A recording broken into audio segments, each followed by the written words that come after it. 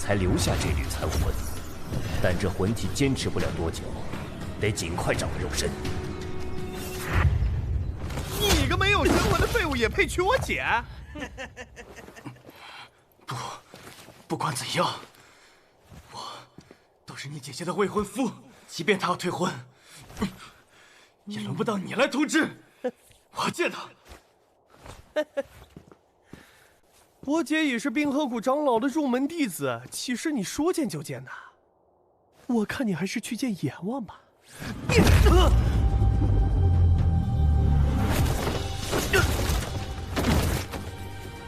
神魂被废的垃圾，还想见小姐，真是可笑啊！唉，这个秦风遭遇悲惨，刚刚那一脚以致他生机断绝。也罢，我就夺食掉那个心肠歹毒的富家少爷，替秦风报仇。美好的富少生活，我来了！嘿嘿嘿！哎，这家伙怎么不动？嘿，你别动啊！哎呀，只能再来一次了。美好的富少生活，我来！都死了。我还就不信了，给我住！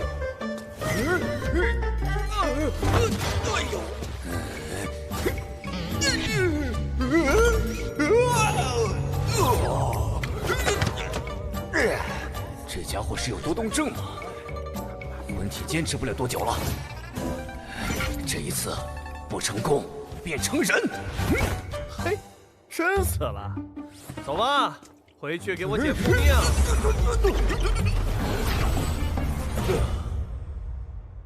这下好了。秦风哥哥，秦风哥哥，你，秦阳，这么着急是要去哪儿啊？你放开我！秦风哥哥，那废物已经死了，反正你也只是秦家义女，不如早寻出路，跟了我吧。你放开我！你让我亲你，我就放开你。来吧，宝贝儿不。你脸蛋咋这么糙呢？我靠，鬼呀！这家伙怎么活了？混账东西！害得我附身到一个废物身上，我生不了你！这么乱子，害我附错身，害我变成废柴！哼！秦风哥哥还活着。天打流星拳！这秦风怎么突然这么长了？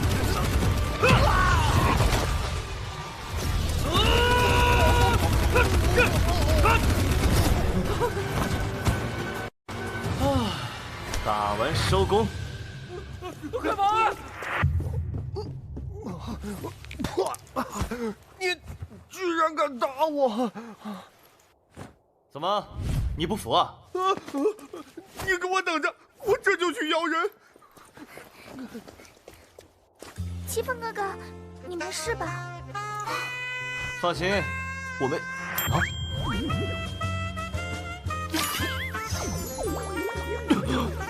这副身体也太虚了吧！秦风哥哥，你坚持一下，我这就带你去看大夫。秦风，我要你们秦家付出代价！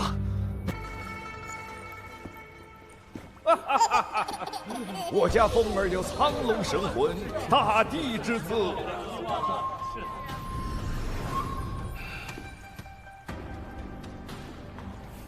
他就是秦家的天才。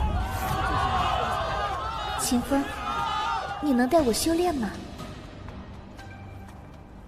这是秦风的意识空间。风哥，病情信物要带好。沈星月，秦风的未婚妻。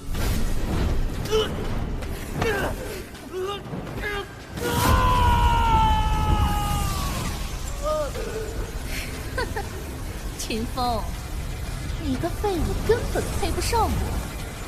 吸人神魂，这不是赵怀义的功法吗？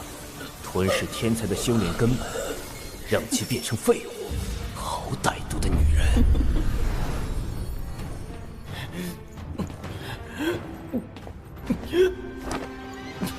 既然占了你的身体，仇我给你报，家我给你护。散了吧。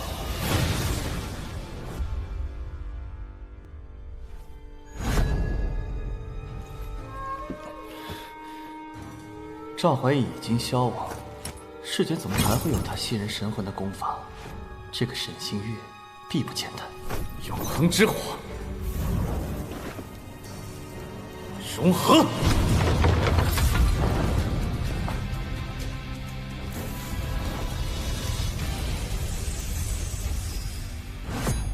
啊，这新身体实在虚弱，先测一下现在的境界。玄光之音，贯通鸿蒙，开无法眼，显示良天。去！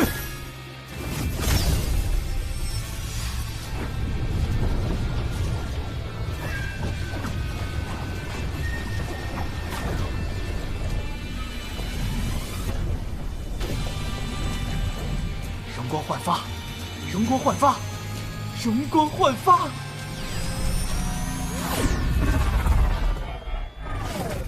啊，是最基础的先天境。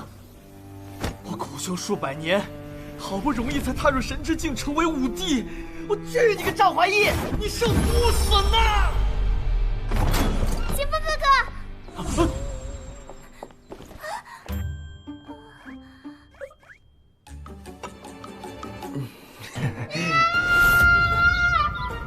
对了，清风哥哥，沈家人来了，他们好凶。沈星月，本尊虽教育永恒之火尚不熟练，但用来查你的底细，足够了。冰河谷的寒霜符箓，家主，家主，潜力不错嘛，秦家主。再不交出婚书，你秦家难逃覆灭。当初你们攀附秦家，如今风儿修为尽失，就立刻提出退婚，叫我秦家颜面何存？如今我已成为冰河谷弟子，本就与秦风云泥之别。今日我就是要借退婚来告诉世人，沈家不是你们秦家高攀得起的。你们欺人太甚！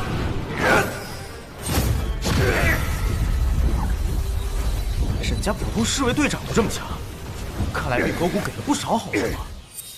我掐指一算，今日秦家惨了。呸！瞎子能看出来，还用你算？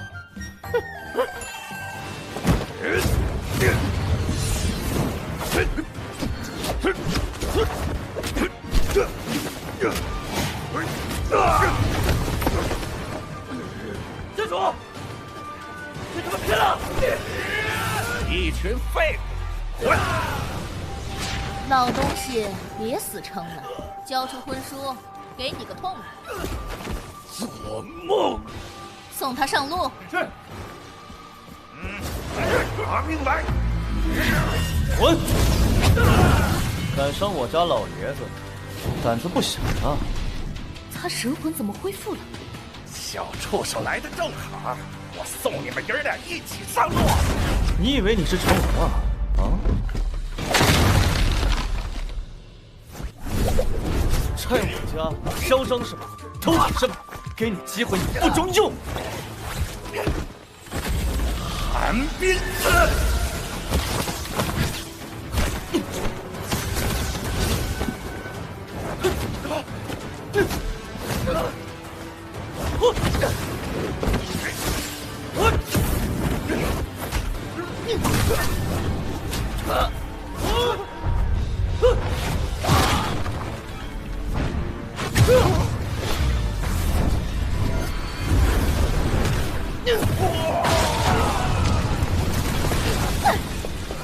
这怎么可能？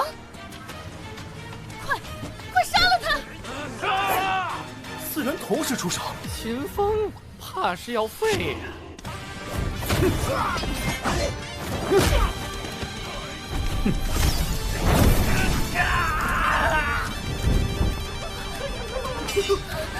救命啊！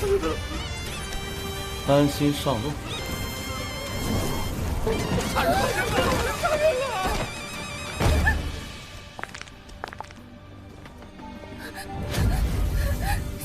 秦风，我可是冰河谷弟子，你敢动我？动如何？安心上路吧！竟然这么多人，还不用他那邪功？秦风哥哥，我错了。千峰神魂可以重生，绝非凡品，我一定要吞掉。秦风哥哥，我是被逼的，其实我还爱着你。小月月，我就知道你不是那样的人。哼，男人就吃这一套，还不是被我拿捏？因为你是个不知廉耻的贱货！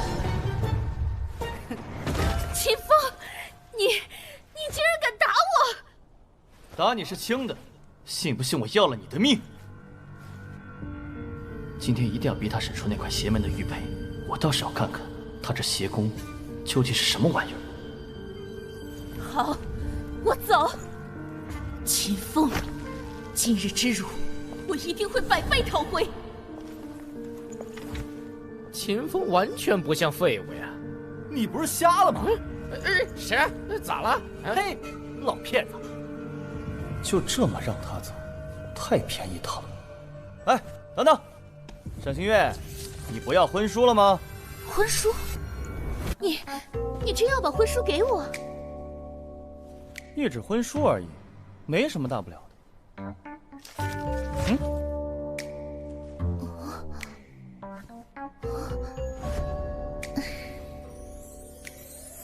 秦风不是打赢了吗？为何还主动把婚书还给沈家？爷爷，秦风哥哥他……我也搞不懂。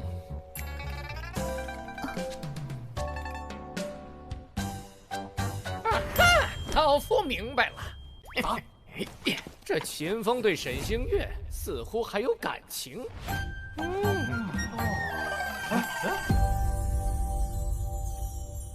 难道他对我还有感情？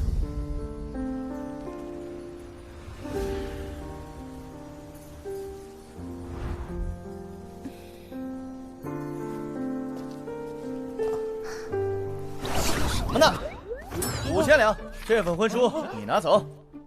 什么？你要钱？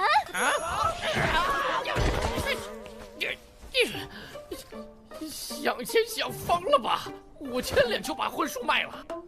风儿，放心，爷爷。怎么，5000两你给不起？哼，果然上不得台面，这么点钱就被收买了。本小姐赏你1万两。好嘞。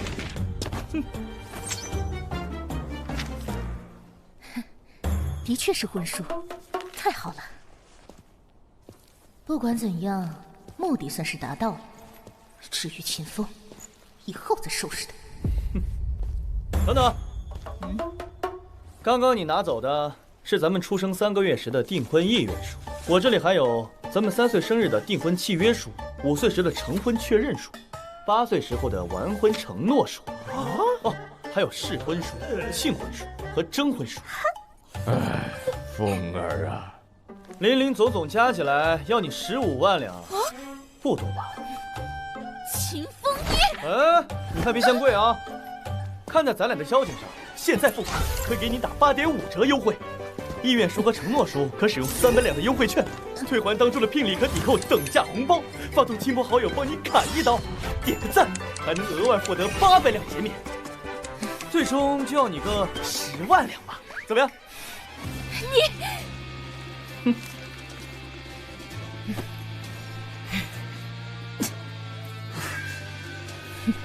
好，给你10万两。嘿，沈小姐大气，这些都是你的了。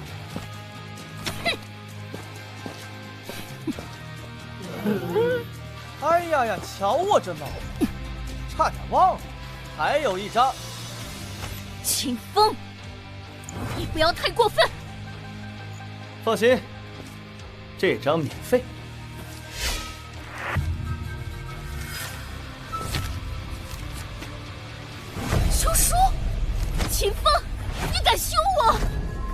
休了你又怎么样？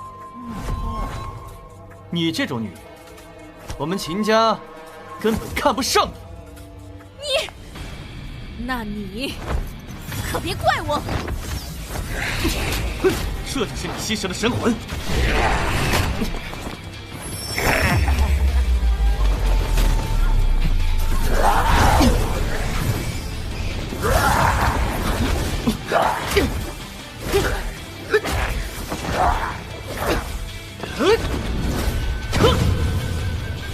赵怀义的气息。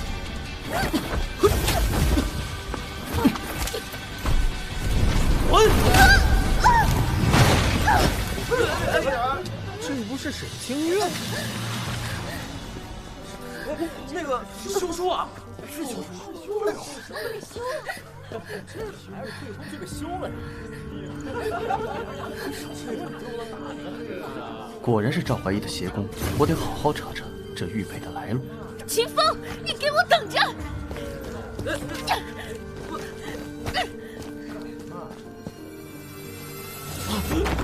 看来，当务之急是先提升这具身体的修为。风儿，你没事吧？虽然偶有奇遇，神魂已恢复7、8，不过刚才消耗太大，可能需要一些灵药。啊，你慢些，我这就让人去准备。哎呀，秦家的资源根本不够我冲击开脉境的。还好我还记得这些药方，等我在天水城找个拍卖行，坑波大的。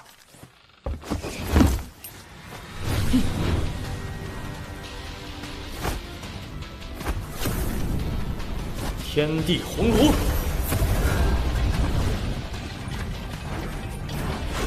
进！燃！有永恒之火在，什么灵丹药液都是小菜一碟。成了。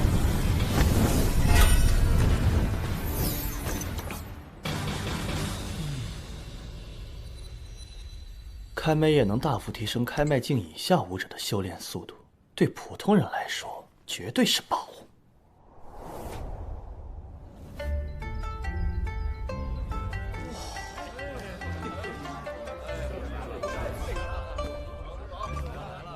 千金阁是帝国最大的商行，开脉液应该能卖个好价钱，顺带着再换一些修炼资源。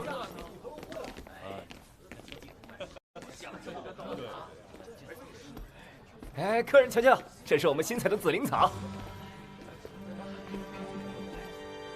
谁是掌柜的？我有能让人瞬间突破的药液出售。什么？瞬间突破？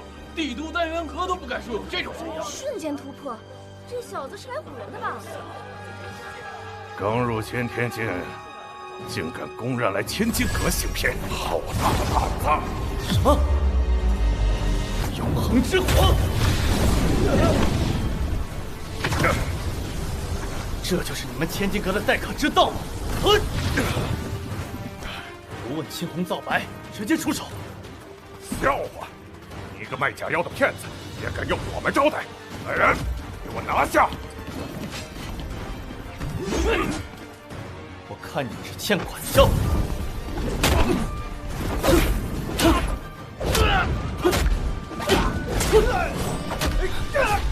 这秦风居然敢在千金阁大打出手，简直找死！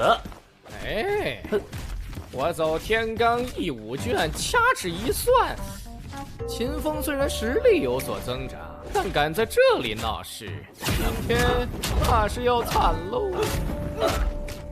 嘿，老瞎子，怎么哪儿都有你啊？先天初期，敢在千金阁闹事，要么有真本事，要么就是疯了。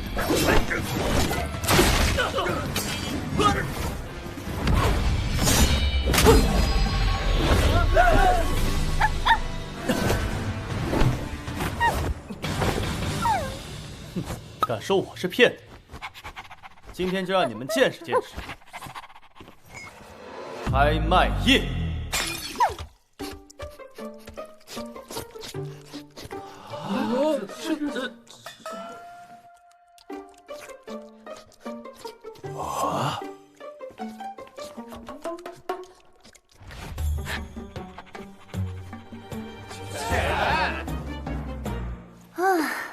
果然是个骗子。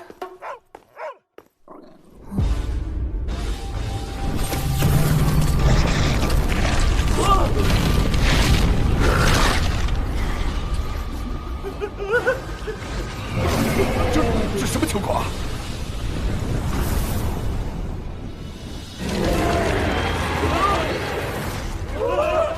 怪物啊！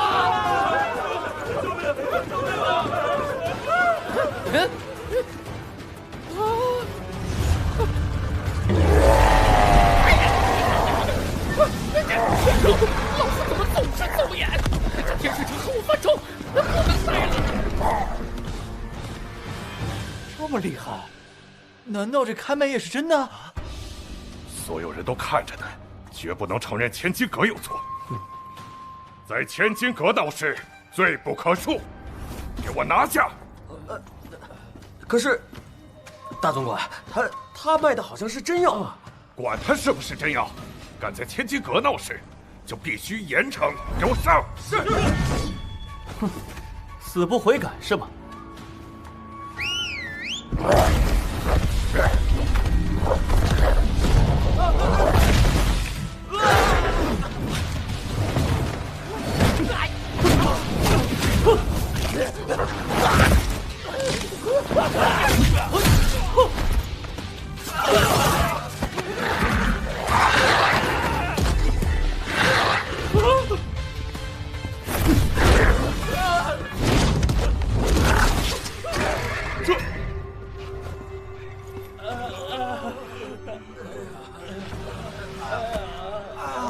秦风说的竟然是真的，千金哥这次丢脸喽！哼，今天不把这小子制服，面子可就丢大了。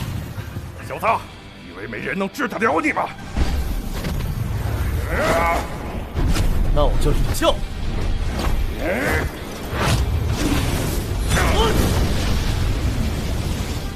哇，看气息，秦风仅仅是先天初期吧，竟然和先天中期的周赑不相上下。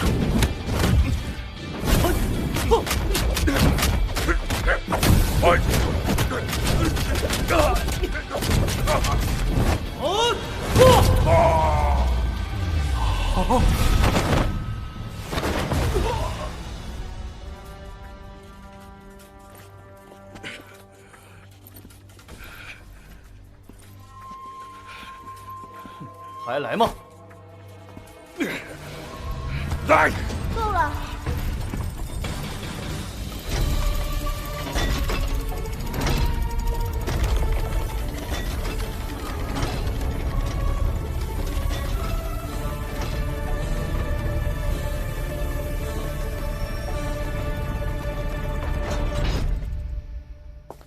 小女子千金阁掌柜江子月。哼，掌柜的，这小子坏了咱们千金阁的规矩，不能饶！闭嘴！坏规矩的人是你，你早就看出那药的功效了，为何还不收手？我只是想维护千金阁的面子。蠢货！你这么干只会丢千金阁的脸。人家都已经证明药的价值了，还硬要收拾人家。生意可不是这么做的。可惜啊，刚刚咱们都看走眼了，还以为秦风是来骗钱的呢。哎，惭愧呀！大小姐，我知错了。需要你道歉的人不是我。哎，秦公子实在假鲁莽了，对不起。秦少，方才有些误会。不如咱们坐下慢慢聊。好，这小姑娘能屈能伸，倒是做生意的了。秦公子，这是以100种灵果酿成的百珍酒，不仅解渴，还对修炼有益呢。您请。还不错。秦少爷，那开麦叶。上面列出了材料，全部给我。我家上百瓶开麦叶，就归你千金阁拍卖了。秦公子，能否给我1瓶开麦叶？我要鉴定一下它的价值，才好判断。没问题。好，秦公子稍等。普通人的世界太好混了，连开麦业都这么受重视。沈少爷，这包厢已经有人了。哪个混蛋敢跟我抢包厢？秦风，秦风，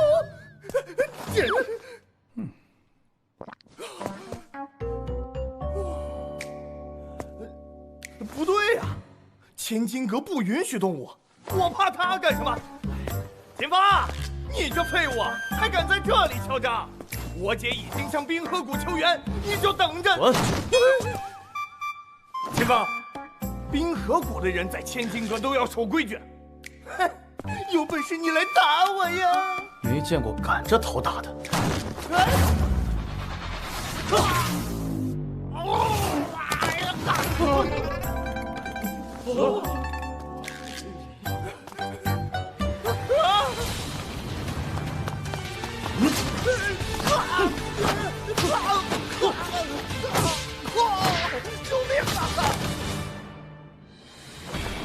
秦风又动了，打的好像是沈家公子啊！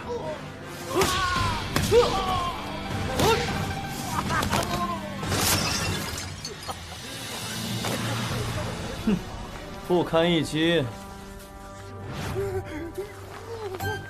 好疼啊！秦公子，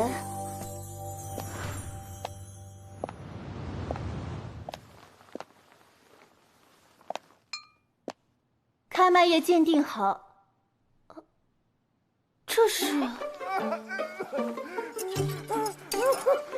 江掌柜，秦风对我进行了惨无人道的毒打，江掌柜一定要替我做主啊！这家伙也太能惹事了。不过开麦业效用巨大，一旦能与他合作，我很有希望赢下与父亲的对赌。今天，我就为他破了一次规矩吧。不会吧？秦公子可是我的贵客，怎会随便打人？可有人看到沈公子被打？没有，是沈公子自己摔倒的。什么？你们既然如此，这些东西还需沈公子赔偿。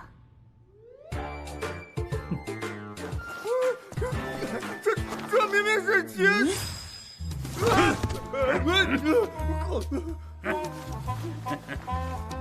赖账，欠揍是吧？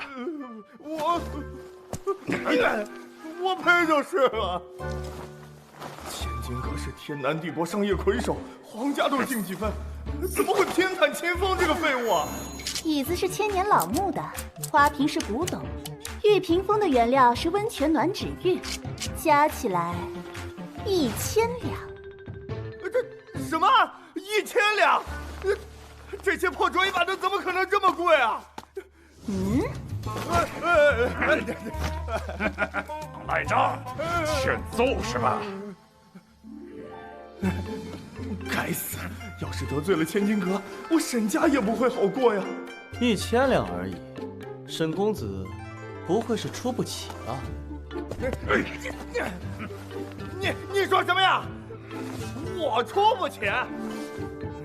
不就是1000两吗？小爷有的是钱，我再砸几样一起算。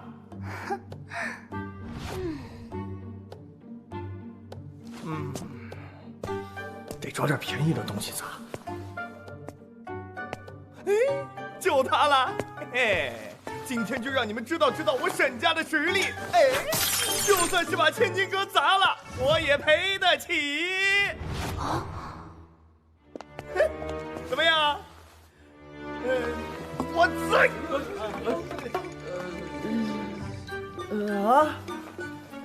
怎么了？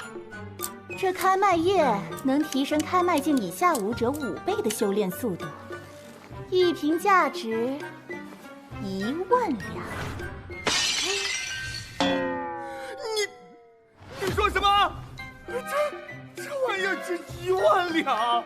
沈公子一掷千金，果然豪气啊！哎呀，我的钱呐，我的宝贝呀！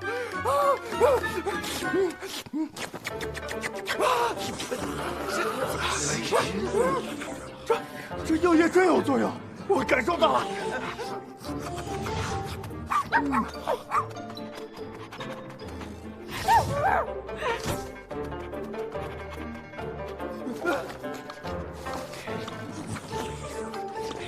四周滚开！沈家少爷居然与狗争食，这也太离谱了！来人，把他们都给我赶出去！记得让他赔付1万两。是。呀！我的1万两啊！我从3岁开始存的过年红包啊！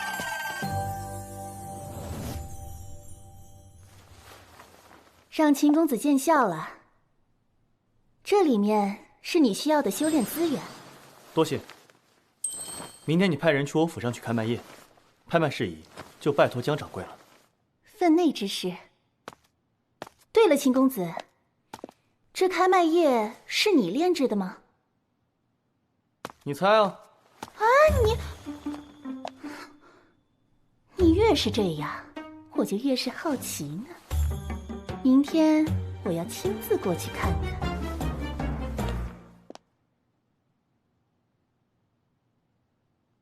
涵儿，这开麦叶真有如此神奇？没错，孩儿亲自体验过。星寒，为何我听到流言说你在千金阁内与狗争食啊？哪有的事儿啊！行了，既然开麦叶效果属实，短时间内便能培养出一支后天巅峰的军队，把家族资产全部抵押出去，换成现银。开麦叶绝不能落入他人之手。是。大胆凡人竟敢与神对抗！你们这些高傲的神，在天地元气中动手脚，使人族大道有缺，永远被你们奴役。难道忘了曾经的你们和我们一样吗？今日我必正道屠神，还人族荣耀！大胆！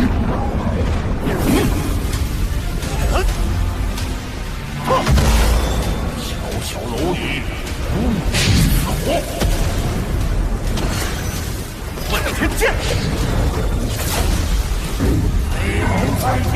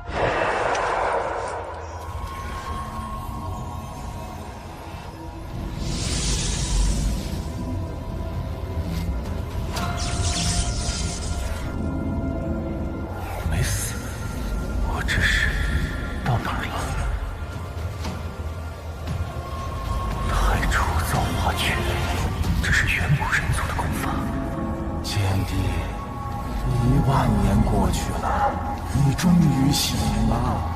苍天不仁，以万物为刍狗。我们远古人族倾尽最后的魂力，助你重生。你是人族最后的希望啊！你的问天剑已碎，那是唯一可以打破通往神族结界的武器。你需要找到它，重铸问天剑。人族已无退路。云少，你怎么了？你快醒醒啊，云少！浩儿，云少，你可别吓我们呀！别吓我们呀，云少！浩儿，浩儿，浩儿，你怎么了？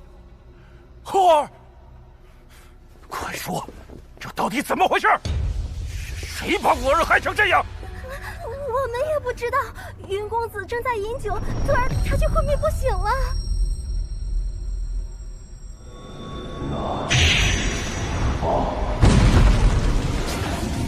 重铸问天剑，你是人族最后的希望。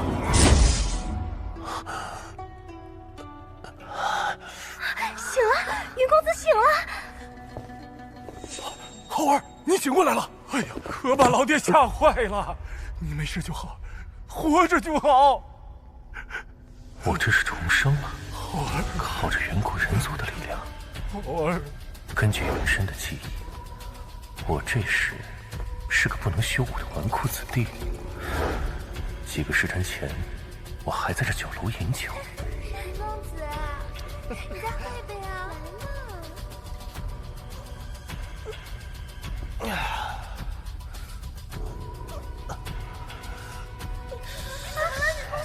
来嘛。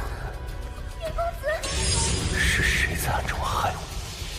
看来这流云城并不太平。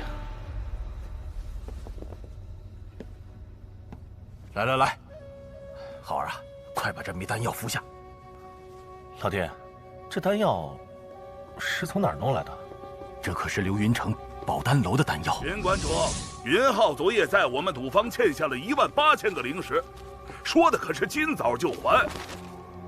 看，云家那个废物儿子又闯祸了。云馆主，今晚云公子啊，一共点了10个妹子，他可是一个也没浪费，这账可是要结一下呀。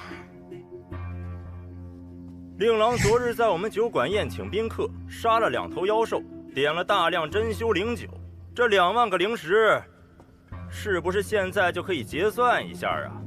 他奶奶，你们追这么紧，怕我云天祸还不起是不是？云馆主，我们知道你为了贵公子都把狂剑武馆掏空了，我们再不请这药，恐怕连个渣渣都没有。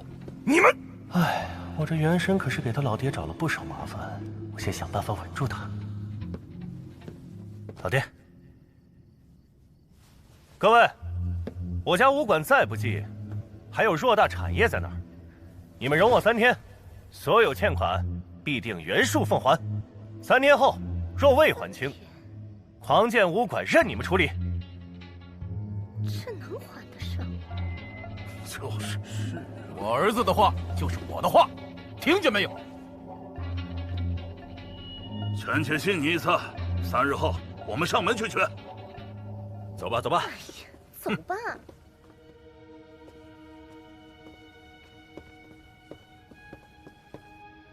老爹，浩儿，飞鱼可是你的未婚妻，你天天这样胡来，对得起她吗？还有，那丹药能助你打通五脉，我再找许丹师求下去。哎，老爹，你别管了，你赶紧回去。我现在这副躯体天生断脉，要修炼到一定境界，绝非易事。不过，既然重活于世，我必突破天玄5境，这时定将神族踩在脚下。我已在生死古墓中设好祭台，一切准备妥当。准备100名真元境武者，利用他们的元气，将古墓中封印的神皇之血释放出来，诸国复苏。看来朱砂已经不耐烦了。拜见城主。接手狂剑武馆的事，进展的如何了？禀告城主，事情正按照我们的计划进行。哦，可我听说云天阔那个废物儿子没死，这又是怎么一回事？禀告城主，那云浩服下毒酒，本来已经死了，突然不知为何又活了过来。城主放心，就是云浩活着，也是不能修武的废物，不会阻碍我们夺取狂剑武馆。本想着云天阔这个废物儿子一死，武馆的掌控权自然会到你们手中，武馆的那些弟子便可为我们血祭所用。这样吧，明日你们去试探下云天阔父子，想办法尽早控制武馆。还有，凌飞羽那个小娘们儿，可要给本少爷留好了。是。许丹师，我儿这病可全都养着您了。放心，云馆主，只要令郎坚持服用在下炼制的丹药，恢复五脉指日可待。只是这灵石……您老放心，绝不敢白白劳烦您。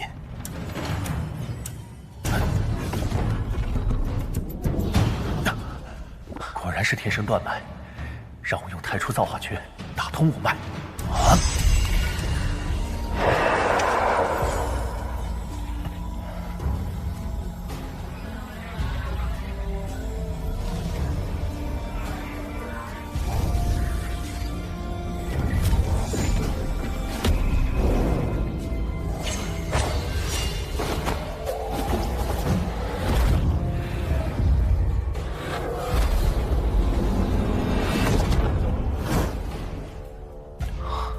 五脉通了，但现在气血上有损伤。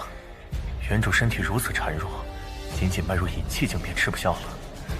我需要补些灵草，加快修炼速度。少爷，云峰闯进武馆，打伤了我们的人，要抢武馆的丹药，现在去丹房了。啊，云浩，既然我借用了你的身体，你家的事便由我帮你解决好了。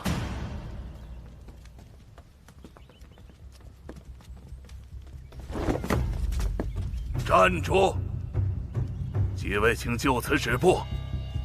刘星，你竟敢挡我们封上的路，我看你是活腻了。丹房重地，没有馆主命令，谁都不可进入。给我上！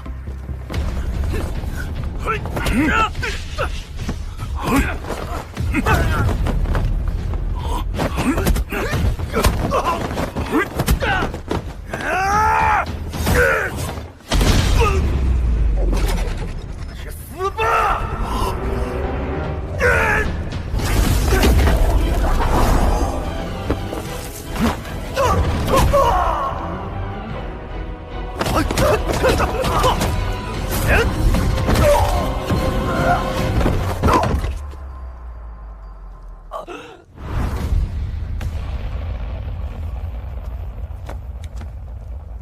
云浩，你，少爷，你，刘叔，你没事吧？没事，少爷，您这是能修武了？是的，刘叔。云浩，没想到你竟然打通了五脉，真让我意外呀！既然你知道我五脉通了，今日还敢来武馆找麻烦，胆量不小啊！你靠狂补丹药打通的五脉也没什么了不起，就你这么一个药罐子，我看刚才这一击已经耗尽你全力了吧？你试试。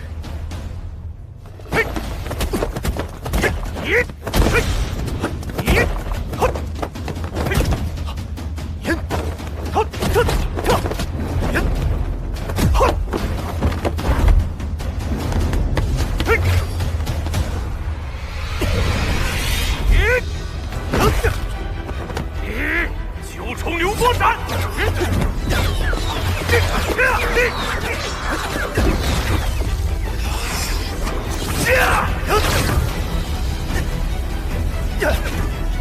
这云飞竟然达到了真元境，如今我神魂不全，蛮力虽可一搏，但无法坚持太久。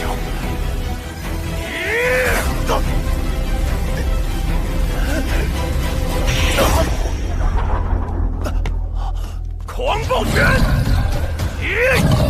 少爷小心！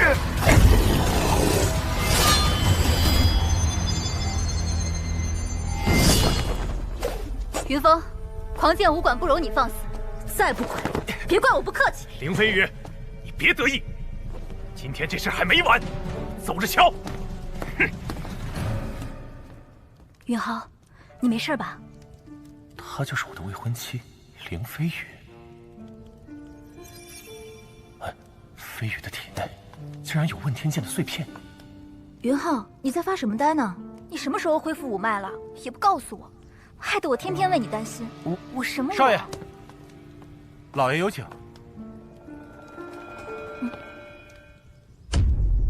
哈哈哈哈哈！好，不愧是我云天阔的种，终于把五脉打通了。老爷，刚才若不是少爷及时出手，老奴这条命恐怕就交代了。去他娘！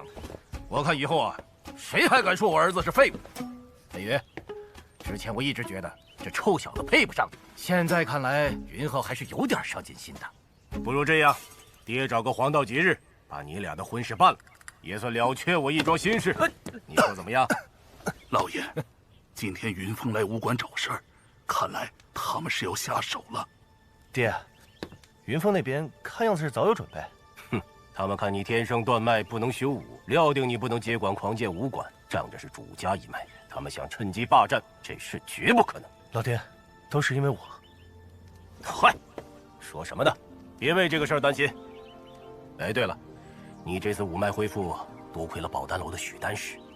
我已去拜见过许丹师，让他再配些丹药，巩固一下疗效。你去宝丹楼拿一下。老爹，这就不用了吧？哎呀，别啰嗦了，让飞羽跟你一块儿去吧。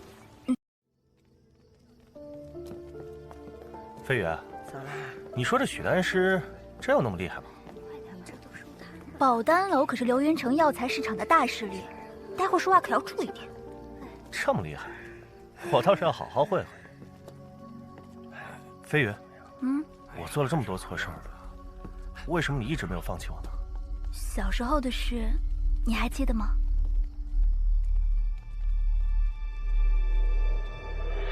走开！我不会让你们伤害飞羽妹妹。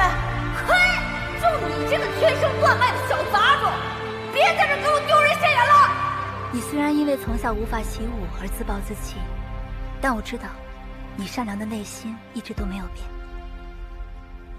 我们到了，这就是宝丹楼。哦。哎，你傻愣愣的可别乱来啊！为了能让许丹师给你看病，云伯伯可没少花心思。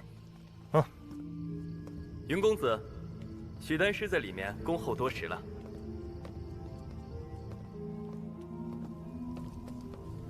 里面请。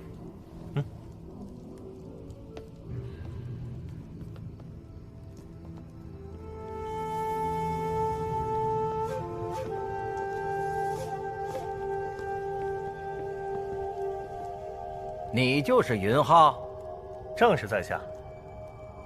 你的情况我已知晓，你爹在我这儿为你求了不少丹药，看来是起到作用了。这个老东西，估计骗了我老爹不少钱。为了巩固效果，我专门为你炼制了养生晶石，可以补充元气。你将它吸收，我保你五脉永久畅通。碧血铸体晶石，这是我传给徒儿苍瑶的晶体，此物可吸取他人灵力，攻为己用。许印这家伙是怎么得到的？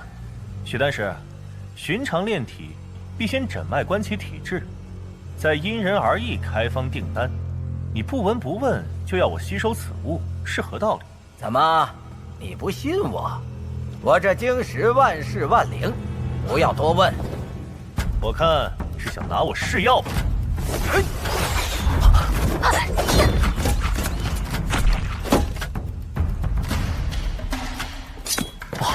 这屋里有毒。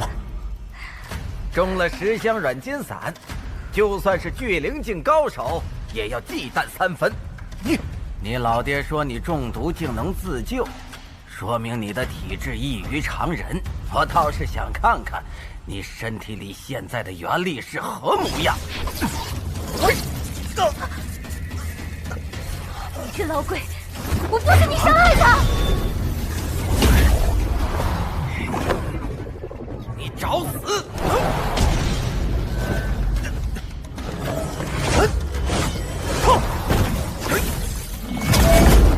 竟然能破了10香软金伞！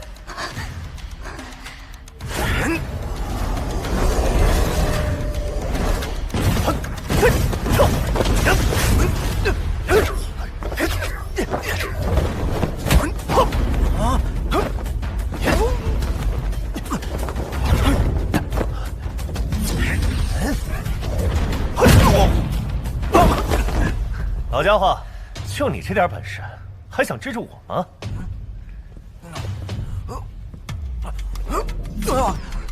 别白费劲儿了，你只要再调动元气，筋脉便会断裂。啊，你怎么知道的？我一进门就看出你经脉淤堵，元气混乱已经很长时间了吧？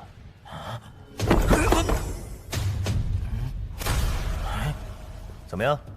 是不是感觉到经脉顺畅很多？这是怎么回事？这天地之中的元气被动了手脚，当你修炼之时将其吸入，日积月累，便导致你7经8脉混乱，形成淤堵。云浩，你知道怎么救我对吧？救救我！你有什么条件，我都答应你。我是有方法，不过我问你，这碧血筑体晶核是从何而来？是我师祖在生死古墓中发现的。那古墓在流云城北郊，据说埋葬着一位绝世高人，还有一块蓝色上古剑刃。大家都想得到那宝物，提升实力，突破武道境界。蓝色剑刃，当年问天剑被神皇震碎，散落人间，难道是落于此处？墓中那绝世高人，莫不是苍瑶？他当时就在山下为我助战，难道他也被神皇所灭？看来必须要尽早去生死古墓中走一遭了。云公子，求求你救救我吧！我现在元气混乱不堪，这让我生不如死啊！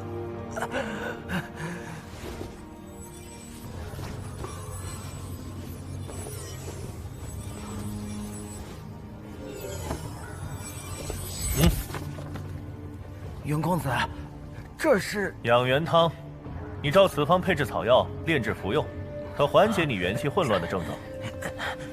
云公子，那我这元气还能恢复如初吗？哼，那就看你的表现了。云公子，以后你有什么需求，我许印定效犬马之劳。你尽快给我准备一批上品灵草，送到狂剑武馆。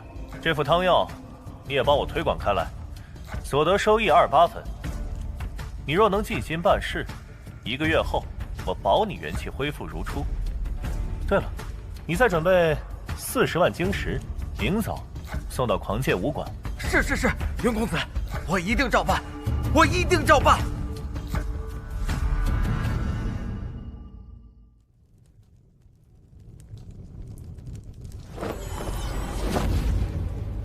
主上，流云城里发现有远古人族的气息。远古人族天生不受神族禁锢限制，看来是漏网之鱼。我放任其成长，将来必成大患，务必尽早铲除。流云城城主江志远也是神识，你可寻求他的帮助。请主上放心，老奴必定完成主上的吩咐。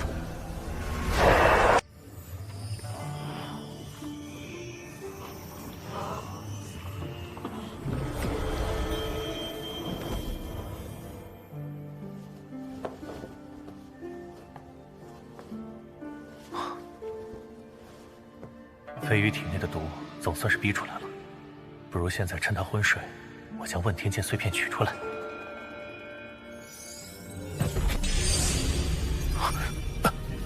不行，飞羽体内似乎存在着某种封印，以我现在的实力，还无法取出碎片。问天剑是由上古神石所铸，需要用火麒麟体内的先天玄火淬炼，才能将其重铸。现在不急于这一时。少爷，今早许丹师送来了大量灵草，老奴已将它们放在丹房了。刘叔，你在此等候，切勿让人进入丹房。是，少爷。天地元气被诸神动了手脚，使修炼者元气混乱。但现在我这副躯体，偏偏因为是一具废体，而从未吸收过一缕天地元气，这样反而能够让我更加纯粹地吸收太初造化诀。现在看看血印这些灵草，能助我功法突破到几境。武道分为引气、真元、化海、化形、金丹、元丹、聚灵、通玄、天玄9个等级，这些应该都是远古人族的功法。每一个武道等级都有相对应的武功技法。这一世拥有至纯之体和太初造化诀这2大法宝，足以使我的修炼超越前世，达到一个前人从未企及的境界。天宫的神，你们给我等着！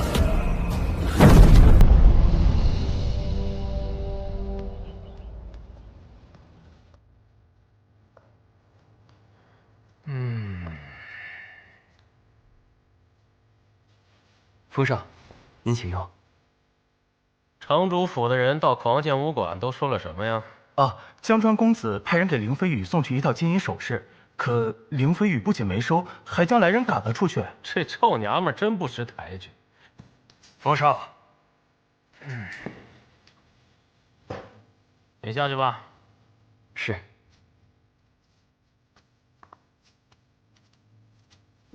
封少，那凌飞羽年纪轻轻就已经达到了真元境中期，可不太好对付。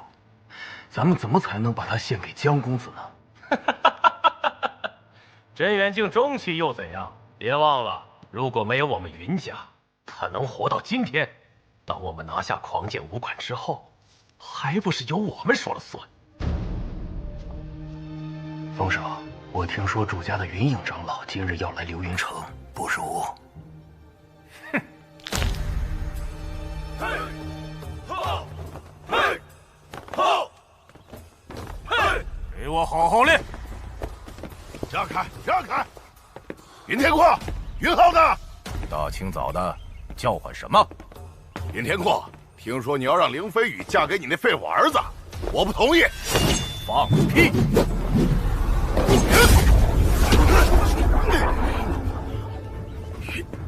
云天阔，你想干什么？哼，我儿的婚事，什么时候轮到你来指手画脚了？在众多弟子面前吵闹，成何体统？云影长老，云影长老，云影长老，天阔，你虽勇猛，可你儿却天生断脉，无法修武。武馆是后继无人呐。我还听说，为了给儿子打通五脉，你是不计成本购买丹药。现在武馆是入不敷出啊！如果真是这样，那么武馆应该交给更有能力的人去打理。云影长老，够了！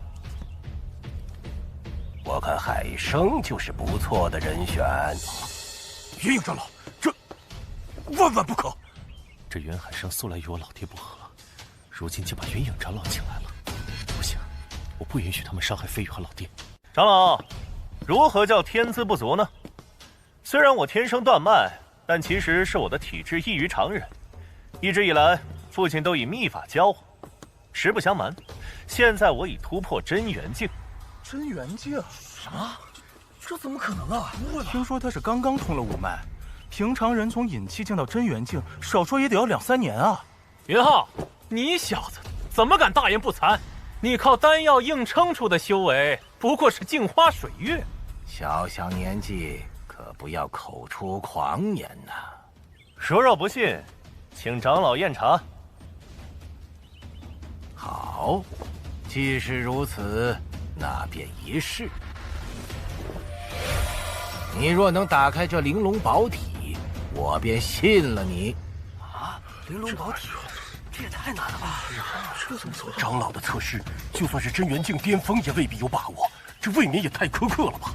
那小侄先行一试，让他们看看，我才是能够接管云家产业的人。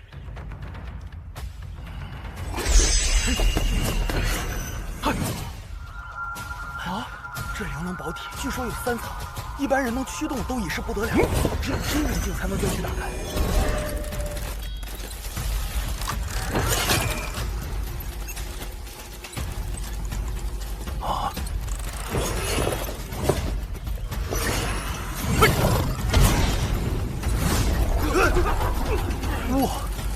竟然这么快就打开玲珑宝体了，看来他武境又要突破了。是啊，没想到云峰已经实力这么强了。云峰厉害啊！怎么样，云浩，你敢一试吗？有何不敢？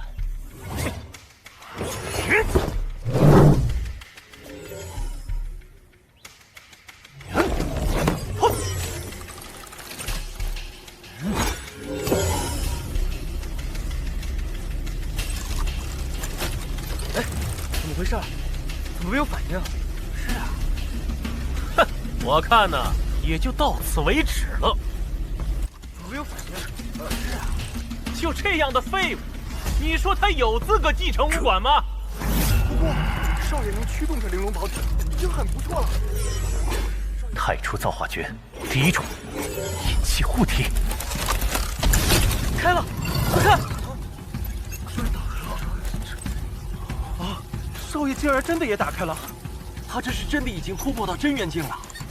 是啊，真是，他的武脉才刚出啊。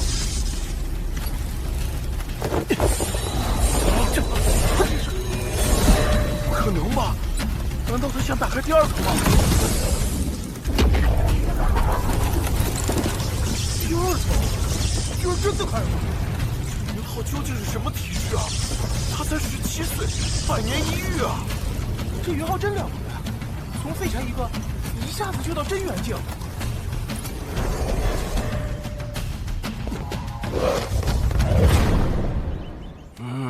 好身手，好厉害啊！这云浩真是太厉害了。父亲，若不是你多年来对我的潜心培养，我怎会有今日的成就？不愧是我的好儿子，田阔，没想到云浩竟然是个不世出的天才体质。我定向主家汇报，你好好培养他。长老，这云天阔虽然培养了云浩，可却耗尽了整个武馆的资源，这样做是否妥当啊？还有，现在只要凌飞羽嫁给江川，流云城北山所有的晶石和药材都将是云家。是啊，嫁给你这个废物，对武馆有什么好处？一大清早就听见狗叫，你，打起来了！他俩现在都是真元境。是啊。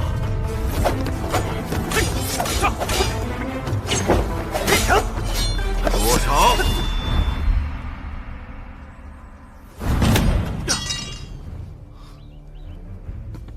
你们还有没有规矩？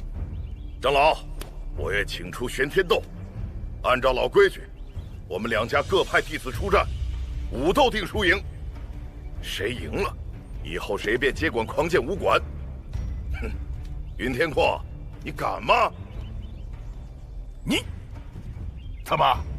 不敢，这样也好，可以凭真本事测试，以武定输赢。长老，这皮武我接了。咱们武馆还有谁能和主家的人对抗？浩儿，父亲莫慌。我也愿替武馆出战。还有我也是狂剑武馆一份子，比赛算我一个。好，今日之事便到此为止。3天之后的玄天斗，我们拭目以待。是，云影长老。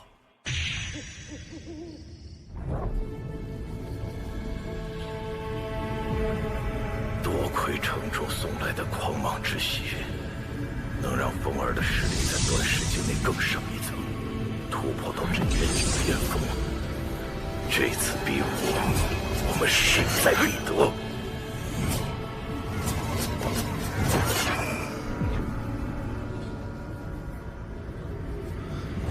等着吧，云天阔，你们父子要为此付出代价。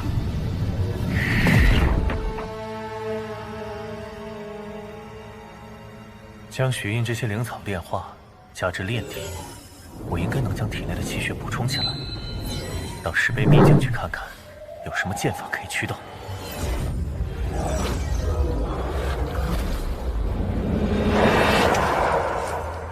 我现在到了真元境中期，应该能够吸收1阶的玲珑剑法。2阶青龙剑法，不知道能不能吸收。试试。虽然越级吸收功法会遭到反噬，但若成功，我便有了制胜的底牌。一点反应都没有，果然现在还是无法吸收，只能先凑合用玲珑剑法。倒也无妨，玲珑剑法也足以应付云峰。好，就它了。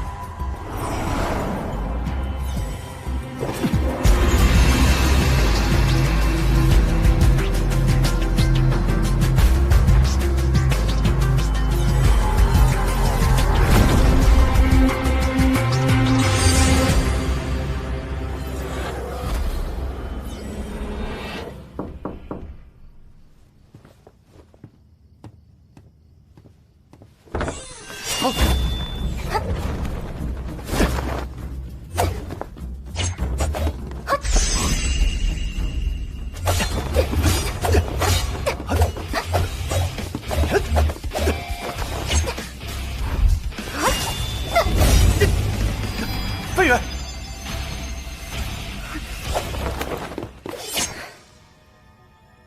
飞远，你这是为何？你虽然恢复了五脉，但还需要加强技法练习。毕竟之前浪费了那么多时间，明天的比武你可不能掉以轻心。原来你是考察我呀？谁让你以前总是不争气呀？是，飞宇说的对。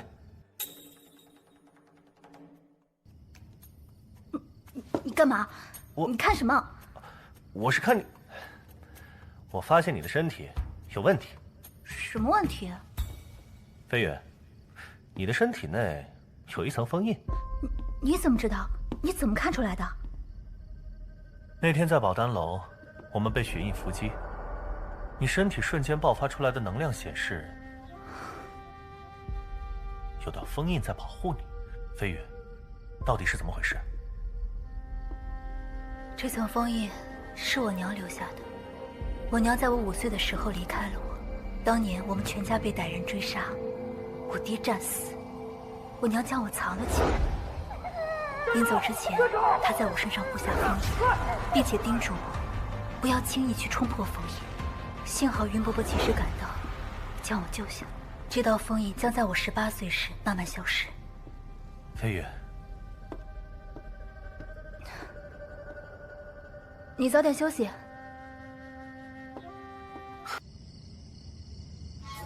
时间已经很紧张了，你那边进展如何呀？据我观察，远古人族气息是从狂剑武馆中发出的，有可能是当年留下的活口。好，找机会去探查清楚。是。说不定啊，就是没听说第2层都在已经恢复了。是的呀，名号来了就没什么怕什么呀。风少爷没问题。江川公子到。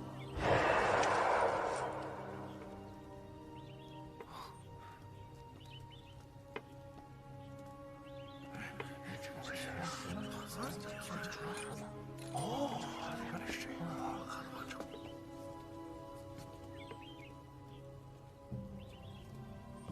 少城主能来见证我云家玄天遁，我狂剑武馆真是蓬荜生辉呀！云长老不必多礼，狂剑武馆乃我流云城门楣，家父对武馆易主一事颇为关心，特命我前来。这位是家师枯木前辈，我请他前来随我一同主持公道。见过枯木长老。二位，请上座，请。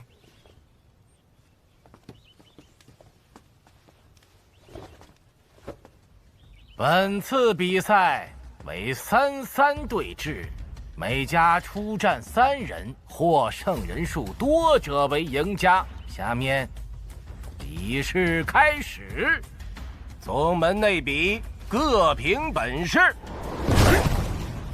谁敢应战？我来应战。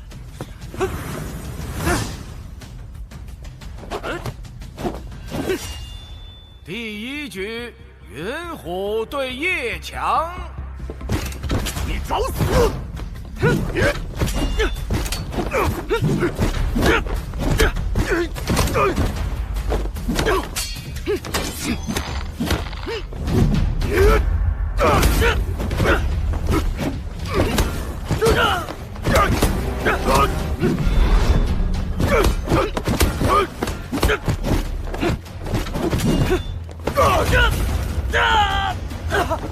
云虎，云虎，少爷，对不起，无需多言。狂剑武馆就这点水平吗？你们现在认输还来得及。还有谁？我来。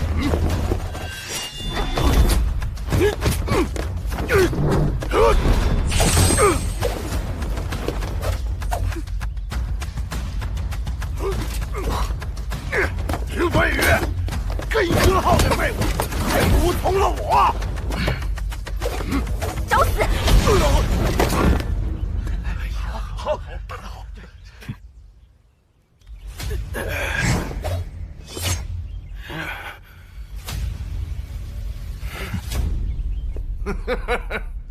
好，没想到你还有点本事。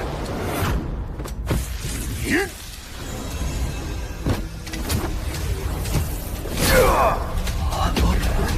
怎么回事？烈焰拳！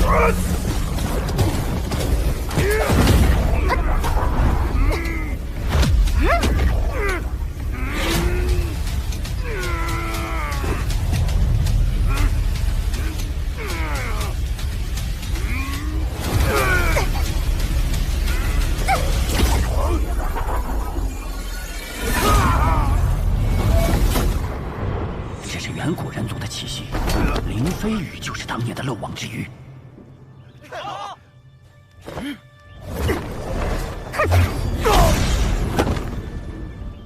飞羽，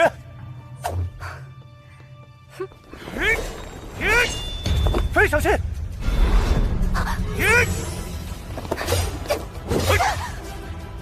这云峰怎么突然这么巧？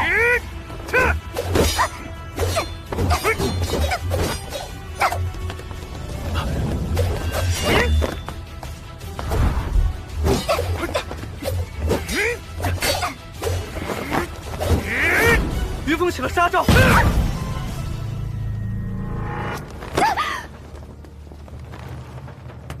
飞羽，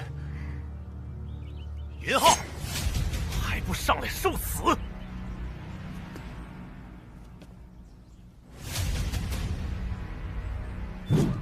那今天我们就来做个了断。哼，我看你这废物还有什么伎俩？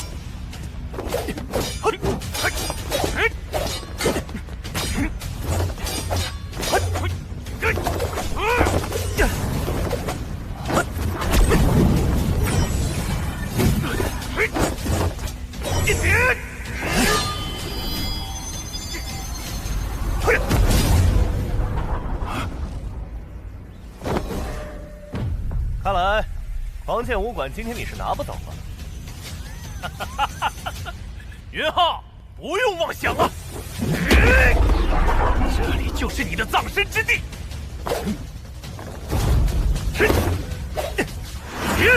云浩，明年的今天就是你的忌日。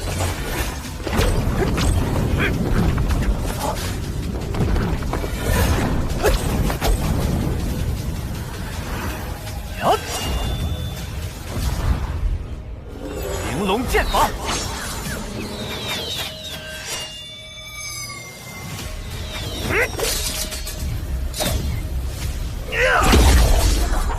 就凭这招式也想赢我？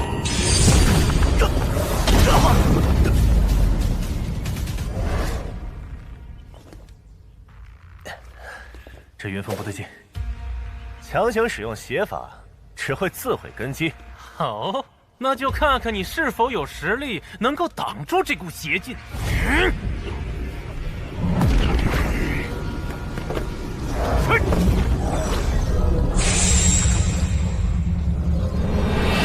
这云峰使用邪法，已经到了真元境巅峰，不得不尝试强行吸收青龙剑法。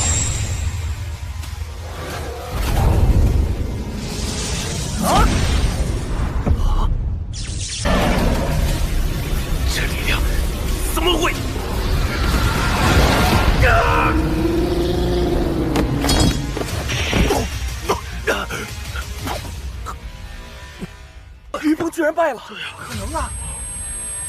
云浩，云浩，风儿，风儿，风儿，云浩，你敢诛杀我儿，我要取你性命！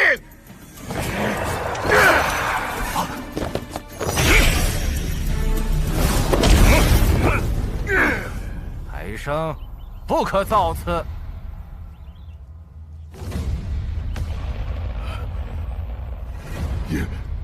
叶长老，那云浩出手狠毒，不念宗族旧情，秦长老替我做主啊！无计切磋，难免受伤。云峰技不如人，怪不得谁。长老，不必多言。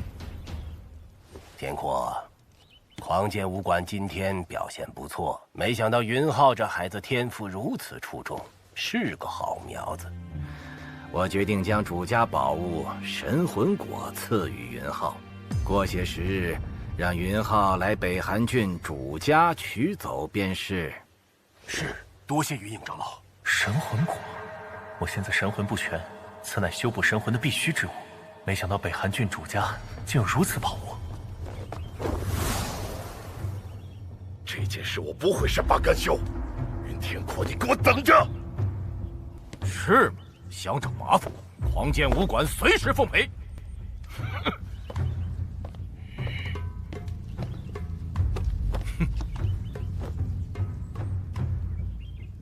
走。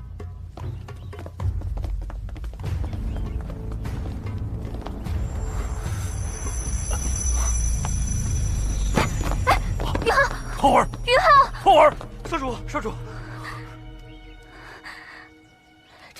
浩儿，快去丹房拿些丹药来。是。前2日那道气息探查清楚了吗？禀告院主，那道气息来自流云城。看来有必要去一趟流云城了。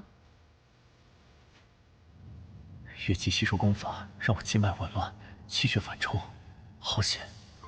飞羽这次爆发的气机已经泄露，那些歹人肯定会寻迹而来，飞羽会危险。可是眼下以我的实力，还无法取出碎片，封印他远古人族的气息。你可醒过来了？你都昏迷整整5个时辰了。没想到反噬这么严重。你是怎么回事？太危险了。飞羽，哎，云伯伯说了，你我成亲之前不可有非分之举。我这老爹。对了，你比武前是真元境中期，怎么能突然突破到真元境巅峰呢？你夫君我可是绝世天才。虽然你是挺厉害了，但不要骄傲，要低调一点。听你的。今天那个枯木道人，让我感觉非常不安。这人感觉非常奇怪，而且他胸前的那个项链，我总觉得眼熟。我们去找老爹问一问。主上，我的元气日渐衰弱，希望能再赐我上品晶石，好让我能够继续效忠于您。拿去吧。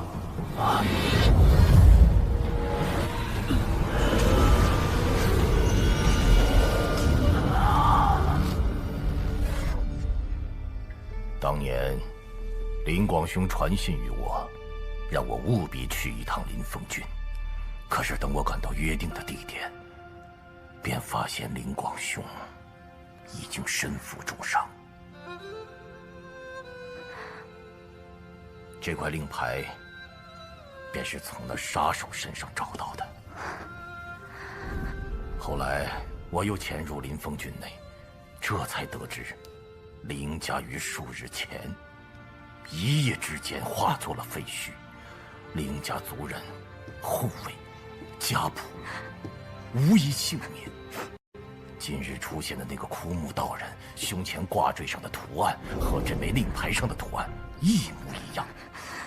此人与江川在一起，必定与城主有莫大的关系。枯木的境界已达到花海境巅峰，他如今找到这里，一定是发现了什么，我们一定要小心应对。城主大人，救救风儿吧！我儿到现在都还不省人事。城主大人，城主大人！父亲，那云浩自从恢复五脉，境界提升飞快，狂剑武馆恐怕一时难以得手。另外，凌飞羽的确是远古人族后裔。好，远古人族是神所要的，血祭时把它献于主上，我们将得到神的无上力量。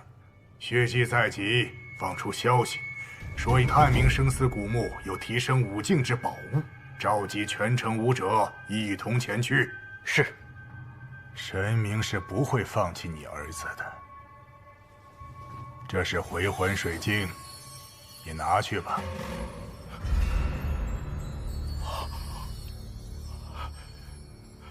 多谢，多谢城主大人。大人，就由我前去狂剑武馆把凌飞羽抓来。哦，那就有劳大师了。枯木领命。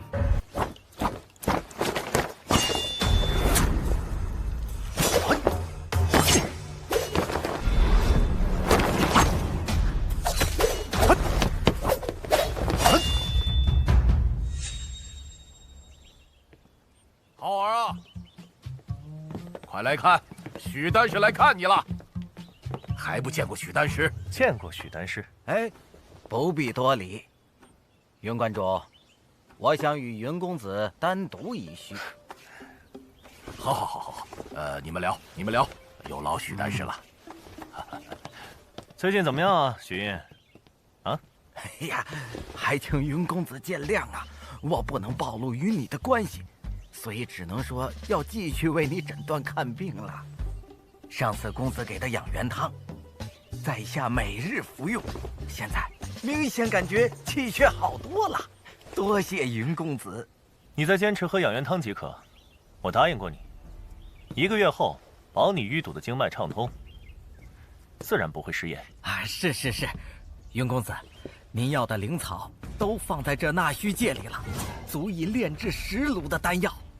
那养元汤我已推广到北韩郡，宝丹楼总部对这养元汤非常重视，想请您出任宝丹楼的名誉楼主，邀请您到总部商议推广合作事宜。知道您不想被俗事打扰，便替您回绝了。有了这批灵草，我便能很快恢复到化海境，但要重铸问天剑，还需要尽快找到先天玄火。你去帮我打听一下先天玄火的线索，此物对我格外重要。是，云公子。少爷，关主摆下酒菜，待许丹师看完病后，款待许丹师。哦，对了，许丹师，你刚不是说自己还有事情要办吗？对，我还有事要办，这就要走了。云公子按我的丹方继续服用便可。哎，留步。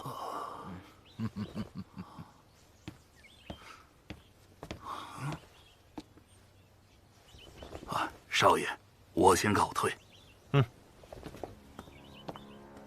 飞羽身上的气息已经暴露，必然已经被那枯木盯上了。如今我的境界尚不足以应付那枯木，看来需要去兽谷寻些兽核来配合许印这些草药来修炼了。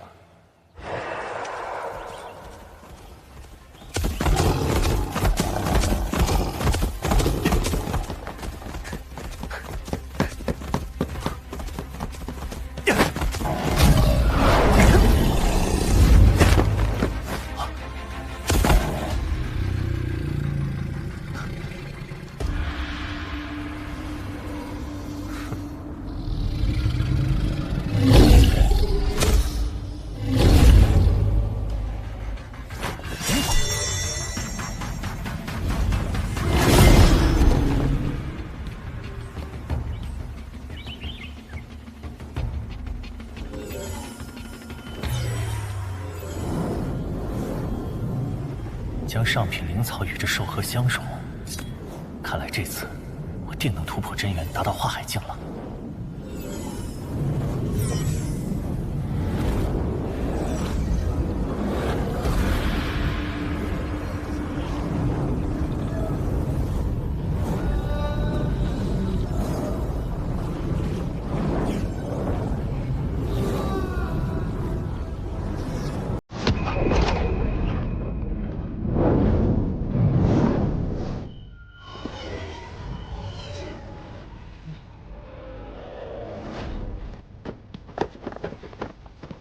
云浩，没想到你躲在这里。哼！哎，哪儿去了？怎么回事？哎！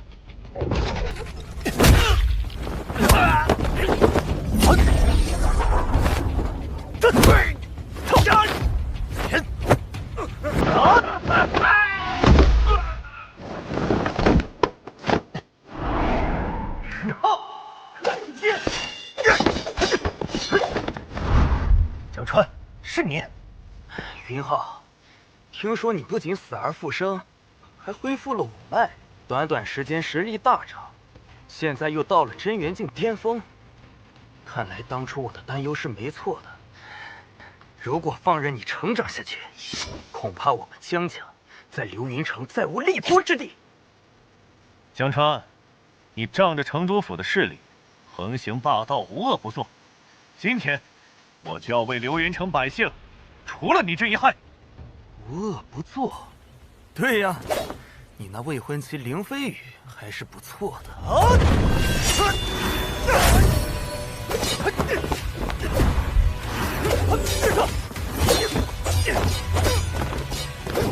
靠，去死吧！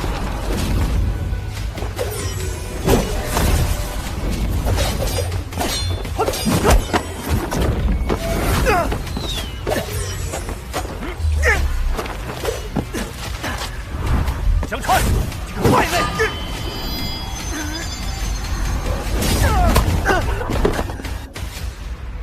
这剑竟然对你没用，剑气完全被砍掉了。我有金丝软甲护体，你拿什么和我斗？原来如此，看来不能用剑了。嘴巴倒是够硬的，等我一拳将你轰杀，再将你的骨头一根一根拆下来，看你的骨头到底有多硬。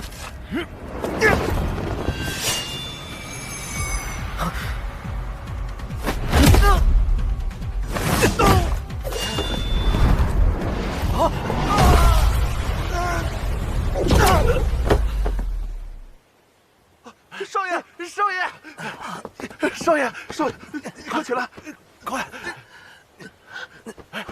少爷，来，少爷。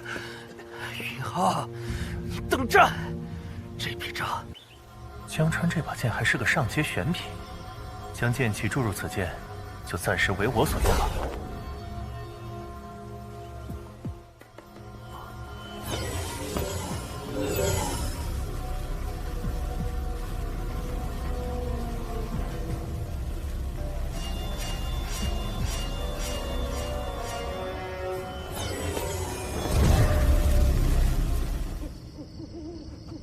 大人，少主被云浩所伤。爹，云浩打伤了我，还抢走了清玄剑。哼，云浩这是吃了豹子胆。父亲，这云浩确实不简单。这账要算到他爹头上。我要逼着云天阔一起前去生死古墓进行血祭。爹，还要凌飞羽。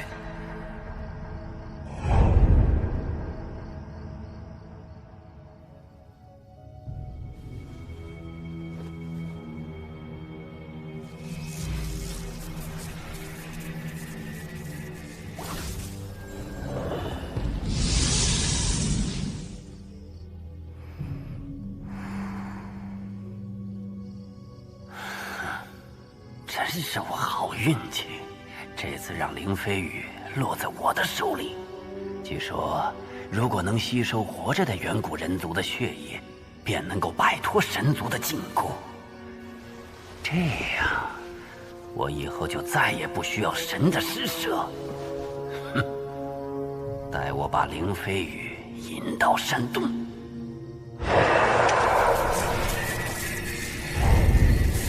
是谁？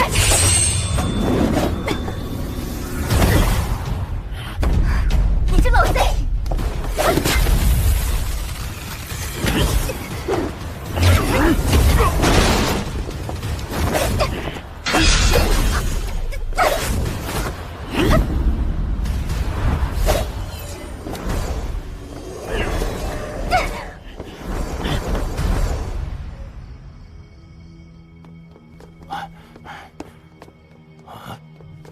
馆主，城主府来人，请您过去一趟。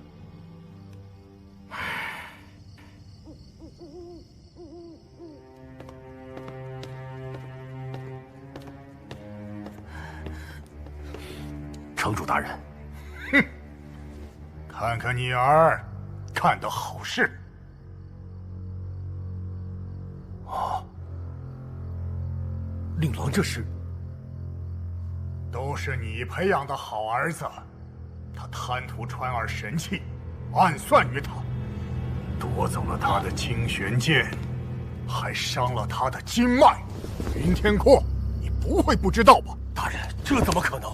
浩儿他与令郎平日里素无恩怨，又岂能对令郎出手？云浩他太过狡诈，都怪川儿轻信于他，被他诓骗于兽谷，还说有异兽要现。最后，却在背后下黑手，害了川儿。你说，这事儿该怎么办？我要云浩死！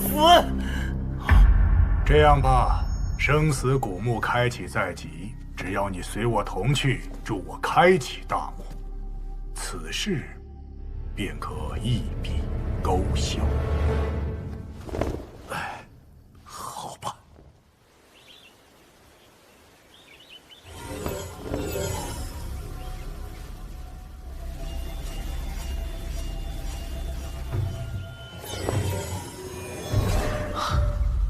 总算可以了。现在对付枯木，应该不成问题了。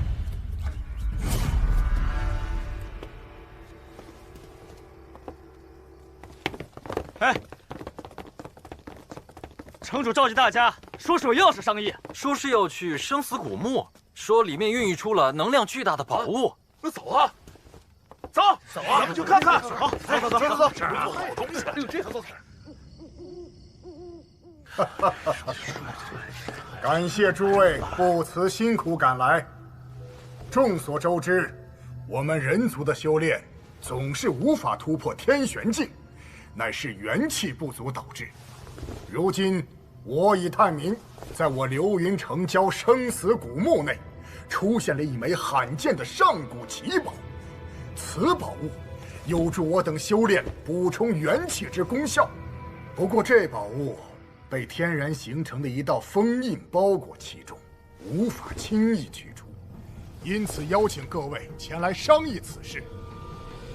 江某特请高人推算出，今日此时正是生死古墓封印最为薄弱之际。此番诚邀诸位英雄，同江某一起打开古墓，破除封印，毁其根基，取出宝物，将其炼化，使我们元气得以修复。可是，听说这生死古墓瘴气，无人能撑得了半个时辰。秦封主有专门应对瘴气的定风珠，还有狂剑武馆馆主云天阔为我们开路，大家尽可放心。想必大家也早就想破除这元气残缺之苦了吧？有胆识的英雄都可以留下，若诸位有什么不便之处，江某也绝不强求。这机会难得啊！是啊，谁说真能借这个机会突破武士呢？我想试一试。江城主大义，这次机会难得，刀山火海也敢闯一闯啊！好，我们去，我们去。好，既然如此，为造福苍生，你狂剑武馆可愿为先锋啊？我云某愿为先锋。那便即刻出发吧。好，出发了。老贼，先走。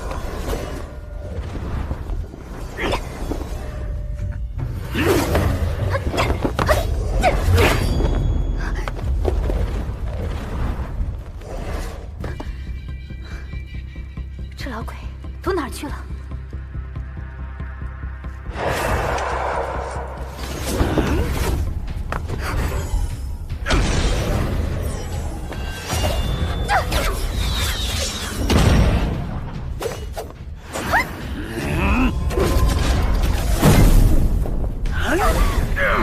幽冥锁链阵。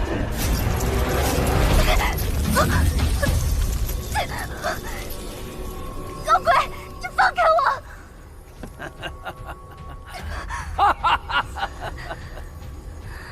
好不容易到手的，我怎么能够放开你？枯木，我父亲是不是你杀的？正是。你个老贼！你知不知道你的家族有多么的特殊？你们天生能够突破神的枷锁，凭借远古人族血液，能够将体内元气补缺，修炼不受限制。一旦突破，造化不可限量。我引诱你到这里来，就是为了吸取你宝贵的血液。就连你自己也不知道，你是远古人族后裔吧？别白费力气了。是没有人能来救你的。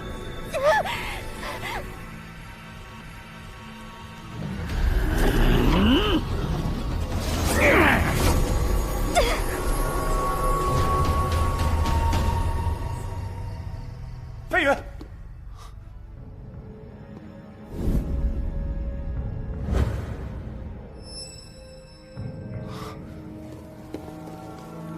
这气息是枯木的老贼。危险，得跟着这气息找到那老贼。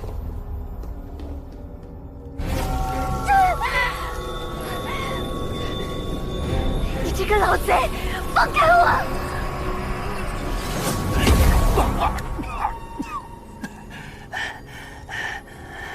不愧是远古人族血脉，这力量果真像传闻中的一样强大。等我吸收完你的血液，便能够不再受到桎梏。武道提升也将不在话下，我何须再向那些神卑躬屈膝？你这个畜生！林飞羽，你别着急，你这么漂亮，等会儿吸收完你，我是不会浪费的。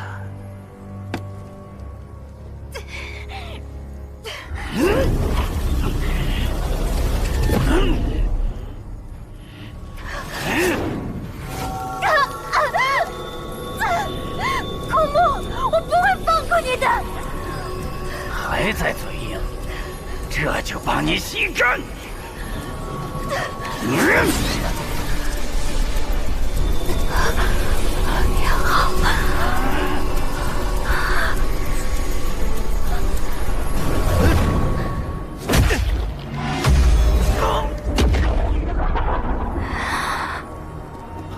飞羽，云浩，张坏我好事，差一点我就成功了。你个老东西，早就看出来你居心叵测。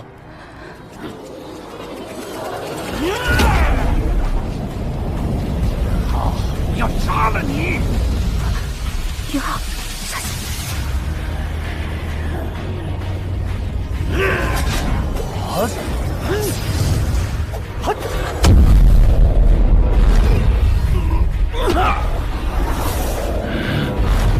这不可能！没想到你竟然这么快到了花海境。你想不到的还多着呢。那我们就试试。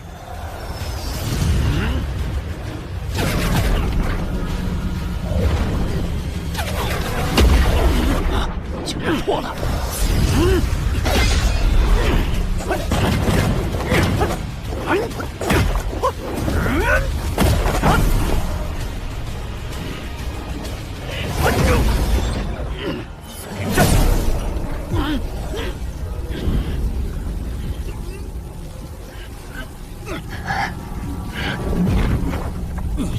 会使用阵法。你现在知道已经晚了，快说，你和城主有什么阴谋？说，凌家灭门惨案还有谁参与了？云浩，过不了多久你就能看见了。还嘴硬！云浩，你杀了我也没有用，所有神使都在追杀远古人族，他们将不死不休。到时候凌飞羽依旧得死，你爹也同样会被牵连。不过他可能也等不到那个时候。眼下他已经到了生死古墓，可能现在已经成了神的祭品。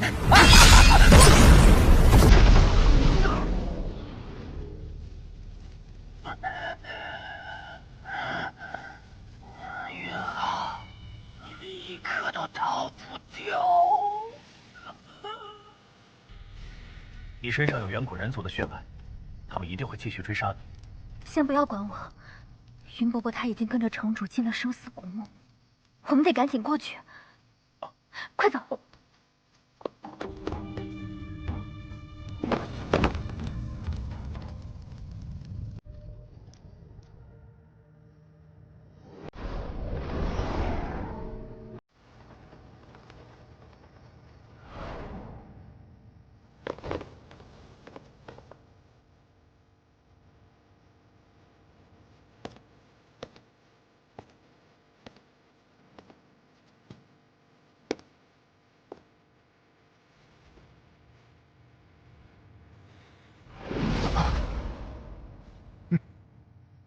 这木门有古怪。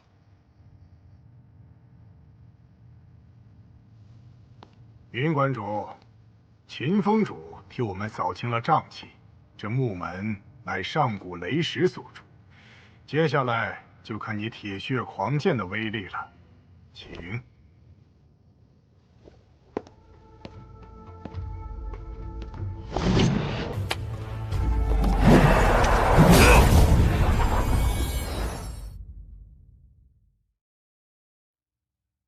浮生老云上爱恨，血迹是因果，却恍然牵动成旧梦所迫。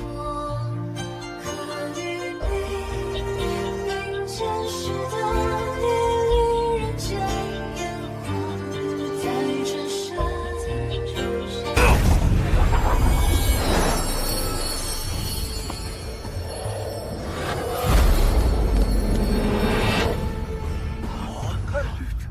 开了。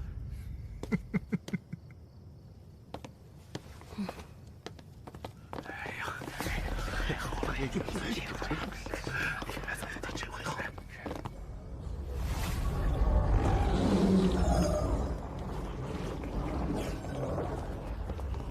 这封印10000年前就已形成，上古神器就在其中，我们齐力将其破开。将其炼化，助我等恢复元气，无复无尽，将不在话下。诸位且席地盘坐，耐心等候，待月满之光照入此处，便是封印最薄弱之时。届时大家全力开启经脉，向此地输送元气，封印便可自行解除。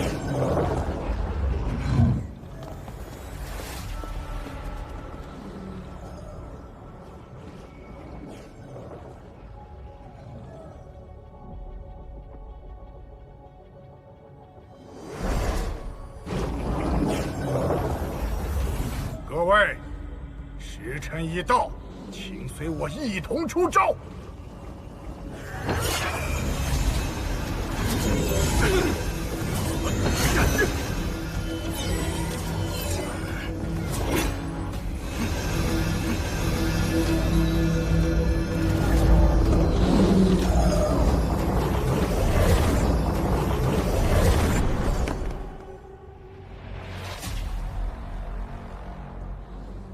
不好，情况不妙，我们快走。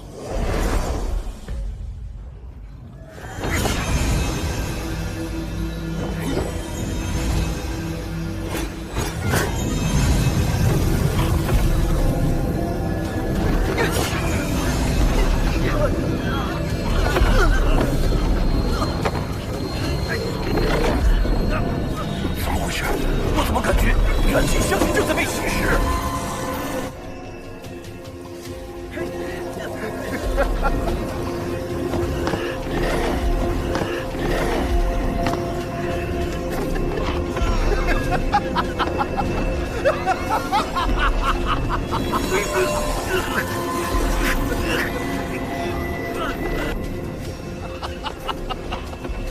神啊，尽情的享受吧，我们等待着你的复苏。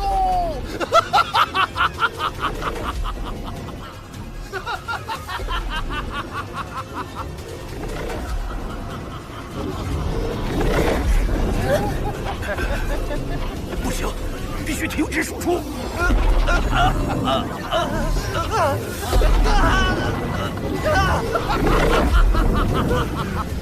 感谢你们的能量，让我和神共生。江之源，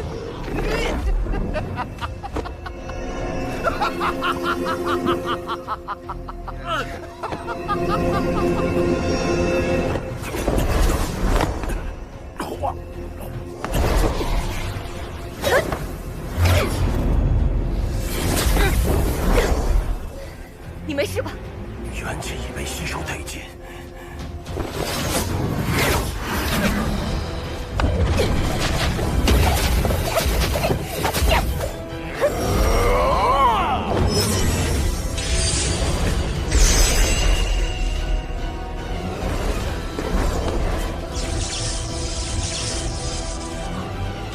36剑诀，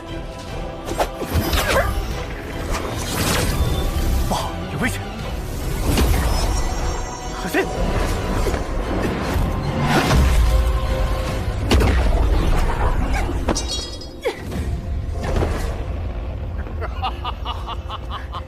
小心，父亲，你没事吧？慢点，没事。江之源，老爹，我来。你先调理歇息。你们本事不小啊，竟然能从枯木手中逃脱。这样也好，省得我去找你们了。江之源，你身为城主，甘愿给神党走狗，不惜残害他人，配做一城之主吗？人类不过是一群蝼蚁，你们存在的意义，就是为了能够延续神的修为，而我作为神的使者，将得到神庇佑，使我们打破生死的轮回。你这个混账！林飞羽，你可知道你的父亲是怎么死的？你根本就想象不到他当时是什么样的状况。哎呀，是被斩断了经脉，体内的远古人族血液被放干，他一点一点地向前爬，像条狗一样，最后气绝而亡。混账！我要杀了你！交给我吧，受死吧！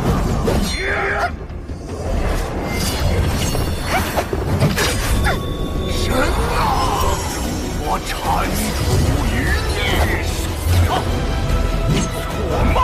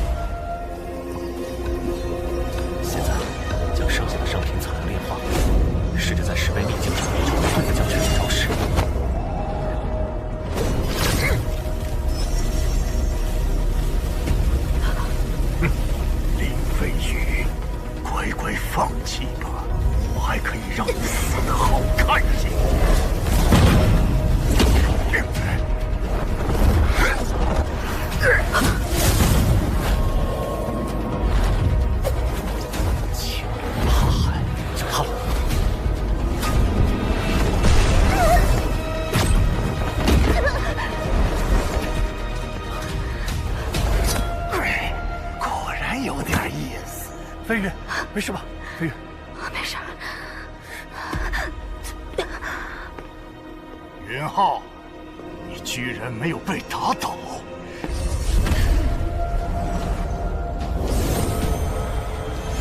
快阻止他！就凭你小姐的花和劲，能拦得住我吗？不自量力！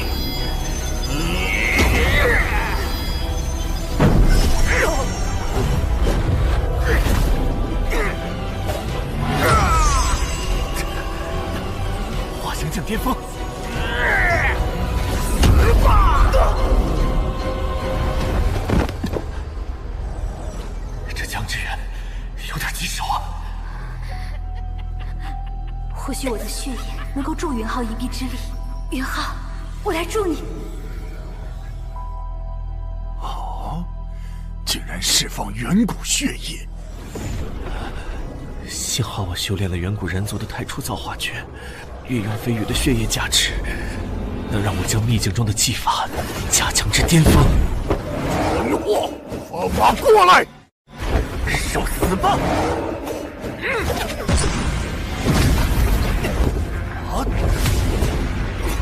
青龙剑法！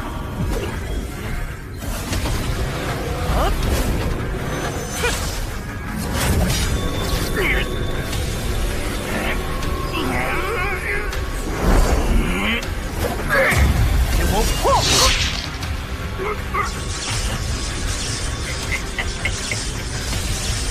给的力量，你们是阻挡不了的。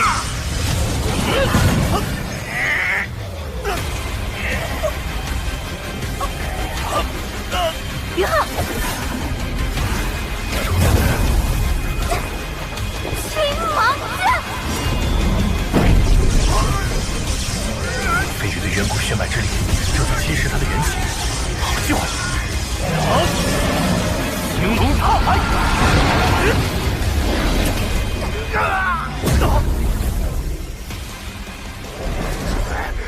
你们这些蝼蚁，神不会放过你们的！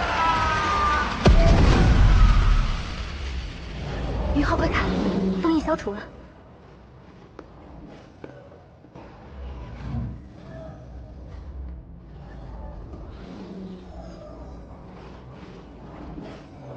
这个封印的气息怎么这么熟悉？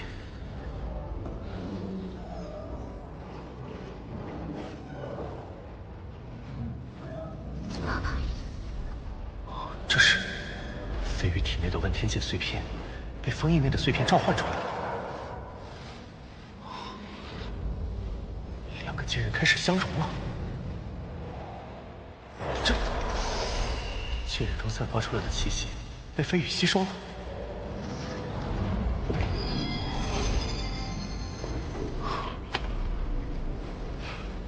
老朋友，好久不见。这就是问天剑。对，是残缺的问天剑。没想到你竟然打败了神使。你是谁？我是凌霄剑帝的徒弟，苍瑶。这是我送给苍瑶的古玉，果然是他。他怎会落得如此境地？苍瑶，我听说过你的传闻，你为何会在这里？你既然能召唤问天剑，那我便告诉你这其中缘由。当年剑帝为援进入神皇遗阵，我在山下为我师父助阵，无奈师父力战而亡，问天剑也被神皇震碎，散落四方。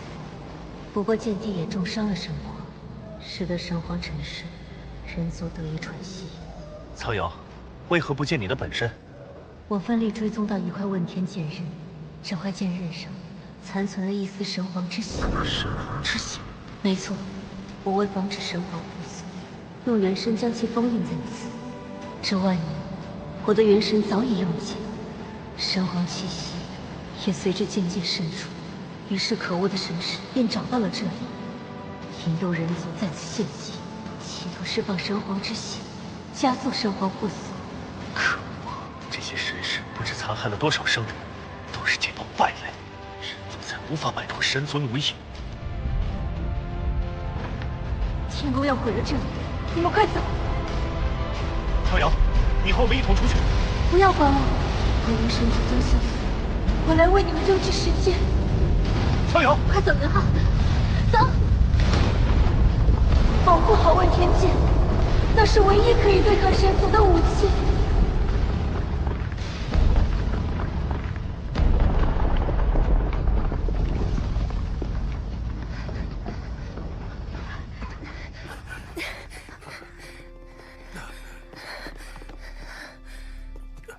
云公子，今天多谢二位相救。你是？这位乃是王朝顶尖学府清风武院的峰主秦峰主，也是被城主蛊惑而来。都怪我们中了江致远的计，成了他的帮凶。在下元昊，这是我的未婚妻凌飞羽。见过秦峰主。飞羽姑娘，多谢。你为何会36剑诀？我清风武院中有一处剑池，据说是当年云霄剑帝陨落后其神魂所化形成。我师尊沈云在这剑池内得到了这36剑诀，并将其传授于我。少侠怎么会知道此剑诀？少侠怎么会知道此剑诀？此剑诀乃是我受徒儿苍瑶的。听他这般描述，原来清风武院便是当初我与神皇对战之地。那剑池里应该还残留着我上一世的神魂。清风武院，看来也要走一遭了。只是这招式与我一位故人的剑法颇为相似。今天幸亏二位出手相救，在下感激不尽。此乃我御剑锋锋主信物，还望云公子收下。以后云公子若有所需，御剑锋必当鼎力相助。恭敬不如从命，那我便收下了。过些时日，我便会去北寒郡，到时候可能还会劳烦秦峰主，多多叨扰。不必客气，在下先行告辞。告辞。飞羽，爹，我们先回去吧。好。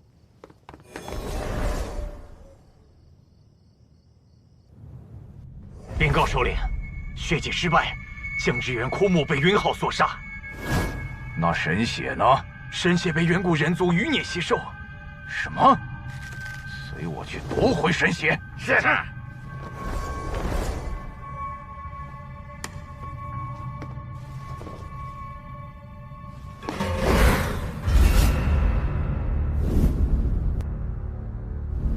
远古人族气息已经暴露，这必定引得各方神使追杀。狂剑武馆恐怕未必能保住那丫头，看来需要将她收入武院。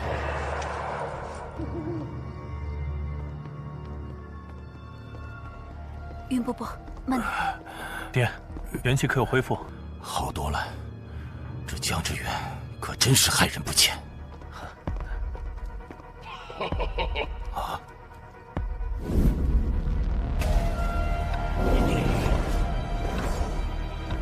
你们一家三口倒是温馨的很呐！你们是什么人？你就是云昊。你们想干什么？就是为了找你啊！来者不善，我们小心一点。他的境界不在江致远之下。江致远这个废物，看来是死有余辜。血祭不成不说，还竟然让你吸收了神皇之血。化形境巅峰，不好对付。将这丫头交出来，我会让你们死得痛快些。不然的话，你们有的瞧了。他们都是我的家人，只要有我在，休想伤害他们半分。你真是没搞清楚状况，还不知道我的厉害。我不管你是谁，我绝不允许你伤害他们。笑话，你算哪根葱啊？我现在就当你的面伤害他们，我看你有何能耐！杀！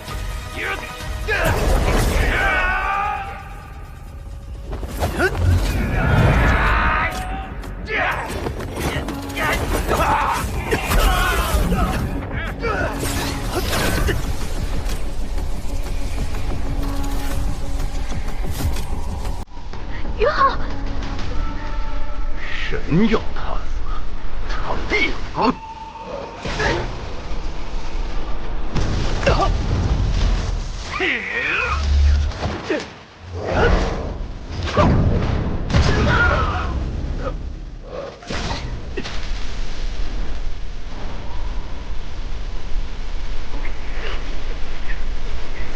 起来！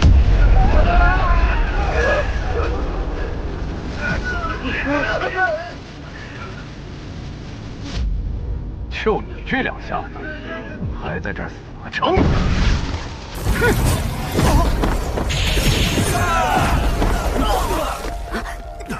爹，你们这些蝼蚁，我早说过，你们不要做无谓的反抗，偏不信，硬要以卵击石，我和你拼了！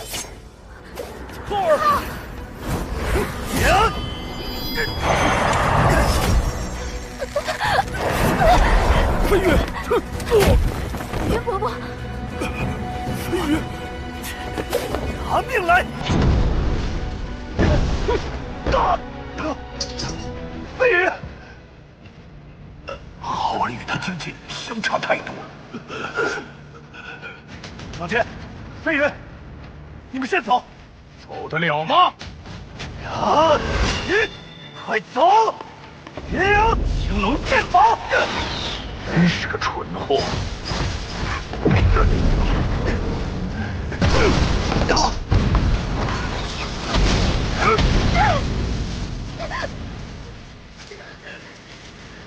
伯伯，云浩，你先走，不要管我。飞跃，想死不用着急，等我把生命之血从你体内抽出，云家上上下下所有人都得死。你们这些蝼蚁真是不知死活！我想让你们轻松点，你们却自讨苦吃。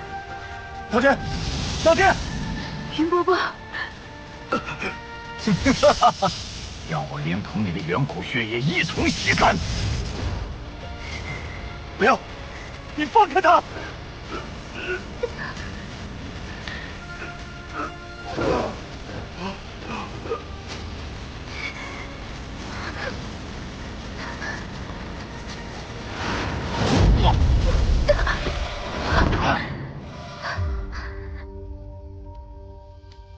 来者何人？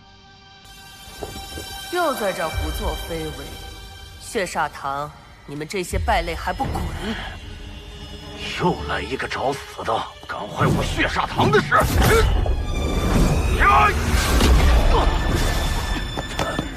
他的功法如此浑厚，化形境巅峰也不过这点本事，赶紧滚！别在这丢人现眼，否则后果自负。赶紧滚！别在这丢人现眼！臭婆娘，竟敢这么对我说话！找死！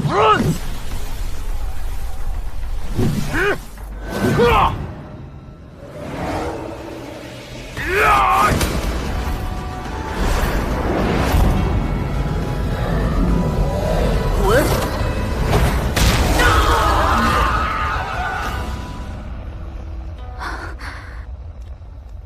姑娘，林广是你何人？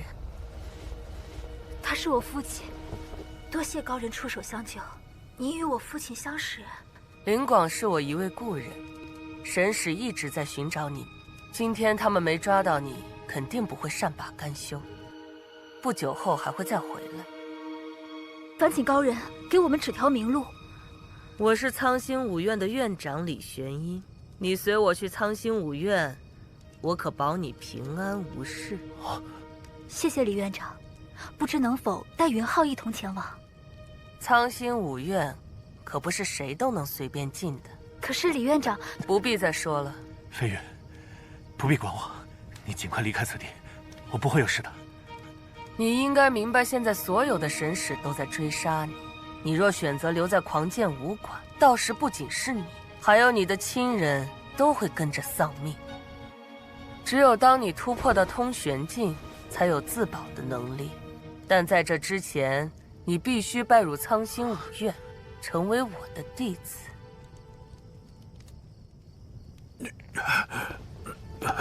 飞羽，不要再犹豫了。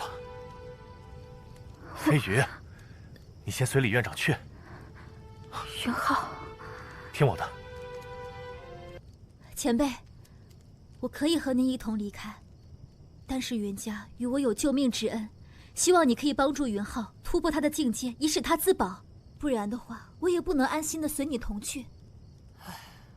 没想到你竟然如此的重情义。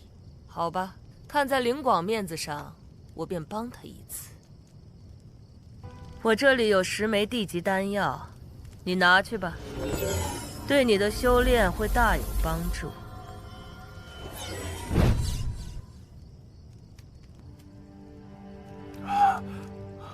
现在你们都安全了，我们走吧。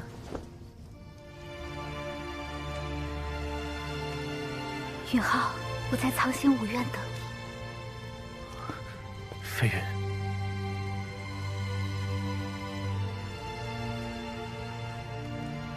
你一定要来救我。飞云，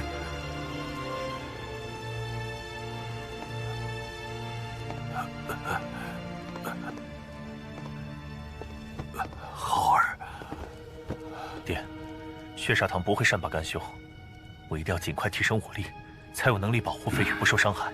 爹相信你，爹知道你已经不是从前的浩儿了。云馆主，哎呀，太好了，你们平安从古墓回来了。许丹师，好久不见。见过云馆主。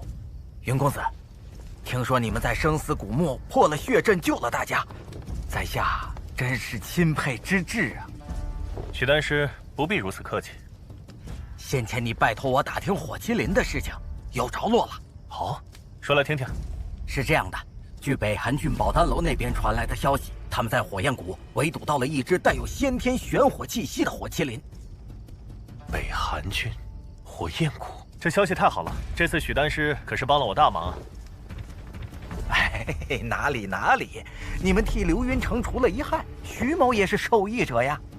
哦，这里是我近些日收集的各种珍贵草药，请云公子收下，了我一片心意。许丹师真是费心了。爹，刘云成暂时已经安全，你留在这里安心养伤，拜托许丹师照应一二，祝你早日恢复。啊，是，云公子放心，徐某定当竭力医治云馆主。时辰不早，在下告辞。告辞。浩儿，你下一步打算怎么做？主家的神魂果与我有大用，当务之急，我要先去北韩郡。去吧，浩儿，我写封书信，你带去给云影长老。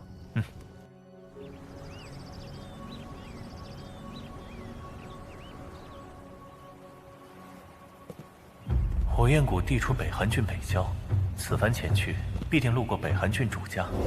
我先拿着书信去找云影长老取回神魂果，再去火焰谷寻那先天玄火。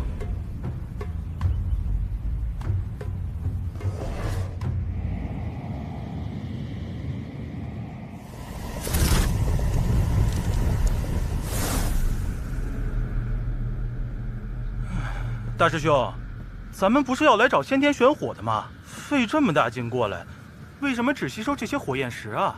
不要着急，带有先天玄火的火麒麟已被楼主困在麒麟洞中，暂时还无法取得。可那火麒麟散发的火气，已将这火焰谷中的火焰石质量提高了数倍，是我们炼丹的好材料。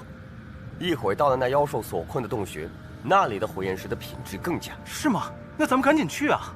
哎，咱们不可掉以轻心。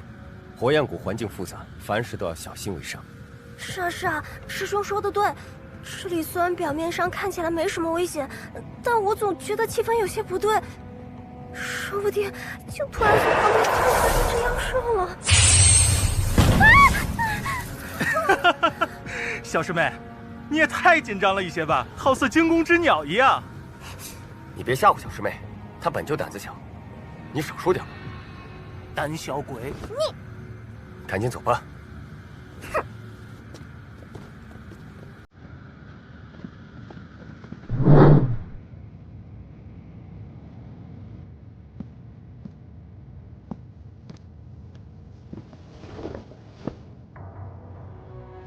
报，首领，刘云城有人求见。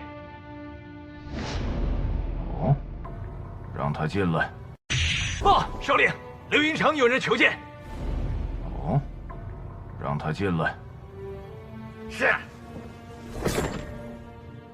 这李玄因伤我不轻，此仇我必报。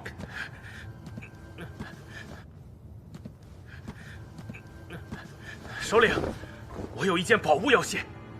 什么宝物？神魂果。神魂果在哪里？在我北韩郡主家，我堂哥云少阳，他能助你拿到神魂果。是吗？我只求你一件事。什么事？替我杀了云浩。哦，为何？那云浩断我筋脉，废我武功，我要他不得好死。好，我答应你。不过什么？哼！不过你也没什么用了。没有人能指使我来做事。如今那凌飞羽被带进了苍星武院，恐怕一时半会儿拿他没有办法。如果我将这神魂果拿到手，献给主上，便也可以将功补过。没准主上还能赐我延续元气的晶石。李学英给的丹药竟然还是地级品质，配合着许英收集来的灵草，这一路助我武境突破到了化形境。这样拿到神魂果，便能更好的将其炼化。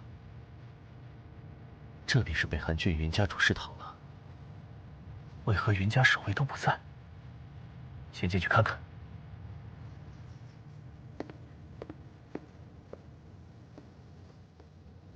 邢长老，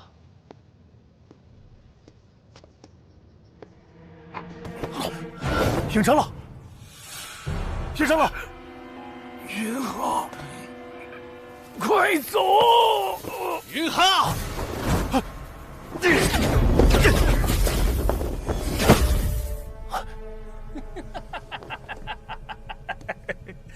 云浩，你是来取神魂果的吧？真是太无耻了！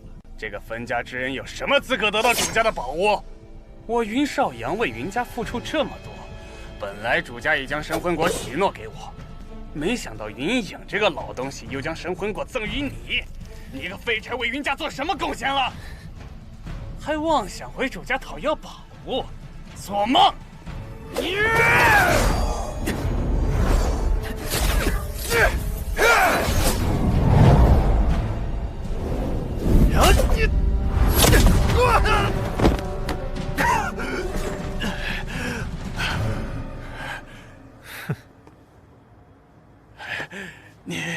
你不是刚恢复五脉吗？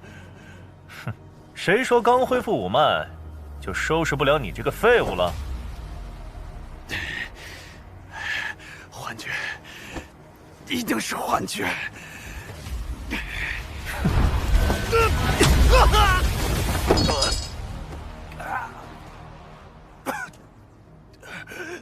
云家怎么出了你这败类呢？你还在等什么？学生，杀了他们，神魂果就是你的，助我夺得家主之位。云浩，这次看看到底谁能来救你！云少阳，你居然攻击外人！你这个老不死的，我才是云家正主之子，云家以后都是我的，而你竟然想要扶持分家这个废物，你是不是老糊涂了？心术不正，毁了云家！这可由不得你，有长老！这个畜生勾结外人，害了云家！不要！等大长老闭关出来，我会告诉大长老，云影私通外人，最后分赃不均，被血砂堂斩杀。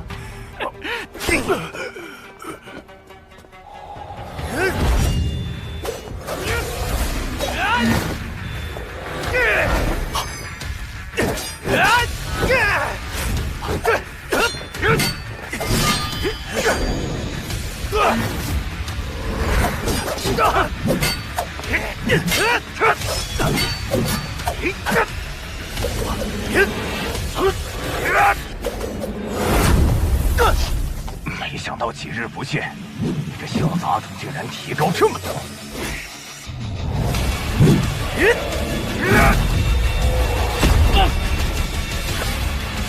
这力量！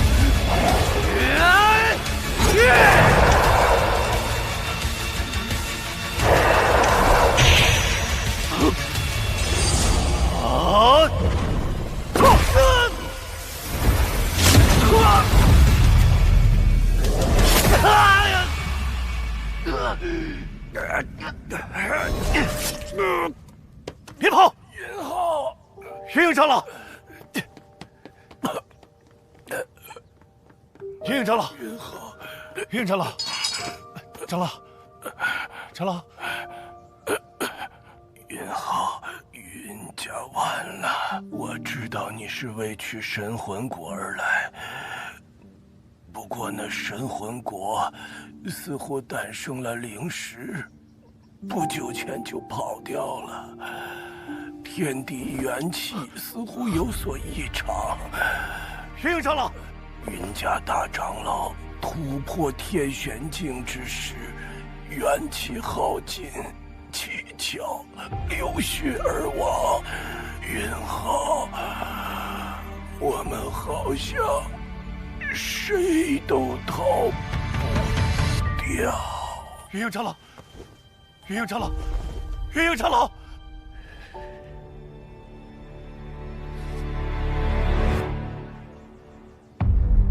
天宫的神，我必除你们！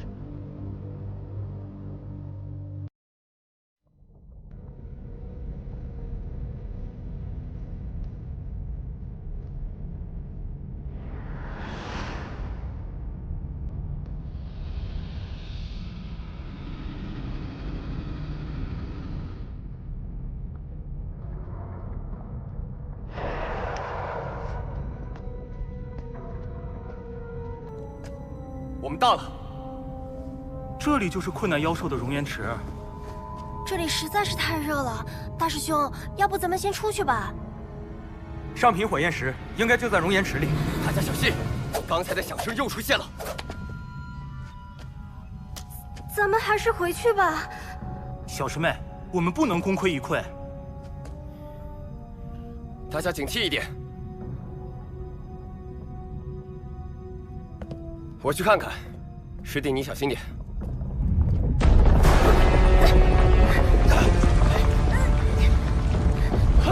师弟快跑，有妖兽！师兄，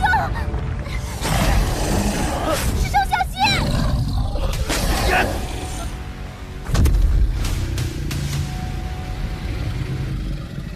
这石龟好像是化形境妖兽。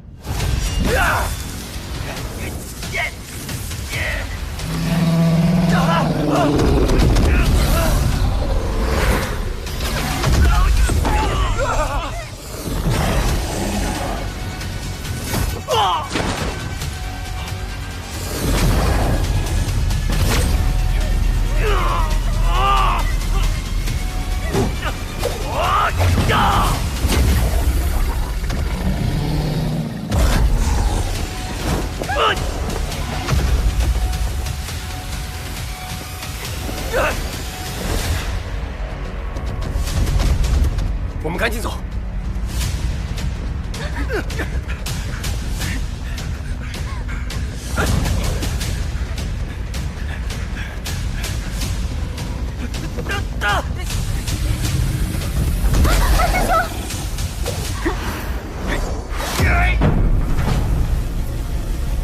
你们快走，我来拖住他。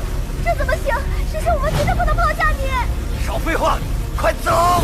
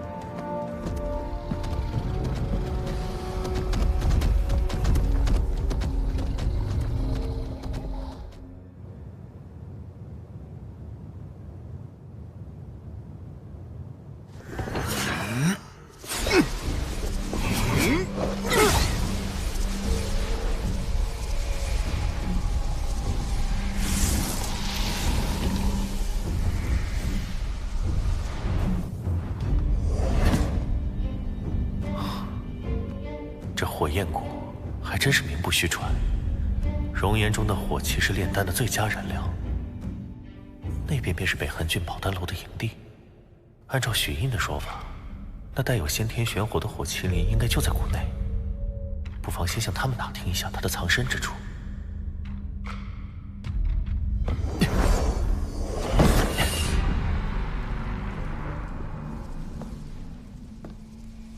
请问，这是宝丹楼营地吧？什么人？哪儿来的毛头小子？在下刘云城云浩，初到贵地多有打扰。你不知道这是宝丹楼的营地吗？还敢闯进来？赶紧走！贸然到访多有得罪，在下只是想向诸位道友打听些事儿，并无恶意。什么事儿？赶紧说。敢问，这火焰谷内可是有一只会喷火的妖兽？是有这么一只妖兽，你打听这些做甚？我劝你还是赶紧离开，免得被妖兽所伤。实不相瞒，我来此地，正是要斩杀那妖兽。黄口小儿，净说大话！你可知那妖兽已是化形境中期，我们宝丹楼数名高手合力，也只能将它困于洞穴里。你已经大言不惭说要斩杀它，真是不知天高地厚。就是，是啊，简直是狂妄之极。实话告诉你，别说你杀不了那妖兽，就算你当真杀得，我们也不会放你过去。这里是我们宝丹楼的地界，识相的就赶紧滚吧。哦，是吗？这些丹师冥顽不灵，看来不调教一下，他们是不会服气的。毕竟他们这些炼丹之术，可是上一世我所创的。谁知道，故弄玄虚。若我猜的没错的话，你们正在借助那妖兽散发的火气来炼丹吧？我劝你们还是早点放弃吧，免得得不偿失。小子，你胡说什么？你可知道，正是因为我们将这火兽困在此处，才让我们得到了它源源不断的神火，让这里成为重要的炼丹之所，也是宝丹楼炼制出品质远超他人的丹药。就是，这妖兽要是被杀，岂不是断了我们的财路？我好心帮你们，可你们似乎不领情啊！胡说八道！我看你是眼红我们。那妖兽的火气是可以炼丹，只可惜以你们的控火之术，还无法完全控制这火气中残留的兽性，稍有不慎，便会导致炼丹师遭受反噬。敢问一下，你们现在有多少人受到这火气兽性影响，修炼走火入魔的？你是怎么知道的？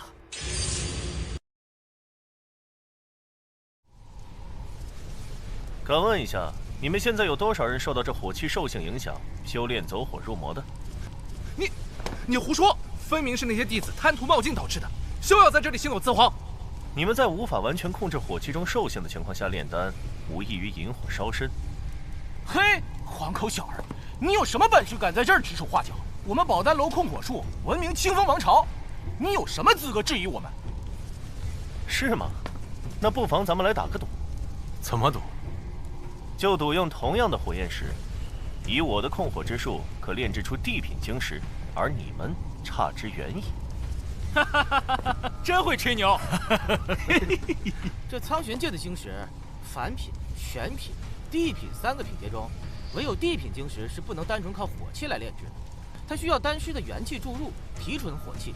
在北寒郡，就连我们总舵长老也未必能炼制出来。若我炼出地品晶石呢？臭小子，赶紧滚！我们没时间和你啰嗦。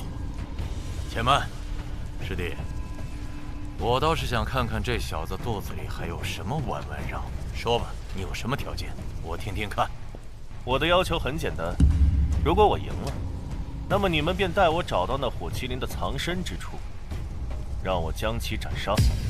可是，若是你输了呢？若我输了，我愿赠予你们10枚地级丹药。哼，10枚地级丹药，臭小子，你可知道1枚地级丹药就价值万金，整个北寒郡都少有。你若能拿出来，我便把这炉子吃了。啊？这可是你说的。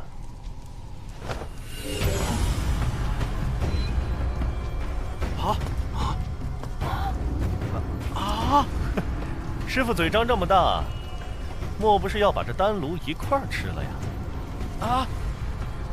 这10枚，可是货真价实的地级宝丹啊！只是1枚，便值万金呐！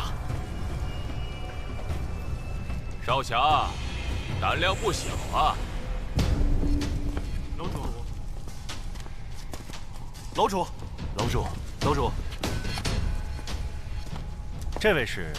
这是我们北韩郡宝丹楼的楼主吕楼主。见过吕楼主。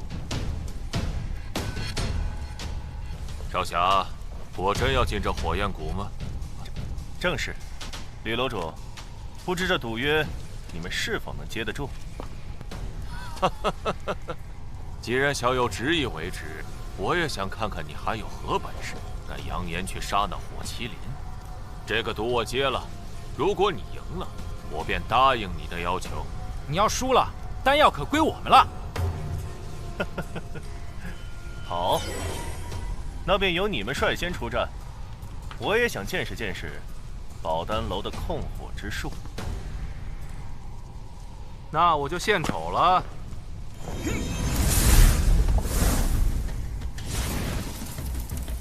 这炼制晶石的控火之术，分为兽火炼制、地火炼制、天火炼制、幽冥火炼制。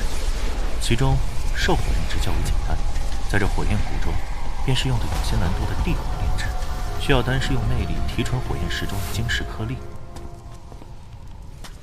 怎么样？凝气凡品晶石？还不错。下一位是谁？我来。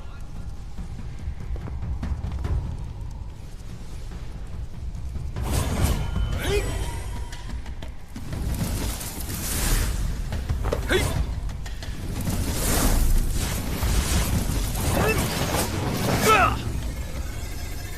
五行控火，有点意思。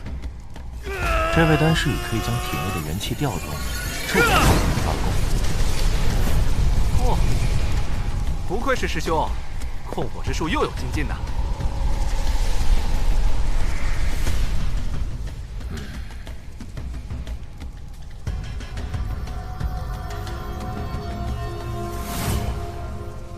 五行控火术的确令我有些吃惊。这两位也就勉强将这火气中的兽性压制住，可是也无余力炼制上乘晶石了。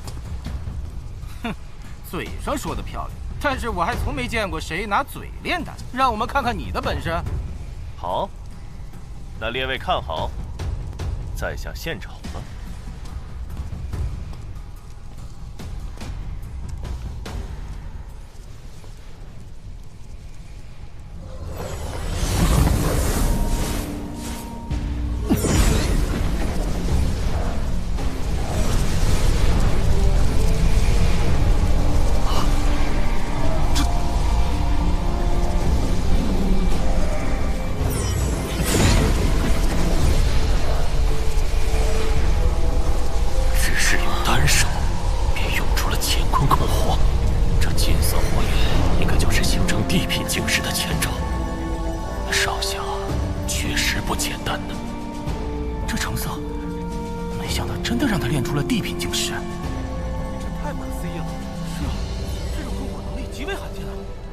此年纪便有此等控火之术，实属老夫平生仅见。刚刚是我等唐突了，望小友见谅。不知小友高姓大名？云浩。可是刘云成的云浩？正是在下。原来小友便是云浩。徐丹师提起你，那佩服的可是五体投地。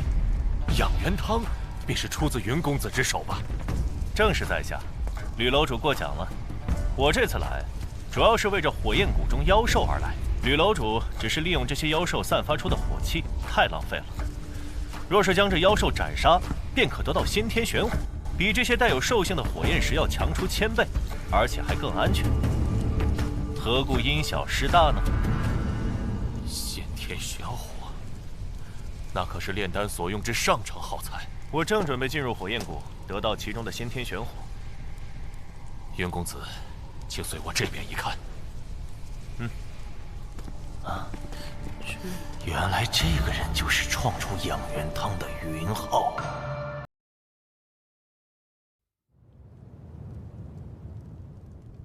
请。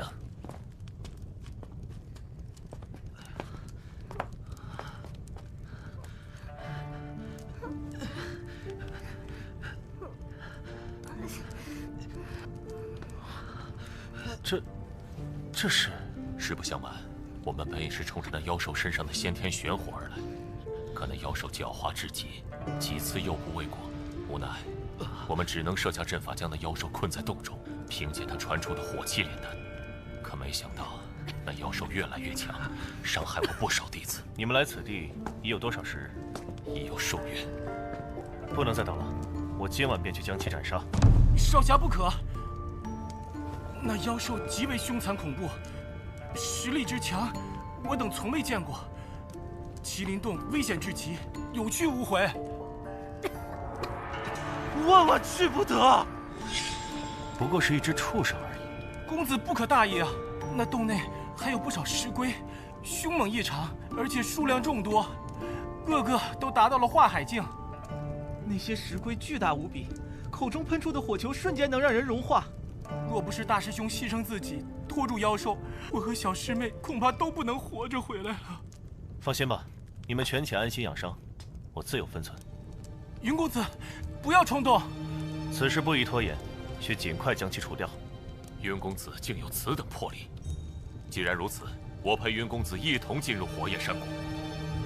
那我们这就出发，就由吕楼主带路吧。全凭云公子调遣。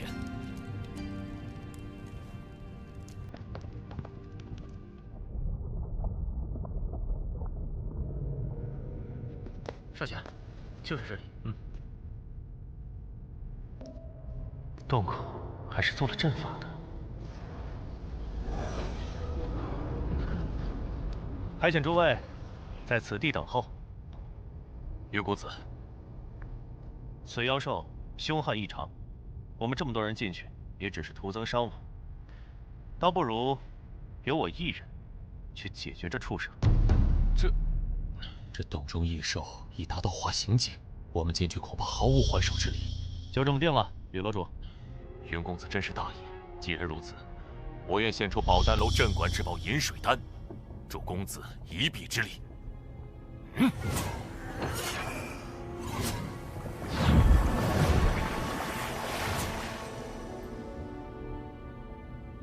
楼主，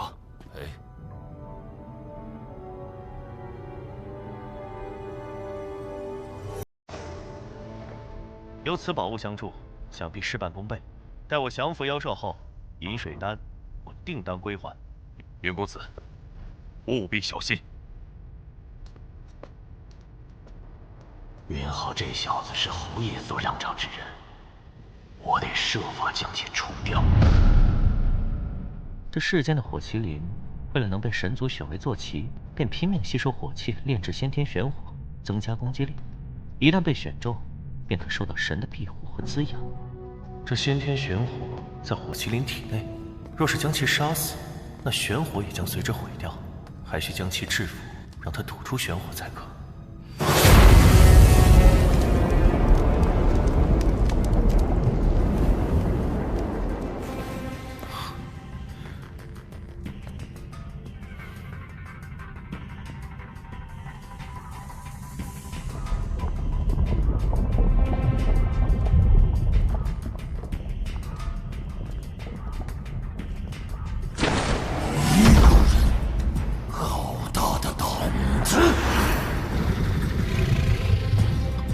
这是，没想到这只火麒麟竟是万年前被我杀死的邪神之坐骑。此物能有统领其他异兽的本事，我说它怎么能伤害那么多人？你这个蝼蚁，我来送死吧！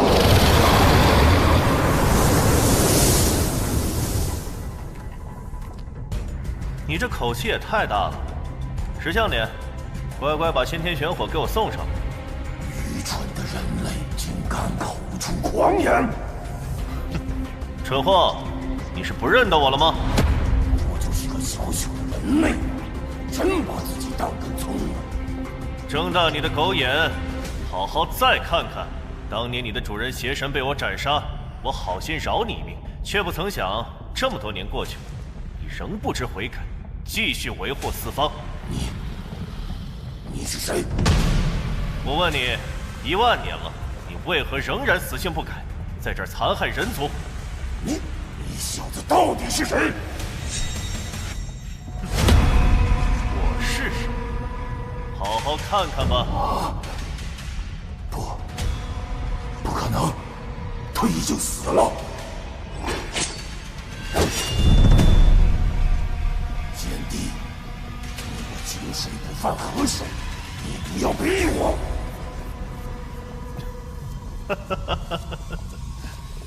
看来你是认出我来了。既然如此，你若助我炼化问天剑，等我斩杀神皇，也算你功德一件。奸帝，你不要欺人太甚！我让神皇知道，我把先天玄火给你用来炼化问天剑，我还有活路吗？那你觉得不交出就有活路了吗？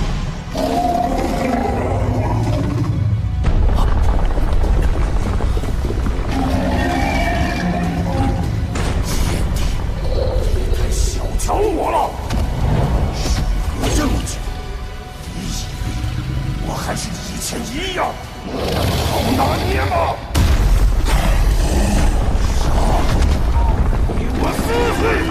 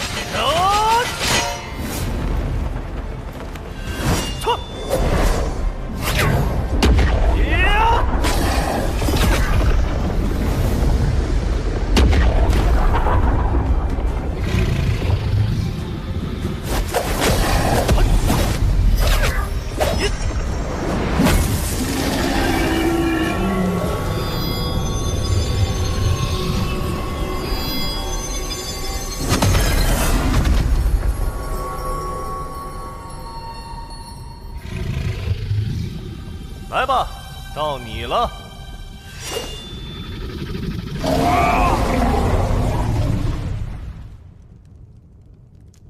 那云浩进去那么久没出来，恐怕不敌那妖兽吧？不如我进去看看。恐有不妥。云公子熟悉那妖兽底细，他令我等在此等候，定是自有把握。我们贸然进入，恐怕反而会连累到云公子。我进去见机行事，说不定能助云公子一臂之力。不如就由我进去探查一番。好吧，不过千万小心。是。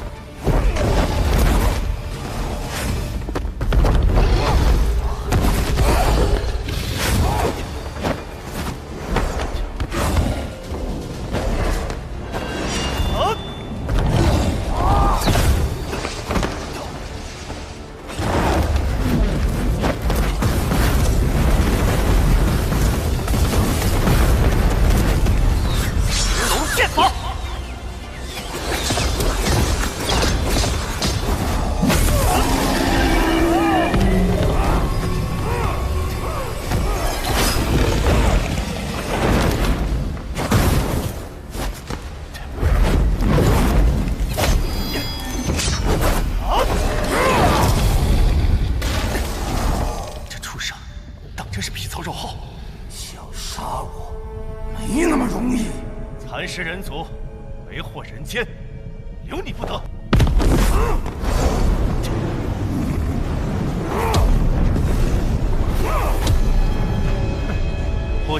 靠近了。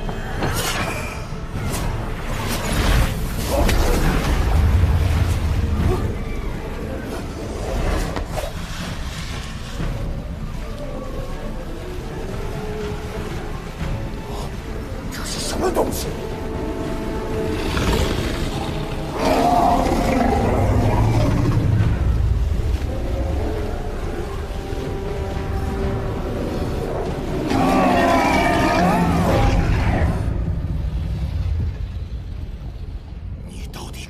什么法术？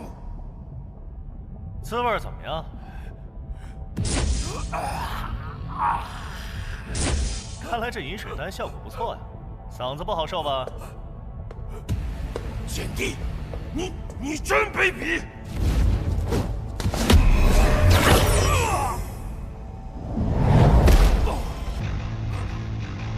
卑鄙？你有资格说这话吗？如今你法身已破，觉得自己还有生机吗？这饮水丹将我法力损毁，一时半会儿还不能调动火气，我得拖延一下时间。简帝，求求你留我一条小命吧！您大人不计小人过，只要放小的一马，您想知道什么，我都告诉你。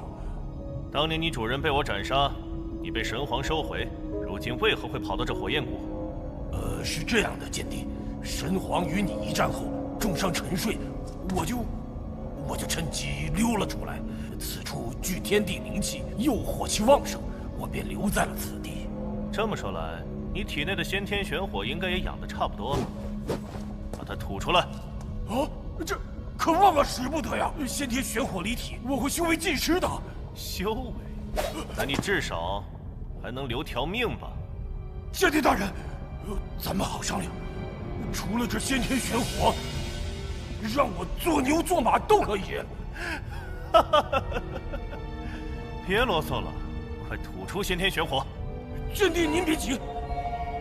不瞒您说，有一片问天剑的剑刃封存在我体内，我愿将其献给您，只求留我一分玄火。哦，还有这事？给我看看。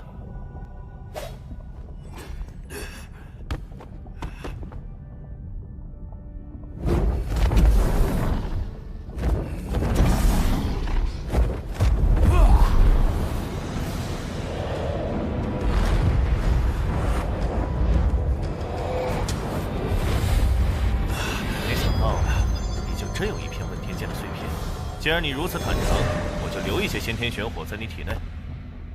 多谢简帝。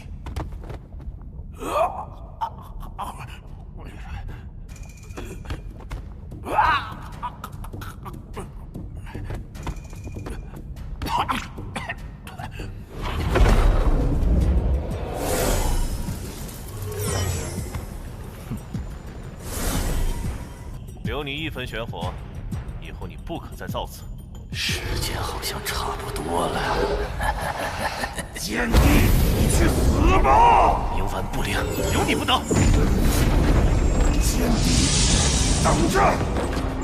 我的主人即将复活，你现在的实力会死无葬身之地的。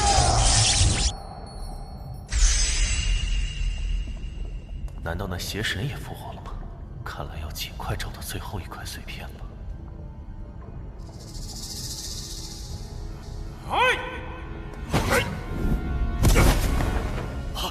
梁少，你为何偷袭我？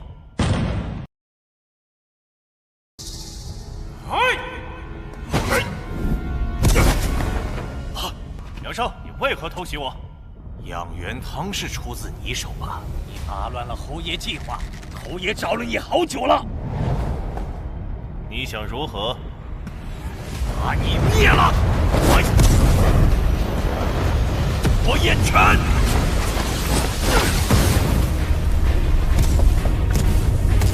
我要你的命！就凭你这点本事，看拳！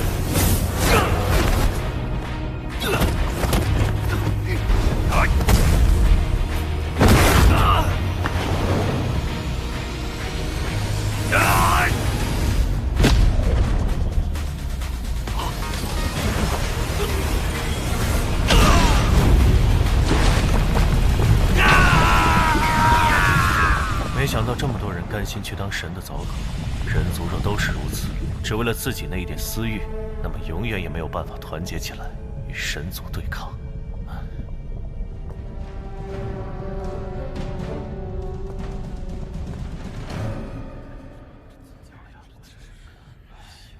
哎，云公子出来了！看云公子这架势，定是将那火麒麟打败了呀。云公子可是得到了那先天玄火？是的，这便是那先天玄火。啊，先天玄火！那火麒麟也被我斩杀了。云公子了不得！云公子，刚刚我们有人进去寻你，你可看见他了？已经被我杀了。什么？杨胜他见我降服了火麒麟，突然从暗处下黑手，想要我的命。他为何这样？他已经被人收买了，要阻止养元堂在清风王朝的推广。你们若想为他报仇的话，那就放马过来吧。啊，这杨胜真是糊涂啊！既然是杨胜暗害云公子，那是我们宝丹楼管理不善。云公子此番助我等铲除火麒麟，实乃我宝丹楼的大恩人，我不予追究。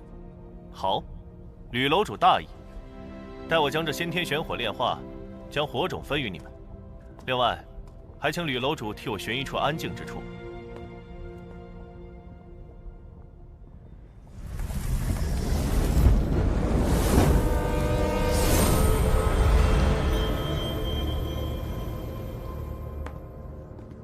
侯爷，我来了。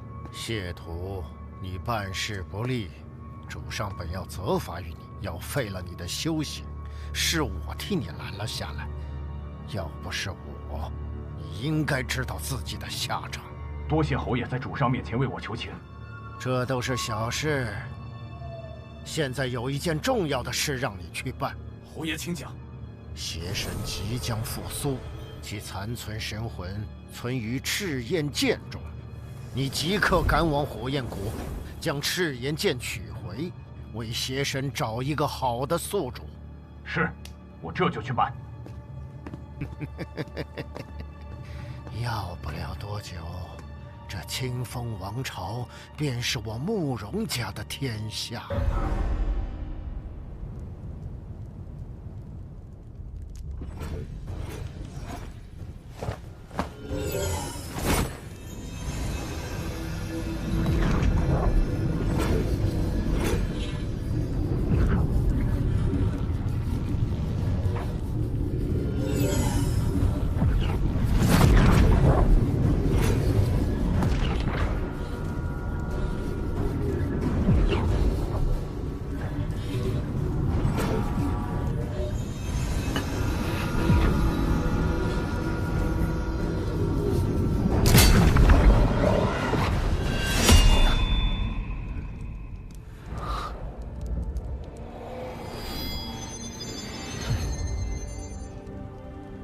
这火焰谷算是不虚此行。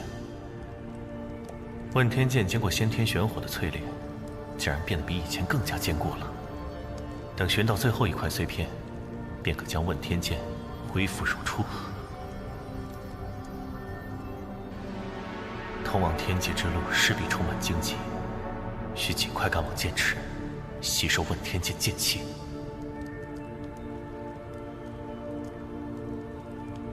云公子，云公子，听说云公子明日便要离开啊？正是。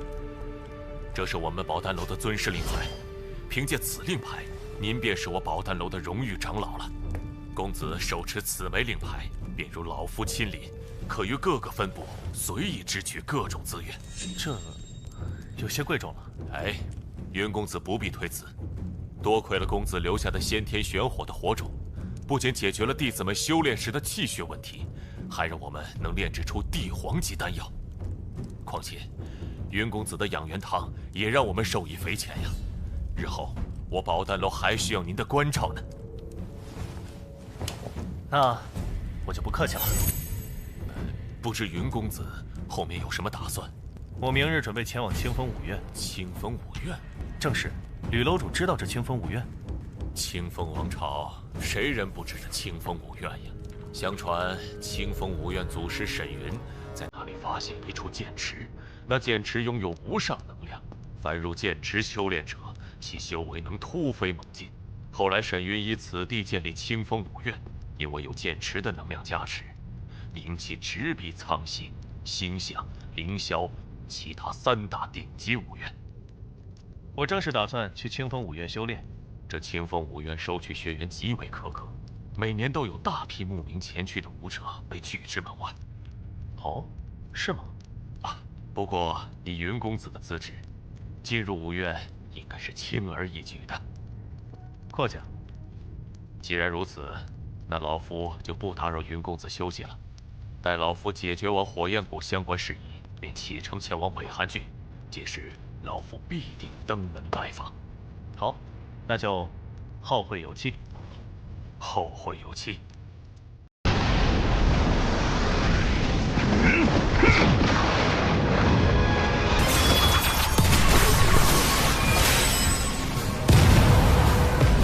这破齿果然废物，是吧？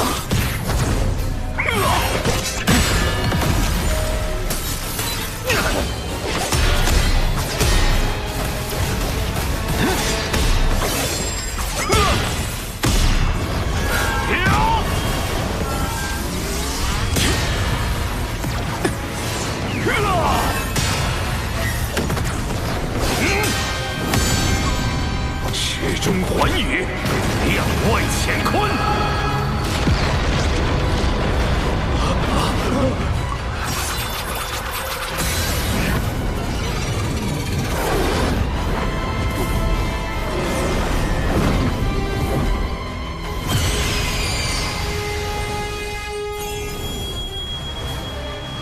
五色神光，灵杀。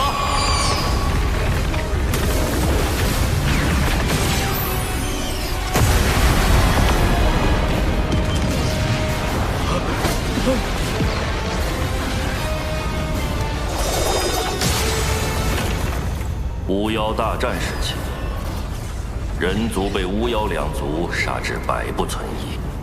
那时，人族尚未获得修行之力，为躲避天上的妖族、地上的巫族，不得不躲入地下生活。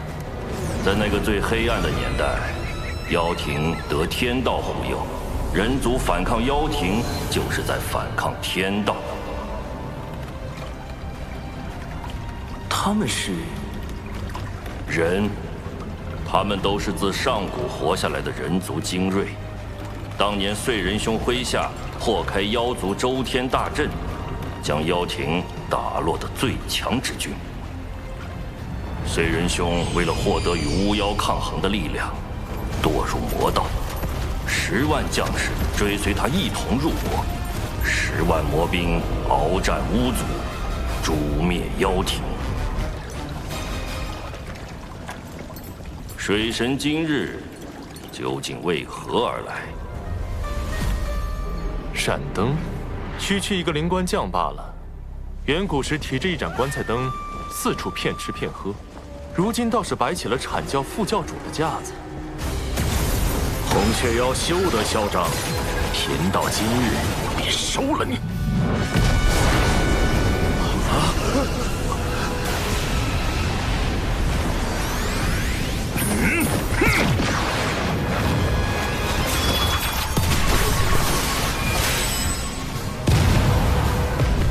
这破齿果然废物，是吧？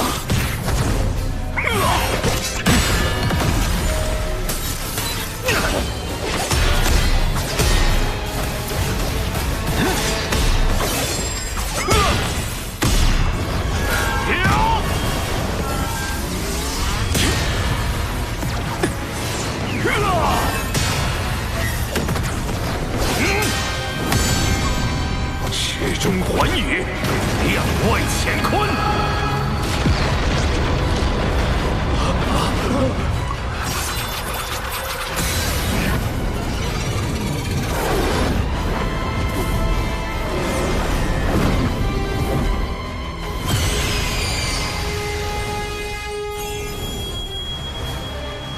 五色神光，灵杀。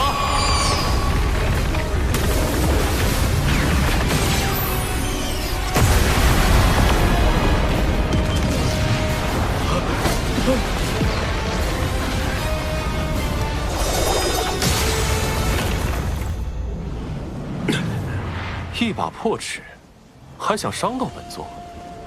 孔雀妖，你这是打定主意要投靠人教，不惜与我阐教为敌。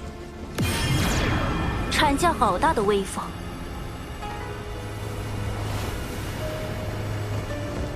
云霄仙子，共鸣前辈，连截教也被惊动了。此前恕我失言，望孔玄道友见谅。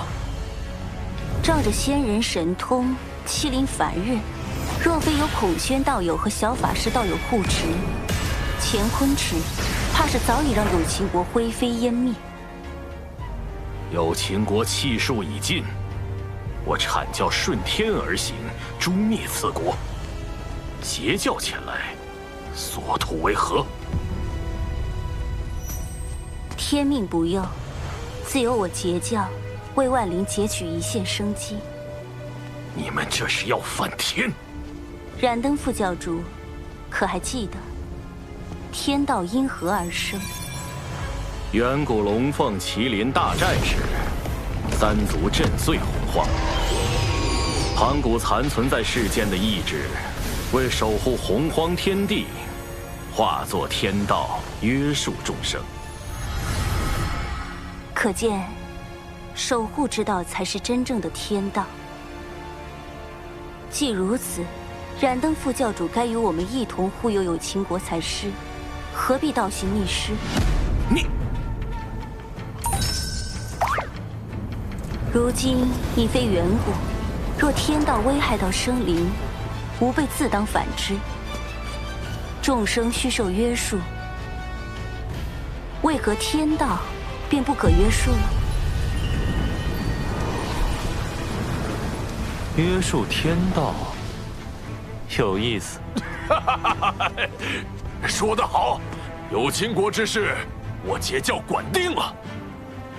阐教已公然与人教打对台，若是执意与截教为敌，在道门三教里同时得罪两教，只怕会背上分裂道门的罪名。这个罪责，燃灯担得起吗？截教今日所言，贫道记下了。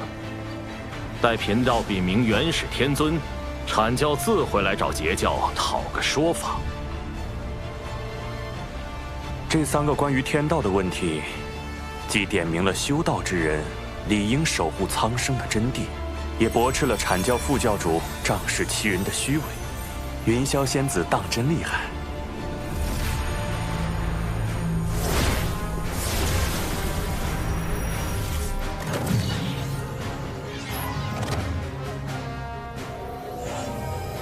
未来封神大劫开启，阐截两教闹翻，燃灯还会用这把乾坤尺偷袭赵公明，绝不能让乾坤尺回到燃灯手里，可又不能因此加剧人教与阐教的矛盾。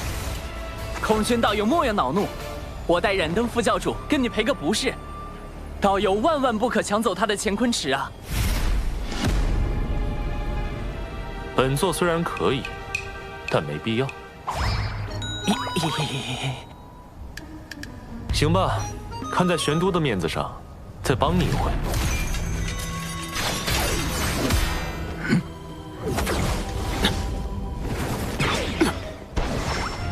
燃灯副教主莫怕，道门一家亲，我来护你。这么好玩的事儿，怎能少了我赵公明？哎呀，孔宣道友的极速神通当真惊人，赶不上啊，赶不上！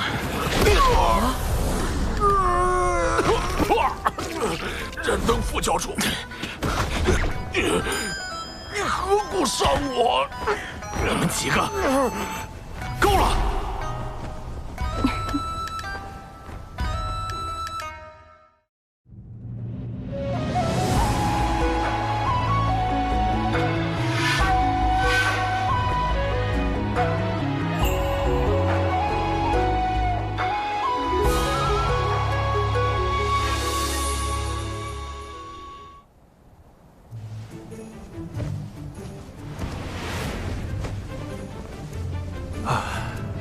原来我们和真正高手的差距，根本不在修为。难道我们是差在法宝不够好吗？不，我说的是谋算之道。以及对脸面的割舍。这主要是靠天赋，修行是修行不来的。如小法师与公明前辈这般，才是真正的不战而屈人之兵啊！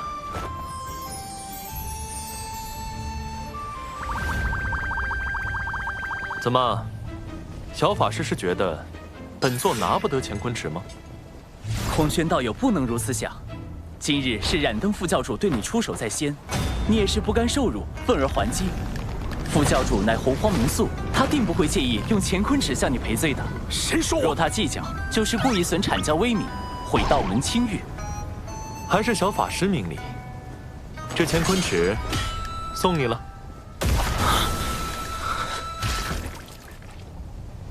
幸得道友信任，我今日便做个合适之人。燃灯副教主与孔宣道友之间的恩怨，就此了断，如何？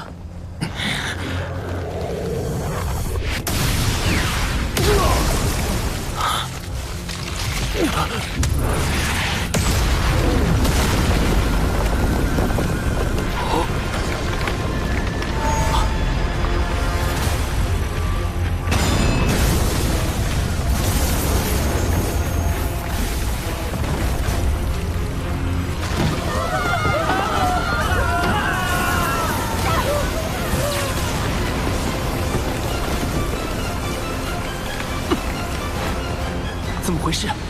天道的力量在剧烈收束。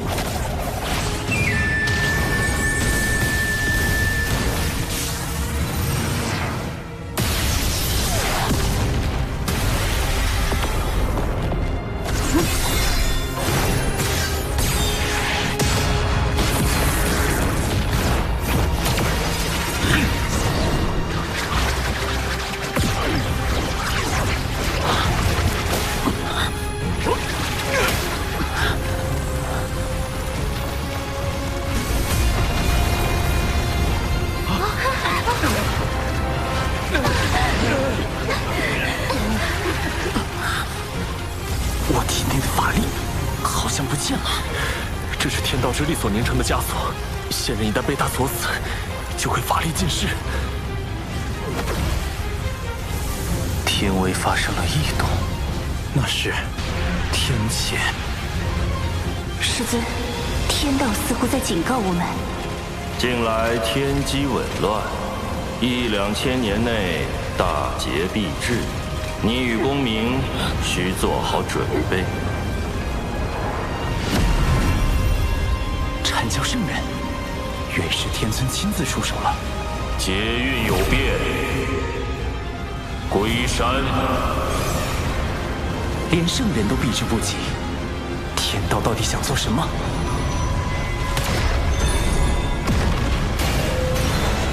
任你机关算尽，有秦国终究在劫难逃。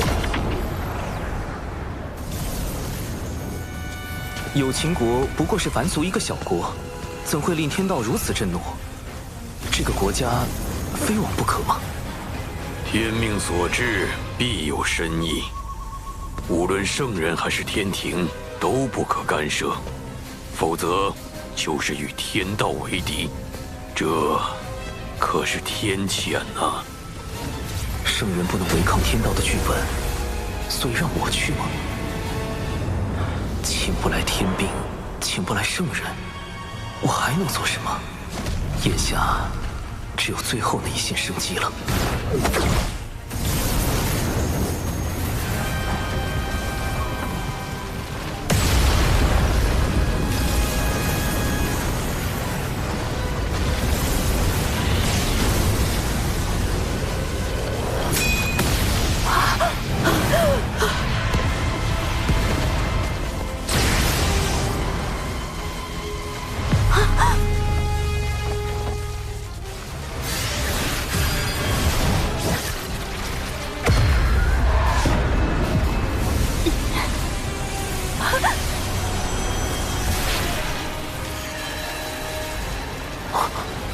天雷消失了。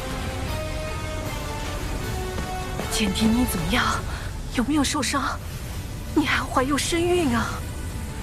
简狄生气，他腹中的胎儿就是未来的商国始祖。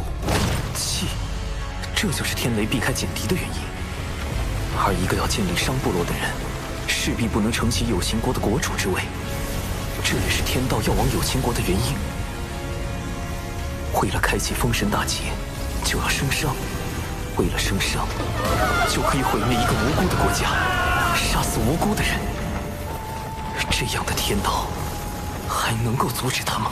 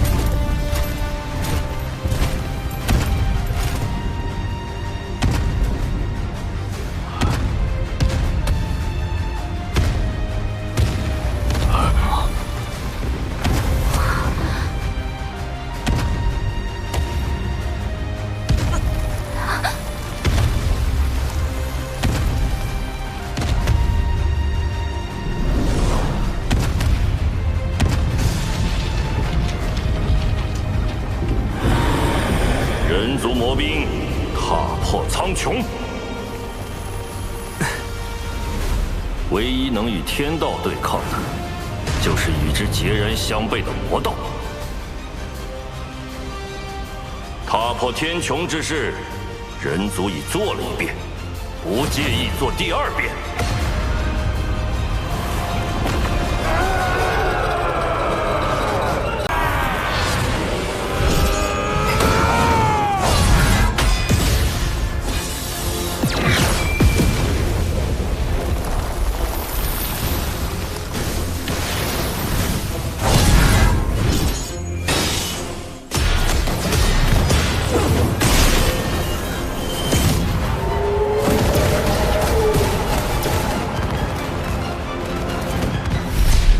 大战过后，10万魔兵只剩下3623人，他们的魂魄受魔气侵蚀，已经失去了一切情绪和感知，只知遵循燧人兄的战斗指令，护卫人族。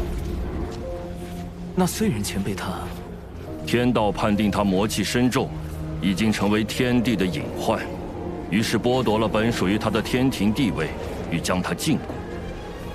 燧人兄不得不退守火云洞，一面修复战体，一面镇守人族气运，制衡天道。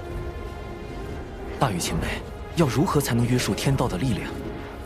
燧人兄就是对天道的反约束。吾等在洞中修行燧人兄的星火大道，就是为与天斗。若天再对人族举起屠刀，吾等就在大地上一跃而起。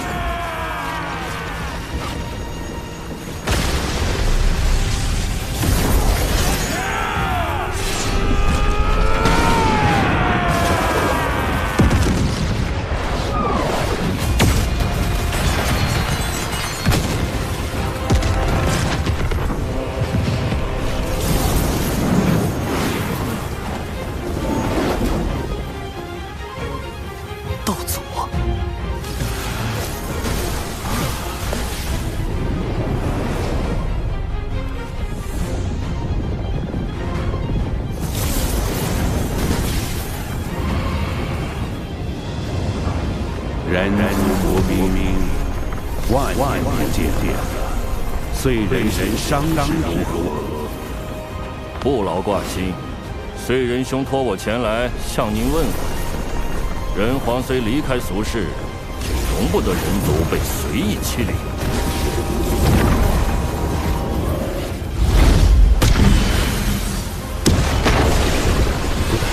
若燧人前辈当真无恙，他定就亲自带着魔兵来了。这样下去，如果道祖执意出手，再加上道祖的6位圣人弟子，局面将对人皇无非受两人。天庭水神拜见道祖，小神奉玉帝王母之命，辅佐龙吉殿下，暂代天庭诸事。今日见有情国国主逆天续命，国运将尽，特来为有情国之人寻一场机缘。机缘何在？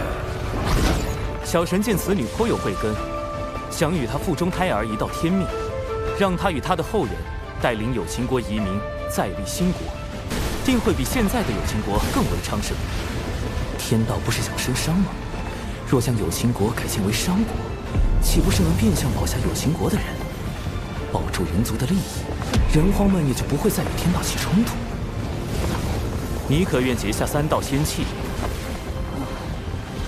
契一，新国任何国主若违反天命，便魂飞魄散。契二，新国须遵天庭，遵祖遵礼。契三，国不可养修士，天庭自会与尔庇护。如何？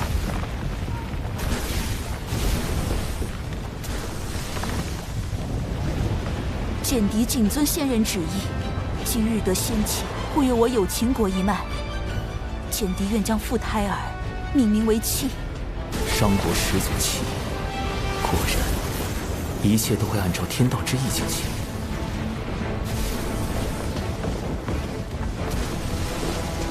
小神如此处置，不知是否合适？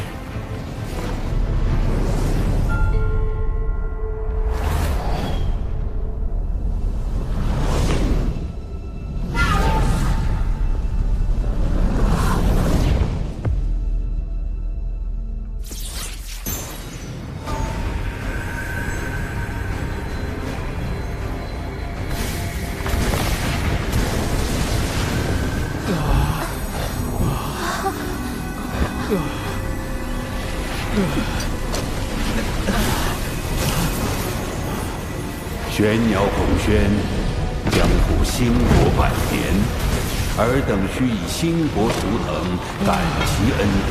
孔宣道友怎么了？道祖对他进行了修正。什么是修正？天道绝不允许任何事物违逆天命，一旦发现，就会让道祖进行修正，或动摇其意念，或将其一举抹杀。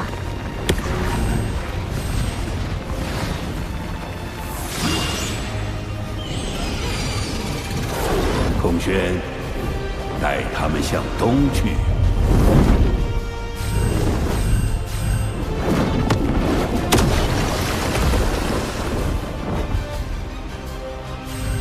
孔宣领旨。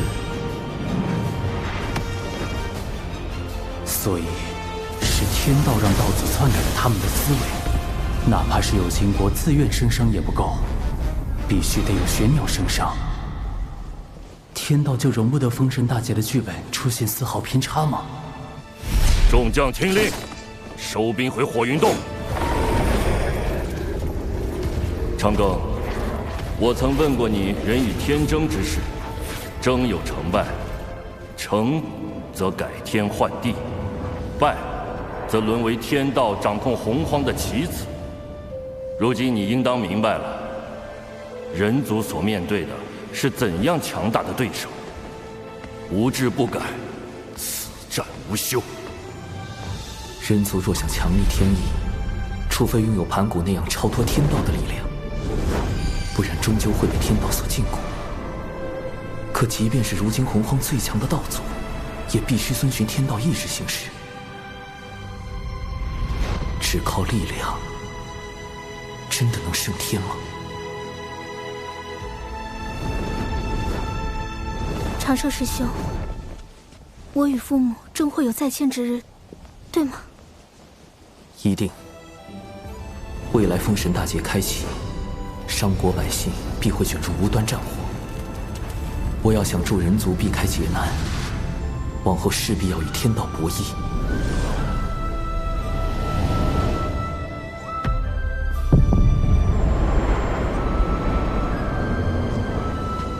我为棋子，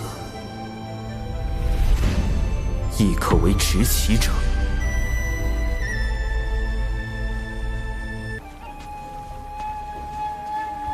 弟子修行至今，是否改变了什么？是。弟子如今是否在做某些判断时，已被天道影响？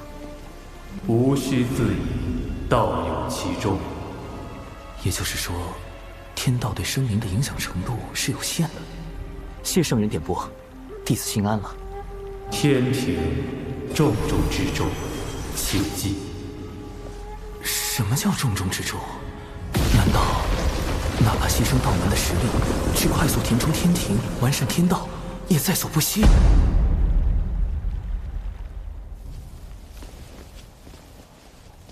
师尊说，今日之后道门将有大劫，只是天机紊乱，师尊也无法窥到大劫的真相。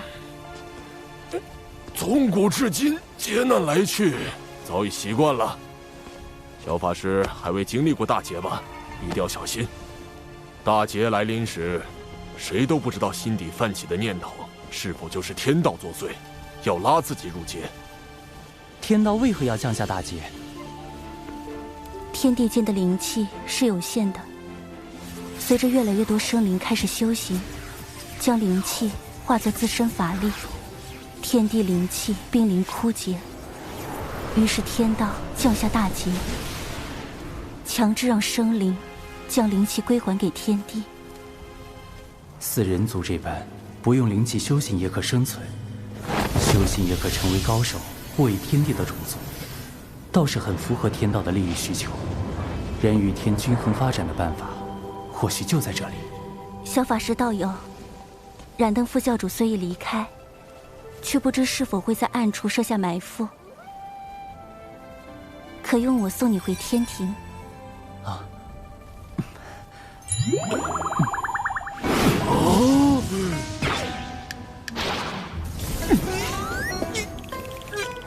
你们这小子当着我的面把水神老弟相救，胆子也太大了，这可不地道啊！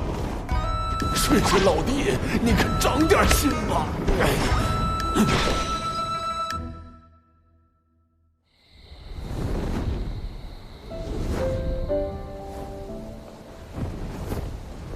唉，怎么了？今日之天谴，让我想到了此前的天罚。我怕是得到了天道老爷的关爱。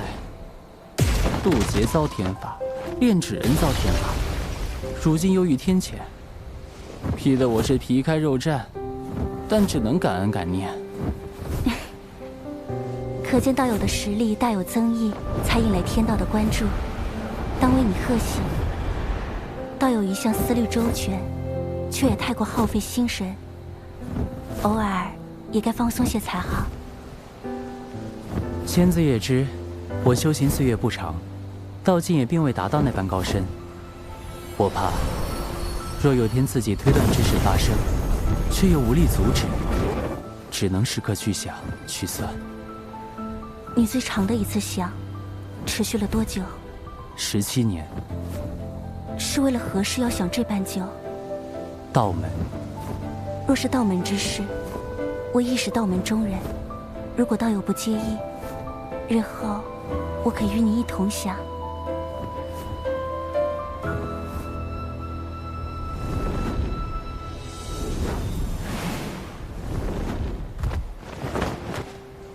多谢仙子送我这一程。那我这便回三仙岛修行了。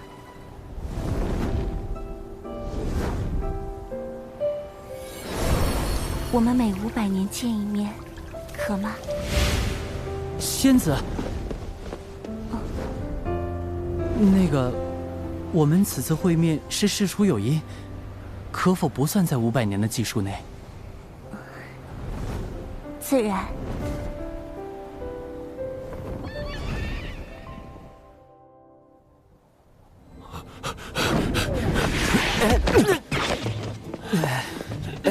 公明前辈，这是作何？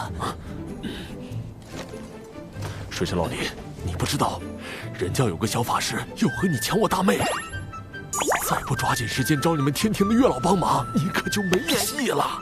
大劫都快到了，现在是在意这个的时候吗？我该怎么跟你解释？那个小法师就是我呀！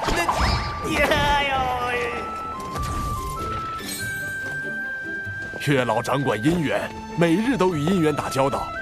这洪荒天地之中，想必没有人比你更懂姻缘之事了。略懂，略懂。他懂啥？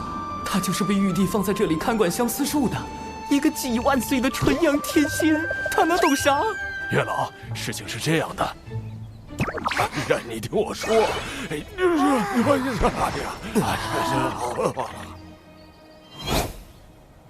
啊，我明白了，云霄仙子想和水神做知己，水神想和云霄仙子做道侣。没错。可云霄仙子这般的先天生灵，在相思树上并无牧人，小神牵不了她的红线，只能另寻他法。不如让水神给云霄仙子写封信，暗表心意呢。信？可是那种看起来很好懂，实际上看不懂的信。莫非公明前辈收到过这样的信？金光师妹给我写过。哦，看来是金光前辈想和公明前辈做道侣，公明前辈把他当知己了。金光圣母在封神大劫的故事中，死后上封神榜，成为天庭的殿母。在生商这个节骨眼上，未来的殿母突然苦练未来的财神爷，是姻缘到了，还是又一个天道剧本？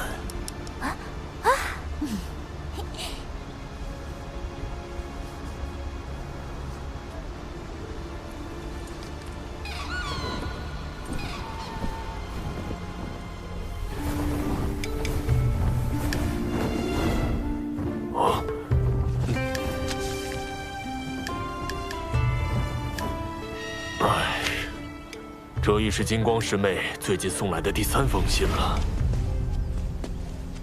莫非道友对金光道友无意？我素来将金光师妹当作同门看待，别无他意。可是我每每想开口拒绝，她都用那种热切的眼神注视着我。狠绝的话，我根本说不出口。公明前辈，你何不也写信给他？好主意，以后你别老叫我什么公明前辈，叫我公明老哥就成了啊！好，公明老哥。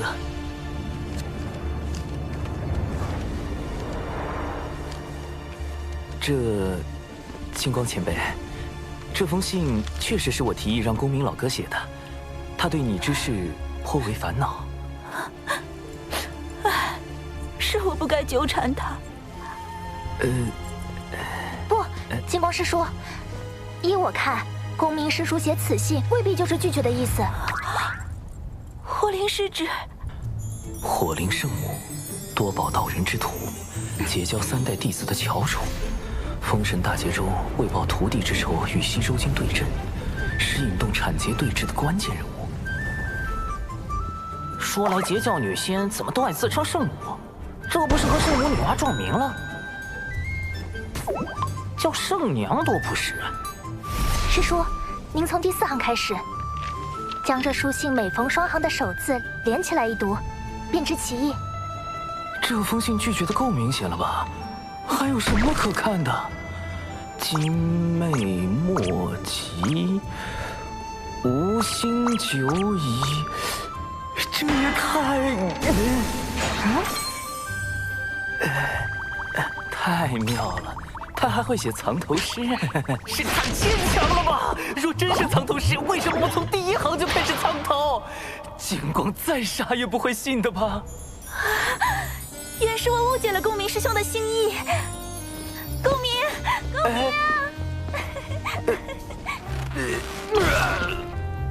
刚才多谢水神，金光师叔苦情久矣，我实不忍看他黯然神伤。听闻您才智过人，这才将他哄来您这儿，还请您出手相助，一因果，我愿承担。金光前辈竟有你这般挚友，也罢，我可以帮你。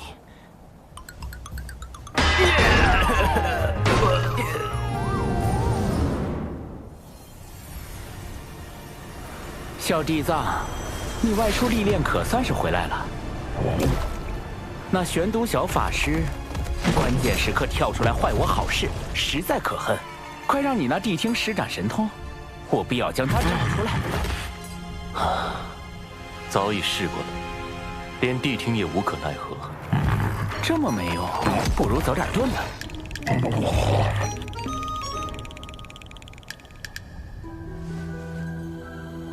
今日道门内似有情感纠葛，或有可成之机。小地藏，你有把握吗？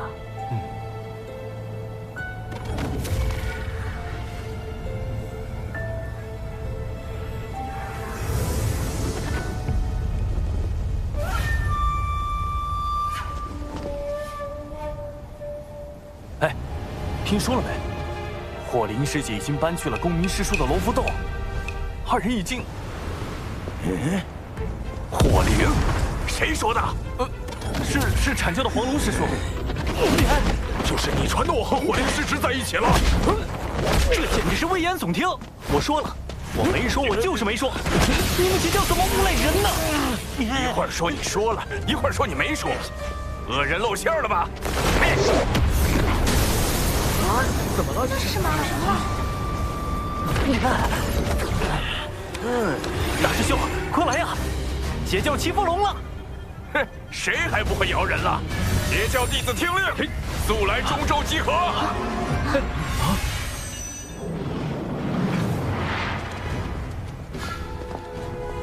黄龙师弟四处造谣，败坏我徒儿火灵的名声，你阐教这究竟是何意？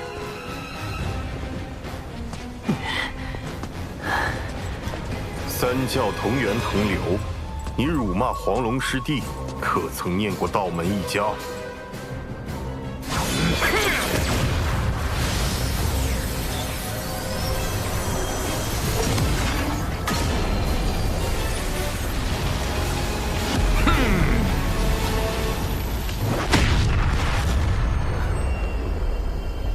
我遭了算计。为何？阐截两教这般情形，不是我们想见到的吗？我要的是徐徐图之。待两教间隙积累的足够多，最后终会崩塌。但今日两教的情状，已远远超出我的设想。幕后设局之人，不但看穿了我的计谋，更用以反制于我。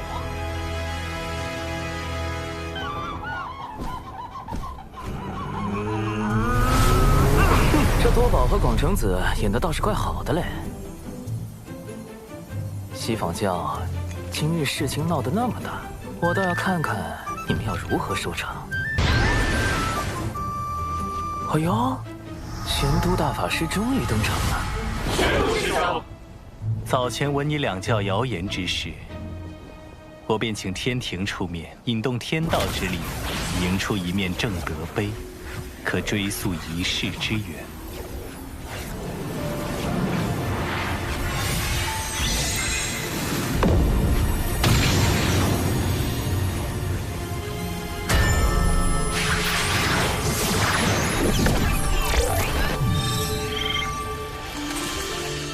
师尊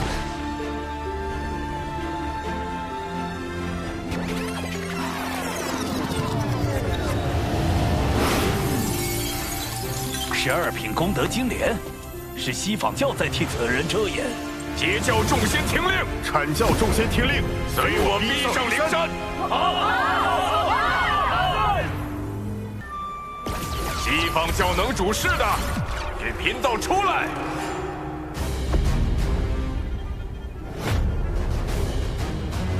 来得好快，难不成今日便是我的死劫？主人，估计你这次没救了，记得给我找个好下家。二师尊，不知我在您心中，是否如一枚可以随时被舍弃的棋子？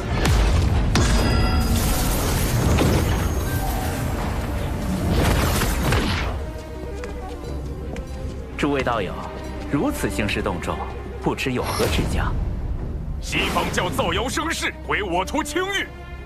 玄都师兄已用正德碑推演，凶手正在你们灵山之中。道友莫急，西方教定给你们个交代。你们之中谁做了此事？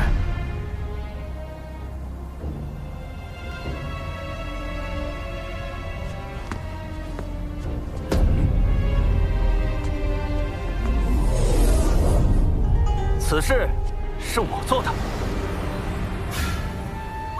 弟子谢过二师尊。主人，你们教实在太不把生灵当生灵看，竟用摄魂之法操控自家弟子。慎言。听闻你四处碰瓷我教弟子，我一时气不过，就想到了这挑拨道门的计策。果然找了个弟子背锅。若我所料不错，你们上灵山后，西方教定会随便找个弟子背锅。不如……是吗？你照着这法招所写念一遍，立下天道誓言，我便信你。天道誓言容不得半分谎言，倘若这弟子当真念了，便立时会露出破绽。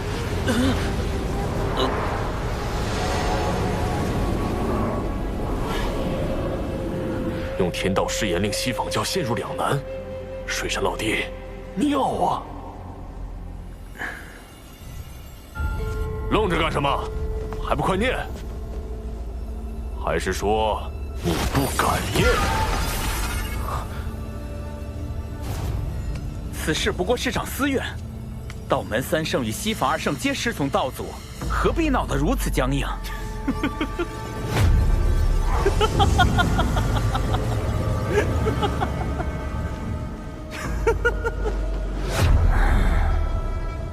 西方教真是厉害，我们讲道理，你们就说面皮；我们说面皮，你们又开始讲感情。合着无论怎么说，都是我道门恃强凌弱呗。既如此，我等便认了。今日过来就是捏你们这些软柿子，不服就打，服就憋着。哦，他就是太乙真人，真阴阳怪气大师，一开口就能气死人。也不知未来哪吒是怎么忍受这个师傅的。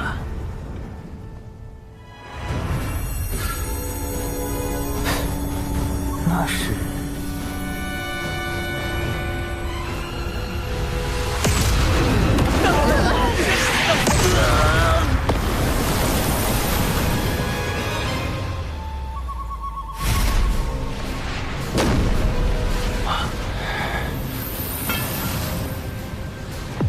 缘起缘落，自有缘法；既有前因，自生后果。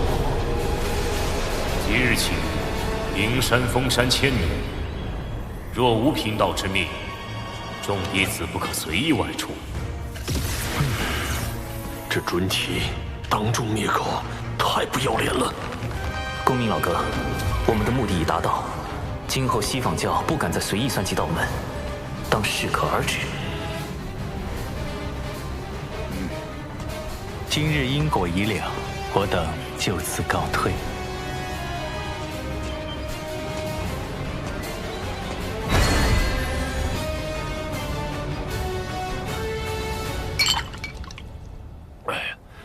今日之事当真痛快！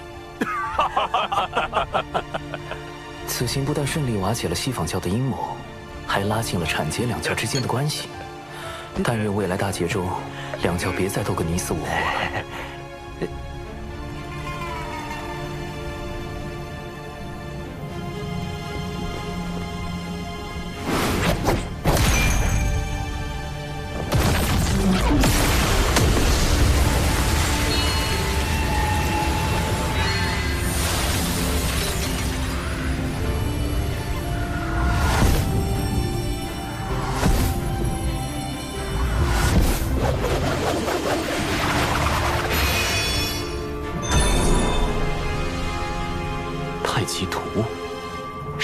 圣人在为此人遮掩，你在明，他在暗，是故你败，他胜。自今日起，你在此地禁足思过，若无我令，勿多出手。谨遵二师尊法旨。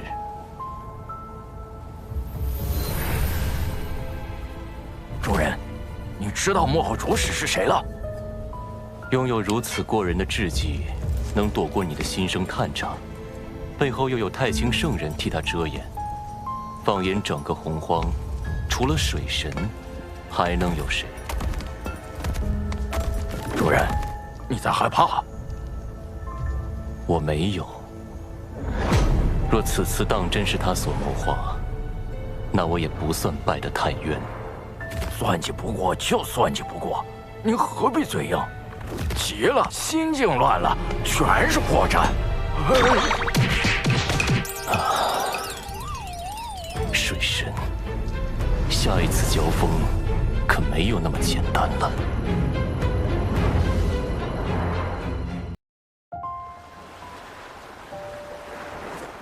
我闭关数月，近日才听闻火灵失职与我大哥那谣言之事。幸好你暗中筹谋，揪出凶手，否则以大哥的性子，只恐此事不能善了。只是略施小计，仙子过誉了。产劫关系虽略有缓和，但产劫相争的未来究竟能否被改变？两教相争是必然之举，还是这结果只是天道想促成的？纷争平息，你怎么还如此心事重重？我在想，天道之下，生灵是否有选择的余地？是不是生在这天地间，就逃不开天道的掌控？倘若有一日，我又逆势而为，又当如何？大道无时，天眼四九，遁去其一。此一不为天道所掌控，便是变数。可谁能保证，在每件事中，自己都能成为突破天道界限的那个变数呢？你可还记得我结交的教义？为万灵截取一线生机。你性子中总喜欢稳妥，以至于对旁人都难以完全信任。但有时，这一线生机，并不会印在自己身上。师尊常教导我们，互帮互助，有难同度。能用重力，则无敌于天下；能用重智，则无畏于圣人。我懂了。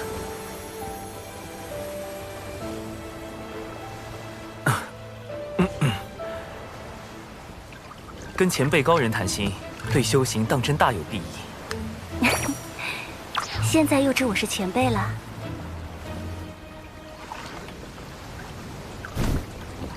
我之所求，将来必与天道大事相依，必要做好万全准备。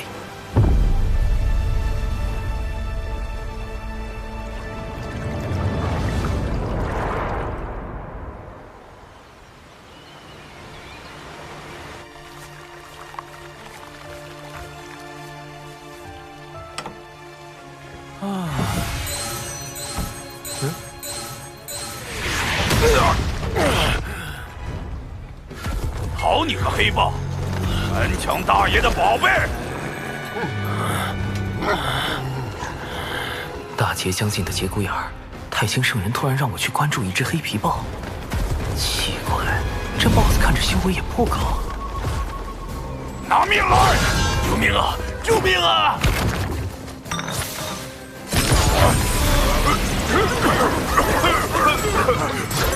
离火为引，赤焰化蛇。去！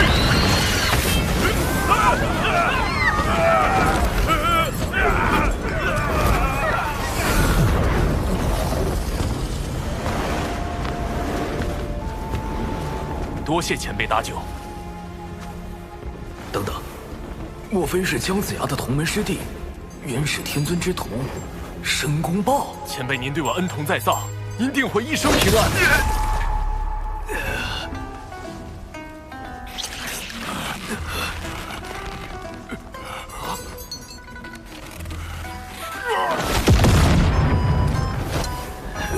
这只大妖不过天仙境，竟然没死，而我竟没察觉到他的偷袭，就像神识被蒙蔽了一般。什么情况？前辈，您没事吧？前辈为什么？这申公豹在大劫中可谓是殚精竭虑，煞费苦心，反复横跳。太清圣人让我结识这位劫运之子，看来对大劫也有自己的打算。前辈，您别误会，我绝对没有存坏心，我就是非常真诚的祝您一生顺遂，一帆风顺，一往无前。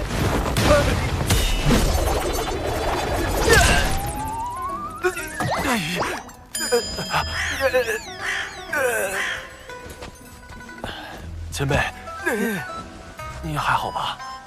申公豹这嘴是开了光了吧？不过，倒是可以利用利用。一点小伤，不碍事。我只是觉得你这只妖颇为有趣。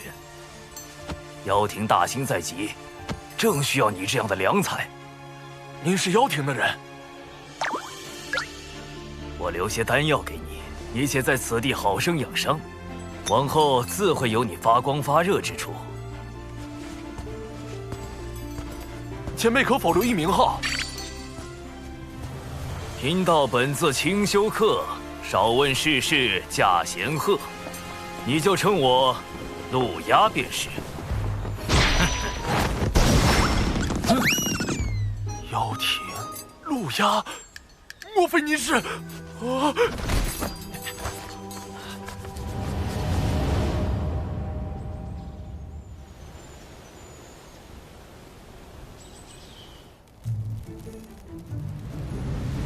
太子，您的恩情，晚辈永世不忘。晚辈为太子立了一个长生牌位，从今以后每日上香。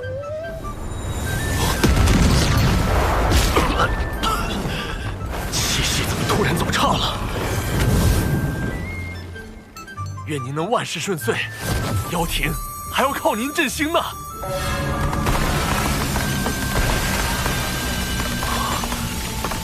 大阵怎会无缘无故破碎？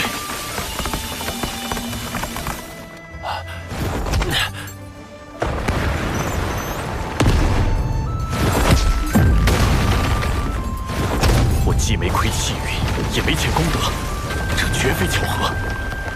究竟是谁要害我？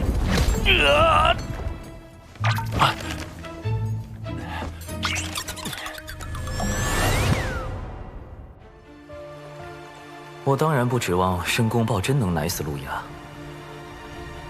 不过倒是刚好借此试探一波天道。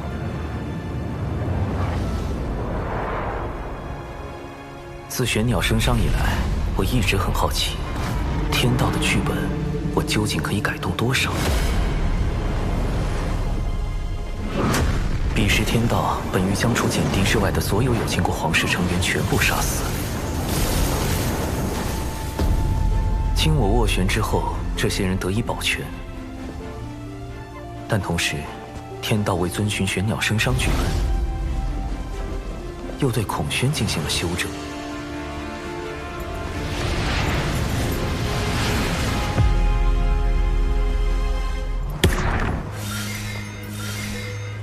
天道剧本之下，究竟哪些事情是可以改动的，哪些事情又是不能改动的？为何有秦国皇室可以保全，孔宣却要被修正？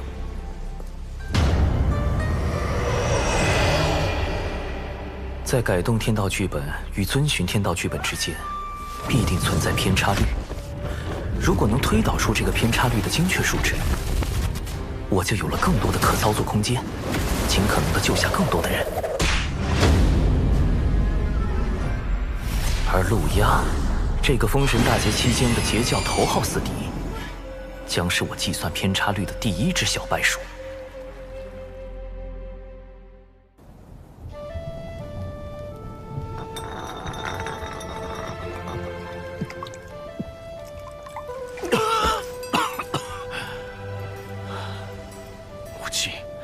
还请告诉孩儿，孩儿到底又做错了什么？天要如此亡我？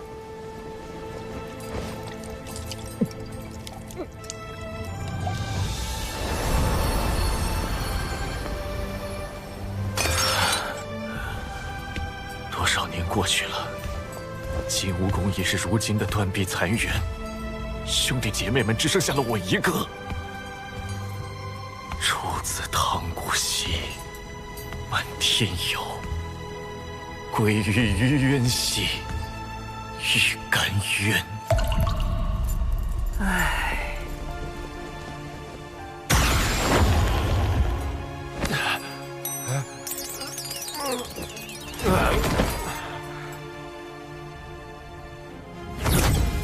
圣母娘娘传水神前往圣母宫一叙。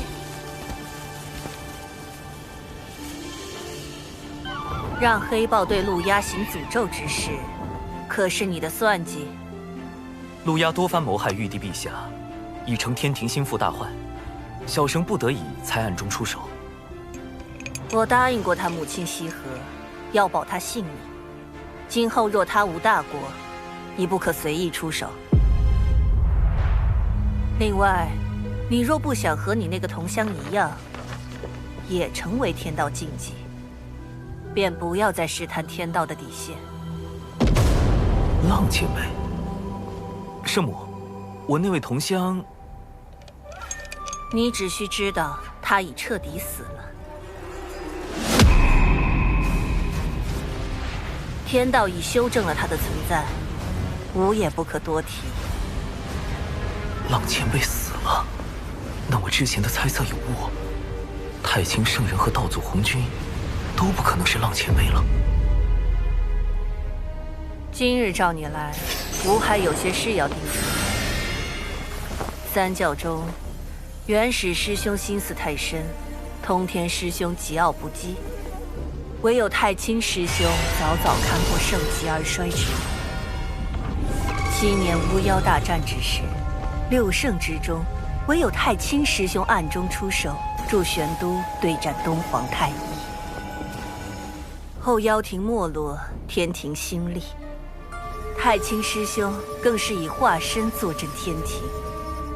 原来太清圣人曾出手助玄都大法师击败东皇太一。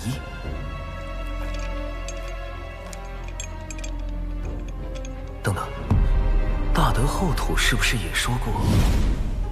这是人教对我的许诺，如今七情脱离封印，一切正到了应验之时。人教的许诺，莫非也与太清圣人有关？他竟暗中做了那么多，看来我此前猜测的没错。太清圣人也不愿意看到道门内战，他的计划与我在大劫中捞人的计划并不冲突。多谢圣母指点。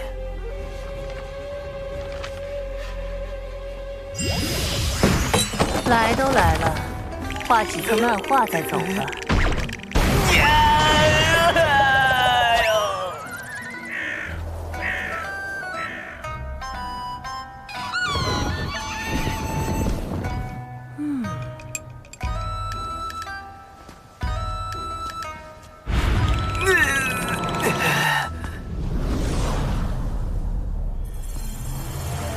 显然陆压还不能提前死，但要计算天道偏差率，样本数据还不够多，尚需10日。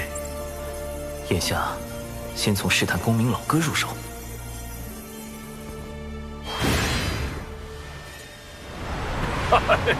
多谢水神老弟带我来天庭逛一遭。公明老哥，近日听闻有大劫将至，你有何打算？你有应对之策？你看这天庭如何？灵气充沛，大道有宗，可谓是修行圣地。可惜一言一行都有天道监管，颇不爽利。天道至公无私，监管又有何妨？我不慕天庭之功德，不愿被天庭所辖管，更不愿有什么君臣之道。修道为何？先长生后逍遥，寻的是无拘无束，为的是念头无阻，不然何以求得超脱？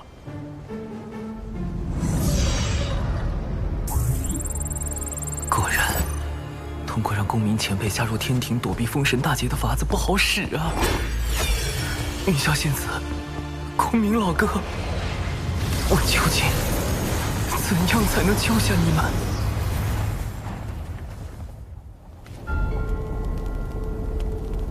太子旧伤未愈，似又添了新伤，此乃12品功德金莲所结，能助太子早日痊愈。想与我联手对抗天庭和道门，仅凭一颗莲子可不够。联手？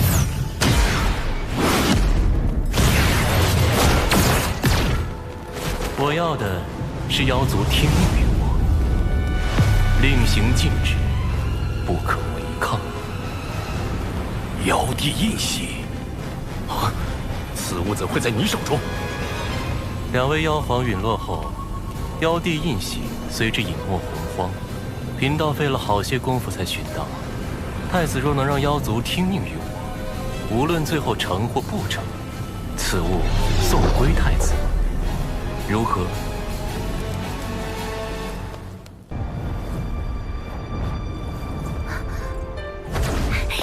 师兄，我活着回来啦！还未验明正身，就这般毫无提防靠近吗？若站在这儿的师兄都不是师兄，我再小心谨慎，怕也活不了。下山一趟，果然成长不少，心境也非往日。有些事要正式跟你谈一下。啊？正事？啊？玄都小法师，天庭水神，师兄你竟有这么多身份，切记保密。另外，我在外行走，遇见了一位很特别的人。你可听说过云霄仙子？截教云霄，先天生灵，天地大能。师兄，你和云霄仙子，你为什么？明明是我先。此事解释起来十分复杂，你可以理解为，云霄仙子与我因某些事有了交集，后来又经历了一些事，我们之间的关系比以往更近了一步。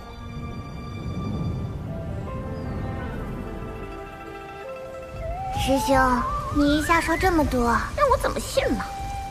我目前对云霄仙子只是略有好感，毕竟像她这般温柔动人、遇事果决、出手很准的人，谁会不喜欢呢？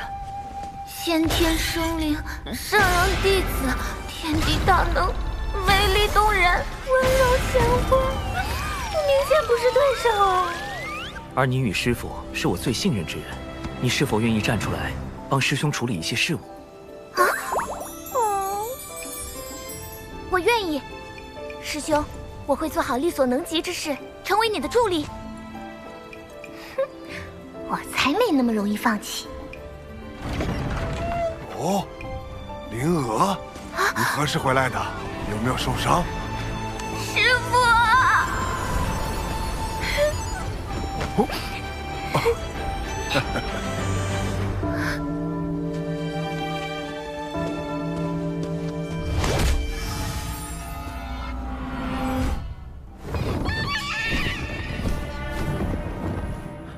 青丘狐族又来找茬儿。小兰见过奇缘道长。这声音，这眼神，不太对劲。季掌门，我族功德狐女小兰与你渡仙门这位奇缘道长，哼，结成道侣。如何？你摆平什么了？若非你那什么寂寞的歪理，不要怎会？对师父芳心暗许。弟子对症下药，是他想多了。且狐妖此举定然有诈，我已将其引到僻静之地，我可趁机一探。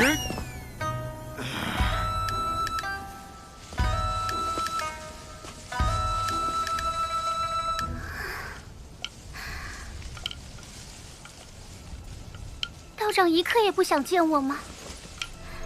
自上次一别，奴家每次闭眼，脑中便是你。年复一年，奴家对你早已情根深重。他好像真被师兄忽悠疯了。你真逆徒，老道我！既然如此，师父不如以真心换真心。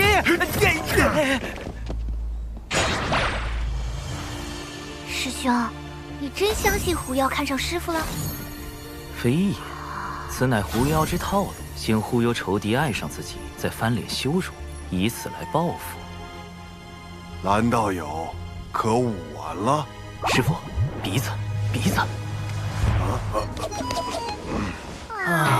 没眼看，没眼看。狐妖路子这么野，师傅能稳住吗？或许能撑3个时辰。道长，我来帮你疗伤。使不得。道长若对我无意，为何不敢正面看我一眼？蓝道友自重，贫道思来想去，有些话还是想跟你说个清楚。师兄，你假扮师傅的事要被抖出来了。师傅待人诚恳，又岂会再做欺瞒？道长请说。美色当前，臭老头要原形毕露了。道友其实一直认错了人。什么？果然说出来会痛快许多。道长此话何意？与蓝道友相交的是一位高人，他不想被人所知，故用贫道样貌走动。当然，这也是贫道允许过的，只是不曾想。道长何苦骗我？外貌可相似，但道心、性情却难做到完全一样。虚假终归是虚假，蓝道友着了相。这么说，我一直恨错了人。恨？狐妖心态崩了，师傅却毫不知情，怕是要吃亏。不然你以为呢？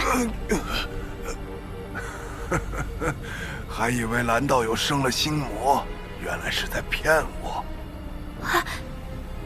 你不是应该一副受到欺骗、愤怒、怨恨、尴尬的表情吗？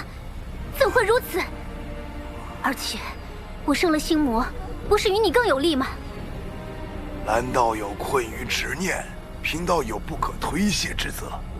若你再因此诱发心魔，贫道良心难安。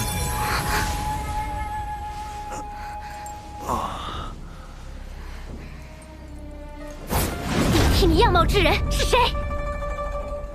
事关高人安危，贫道宁死也不会说。蓝道友心中不忿，不若在贫道身上出几口恶气。你，冤有头债有主，既然不是你，我打你做甚？君臣客腹黑，果然是万年不变的定律。出来吧。师父当真令徒儿钦佩，美色当前，竟能如此坦荡。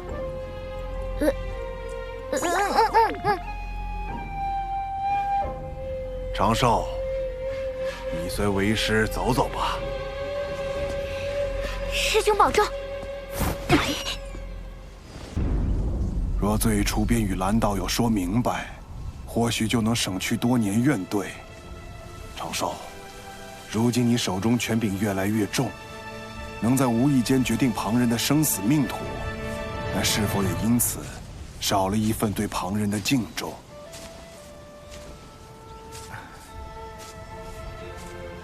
为师已教不了你修行，道理也不如你懂得多。为师知你心底有一份正直所在，只是习惯了稳妥。但因果轮回，一饮一啄，若忽略这般因果，怕是会为你前路埋下隐患。师父，弟子……这算是蓝道友之事对你的惩戒。以后你也是天庭1号大人物，为师也不能随意教训你喽。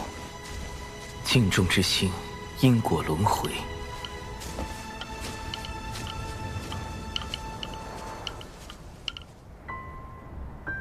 尊师所言，有些在理，有些却忽略了你的处境。你发自微弱，又过早参与大教之争，若不遮掩形貌活动，早就身死道消。处置狐妖时，于你而言，本就是两难。仙子可是在为我鸣不平？我处置方式确实粗糙，此番训斥理所应当。只是师父一生情路坎坷，心中执念是与故人重聚。可我并非他，很难做到感同身受。正因如此，才不能把话闷在心里。今后若再有困苦，亦可同我言说。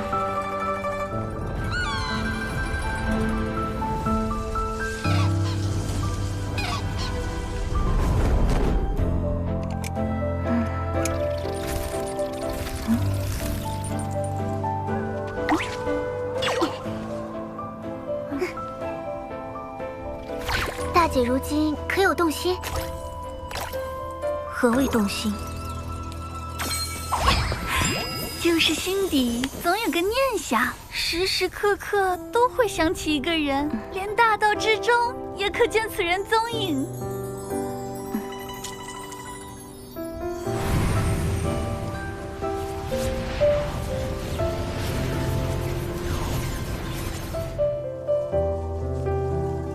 眼下，这般念想是不是劫运作祟，我难以决断，还需闭关思索。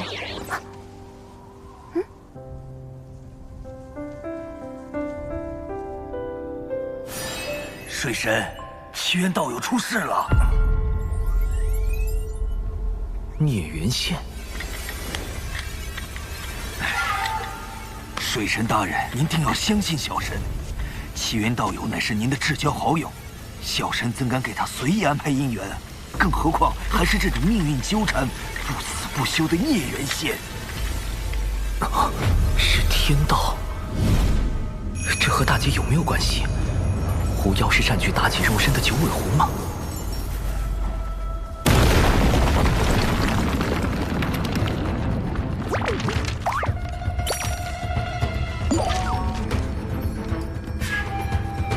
虚假终归是虚假，外有慧而心无恙，亦可修得无上果。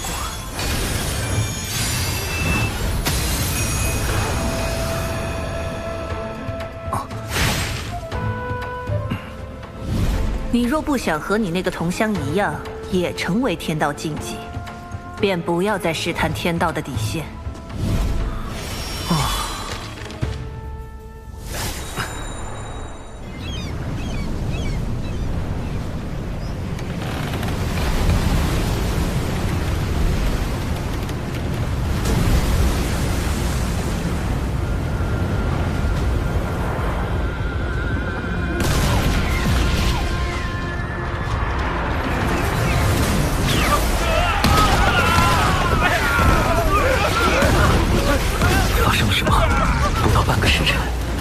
162座海神教势力范围的城池遭到妖族袭击。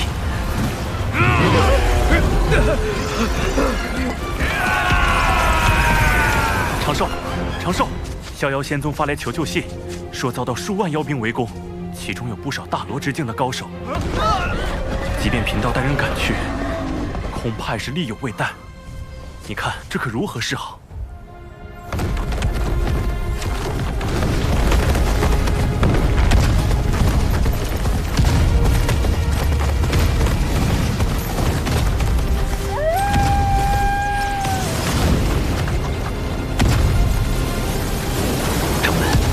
县门外也有一批妖兵，数量不下10万之众。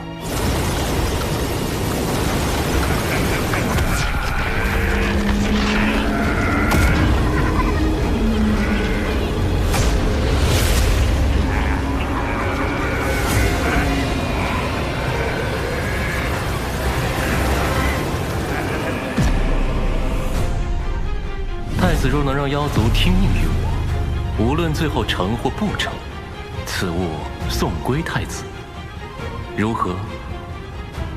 殿下，先帝便是以此印玺，号令百族。若您拿回此物，必能得到北周那批高手的支持。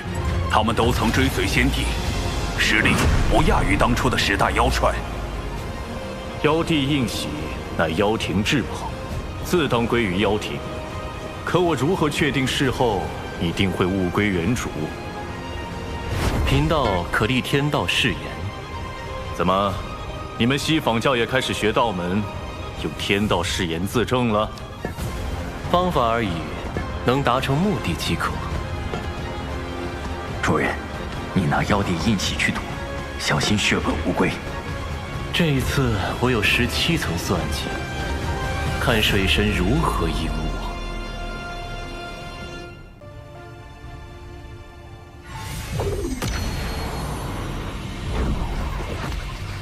诸位久等了。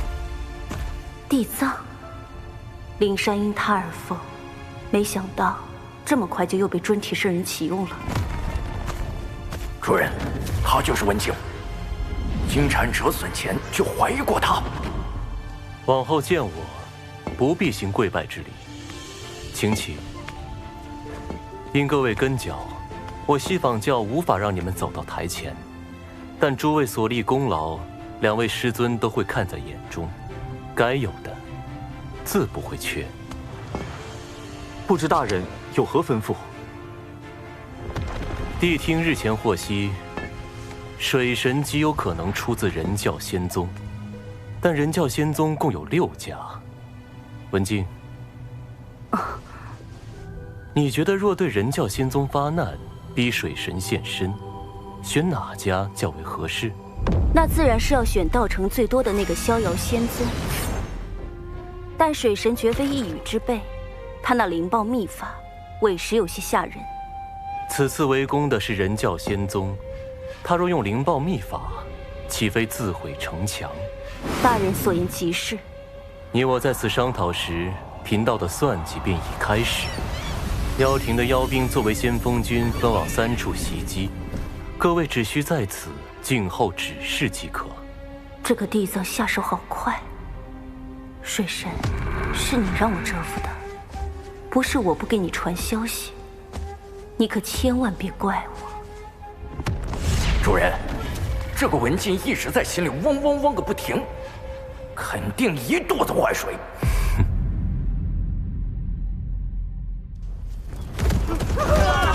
快逃！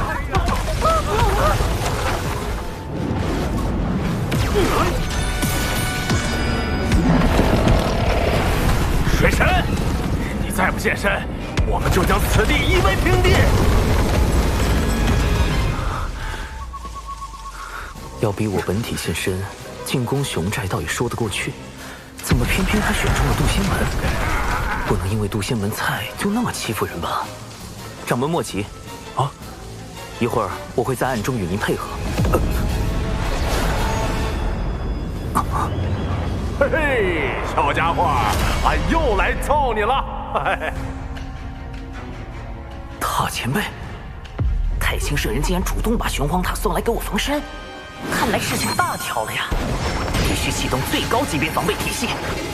长寿，掌门，立刻召集宗门上下，赶往地脉挪移大阵。不战而逃？可地脉出的挪移大阵，在上一次渡仙门大战时已经暴露了出口，难保此次敌军不会埋伏在那儿。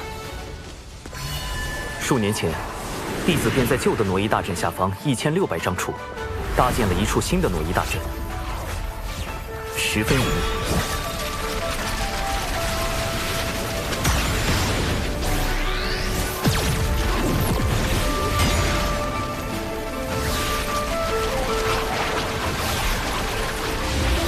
掌门速速带人前去，逍遥仙宗和这里的事情交给我。这次就全仰仗长寿你了。天子纸人军团开启熊寨紧急联络通道，神字纸人军团求援多宝道人。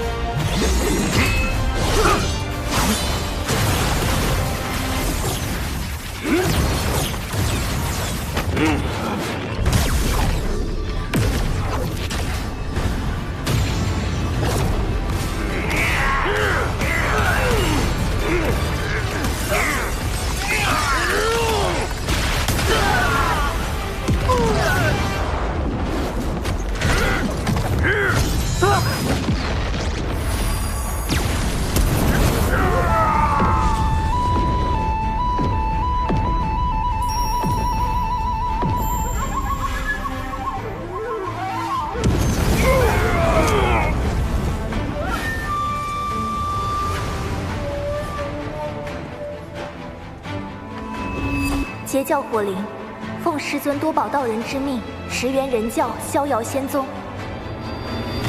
这水神反应好快呀，又是化身又是求援的。不是还有渡仙门吗？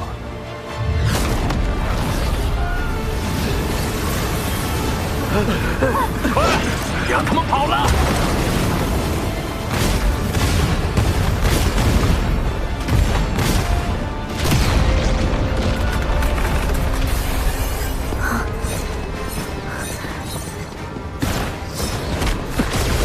掌门，为何独缺小琼风一脉？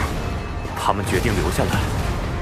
那弟子也决定留下来，请掌门成全，弟子生死无怨。去吧。掌门，这无妨，他在此地，应该比跟着我们更安全一些。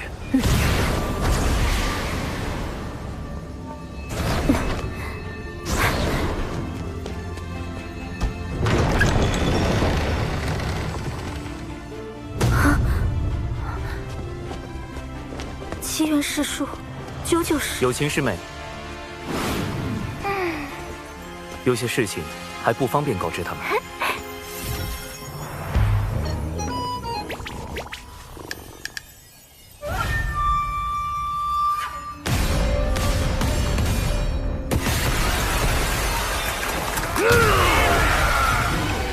师兄，大阵……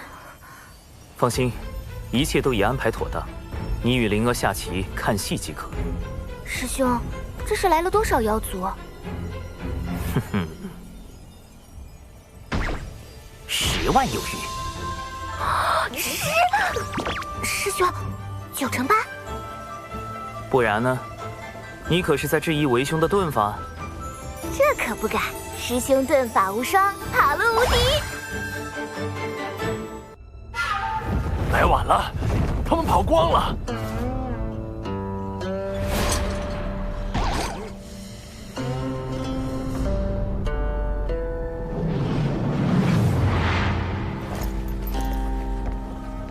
老大，这里会不会有埋伏？咱们要不问下地藏那边？渡仙门不过是个小宗门，能有啥陷阱？你少给我提地藏！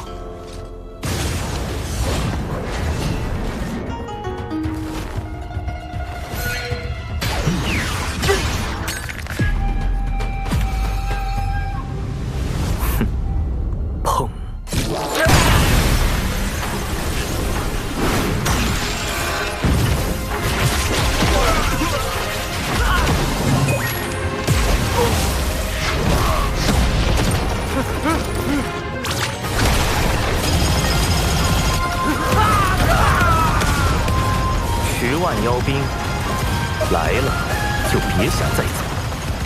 师兄真厉害！大哥，我是不是说漏嘴了？今日让有情师妹待在此处，我就没打算隐瞒身份。切记，我此前给你们的心生屏蔽仪，万不可离身。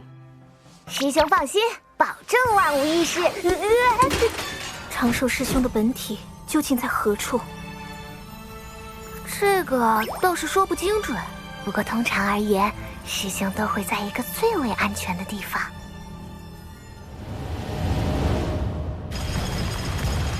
各位莫怕，贫道只不过是天庭文官，并非武将。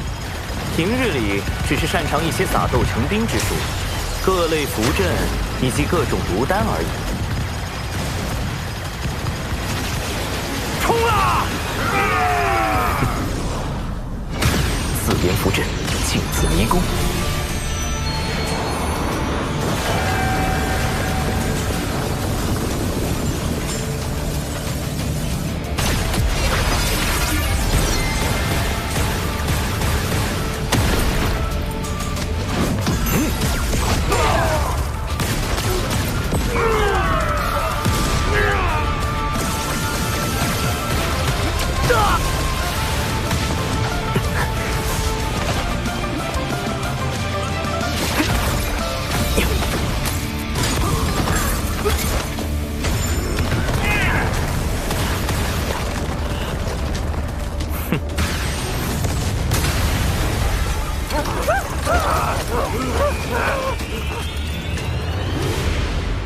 塔前辈，晚辈向您借3缕威能一用。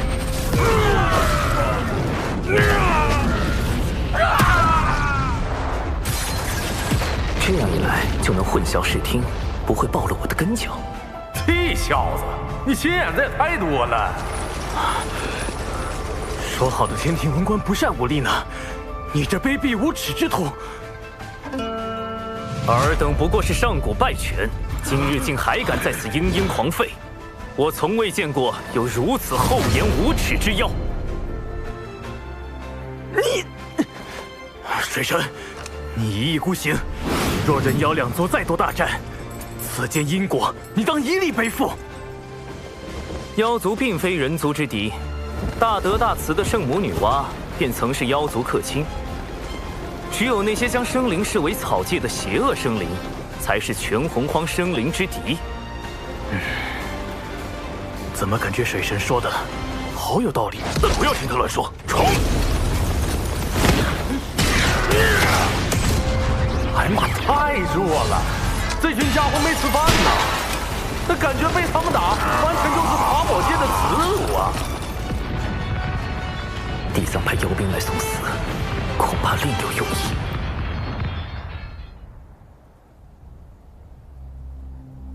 3处的水神化身都有玄黄塔，主人，你的算计落空了。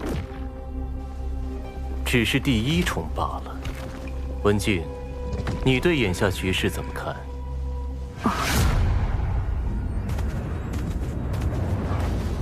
地藏大人高明，袭杀人教仙宗，逼出水神根脚，只是您的第1步。您真正的目的是想令妖庭为道门仇视，四处树敌，最终不得不投向咱们西坊教。哦，你是如何看出的？我教与妖庭屡屡败于水神，究其根本，乃是我教与妖庭的合作嫌隙颇多，才被水神钻了空子。倘若我教能彻底掌控妖庭，水神自不足为惧。主人，这个文静和你之前说过的话一模一样。文静，有时太过聪慧，并非好事。去渡仙门支援妖兵吧。但愿这一次，你的聪慧不会让贫道失望。是。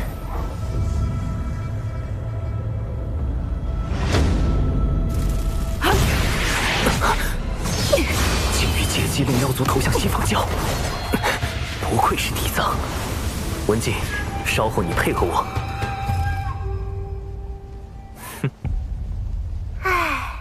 师兄这么一笑，肯定有人要被安排了。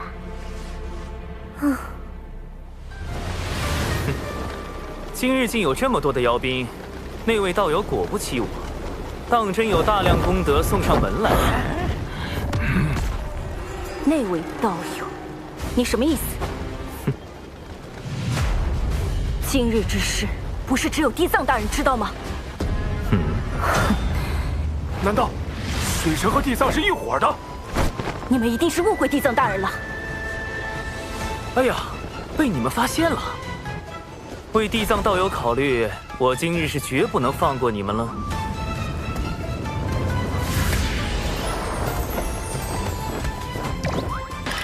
主人，你麻烦大了。天庭水神长庚以神权宝器为令，命天兵天将包围此地，莫要放走一妖。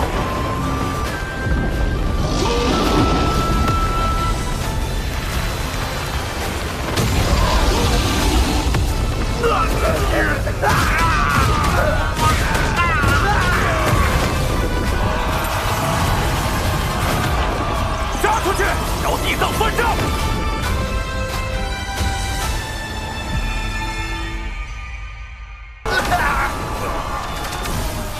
这个地藏不仅与水神早有勾结，如今还想要杀妖灭口，这口恶气我们岂能放下？兄弟们，杀出去，找地藏算账！杀出去！杀出去！杀出去！找地藏算账！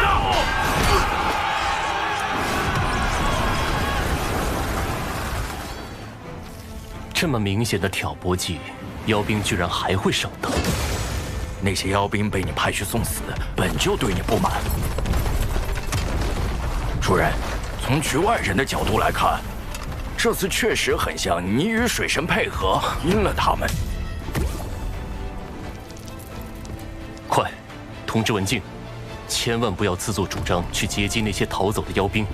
只要这些妖兵不死，我的第3重算计就能铺开，定能试探到水神的根脚。此局就还不算输。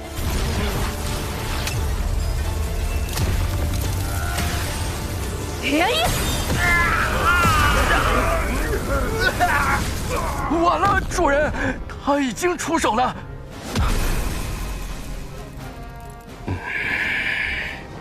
咱们擅自做主杀了这些妖兵，会不会不妥？水神摆明了是想将脏水泼到地藏大人身上。若让这些妖兵活着离开，地藏大人的名声还要不要了？文静，你坏我大事，还不快退！是。血尸黑纹，受死！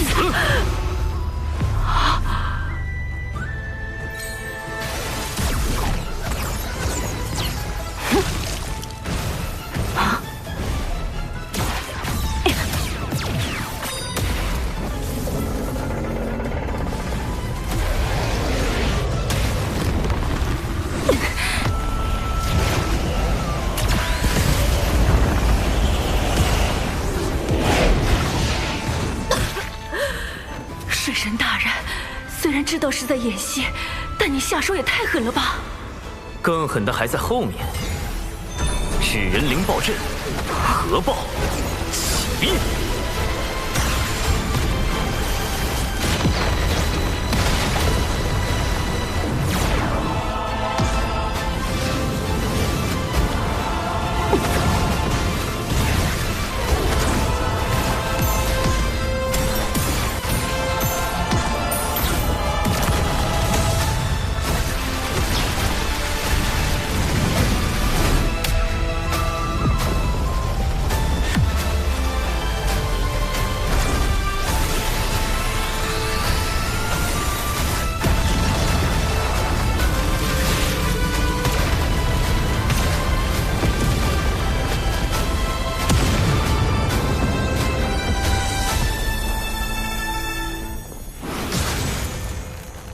阵，他何时布置在此地的？主人，不好了！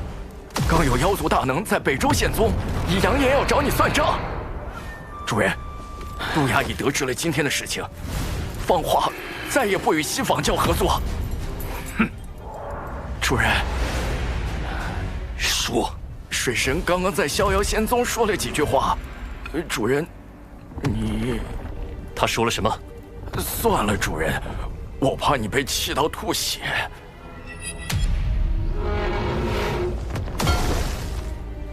说，他说：“各位谬赞了，我此前绝对未得到西仿教地藏提前通风报信，只是与他大概算力相当，惺惺相惜。他要妖族好感，我需守护人教道成，为天庭扬威，仅此而已。我们。”绝对没有串通。现如今还在为地藏掩护，水神真是考虑的太周全了。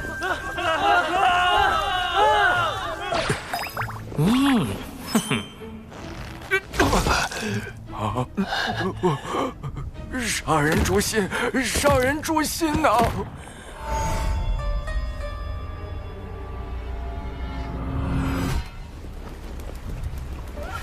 二师尊，此次是弟子技不如人，妖庭那边，弟子会设法斡旋。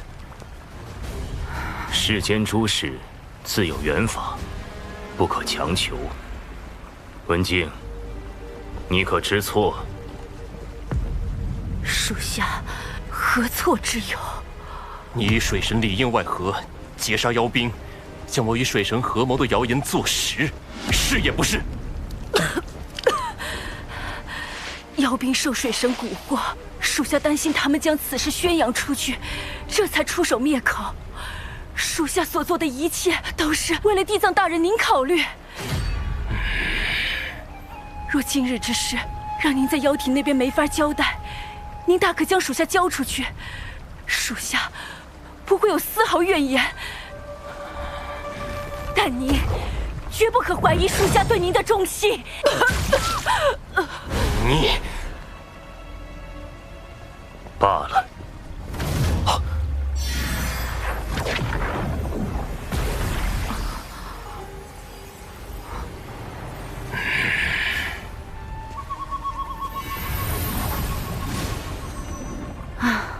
这水神倒也真够厉害的，要不是我受了那么重的伤，再加上他让我按他教的话说，这回恐怕很难摆脱西方教的怀疑，可算是逃过一劫。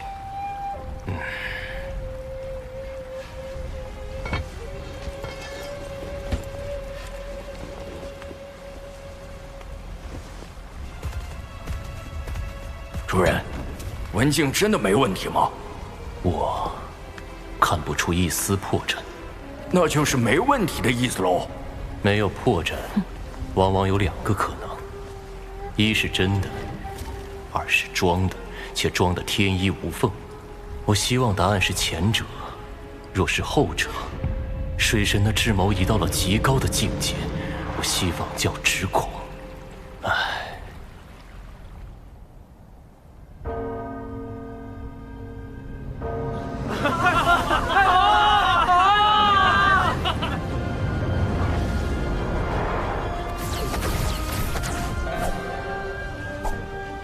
有情师妹，今日所发生之事，望你记在心中。日后，我自会为你安排一条明路。玄雅定不负师兄期望。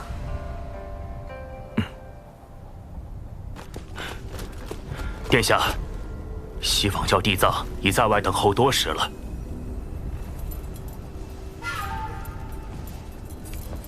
哼！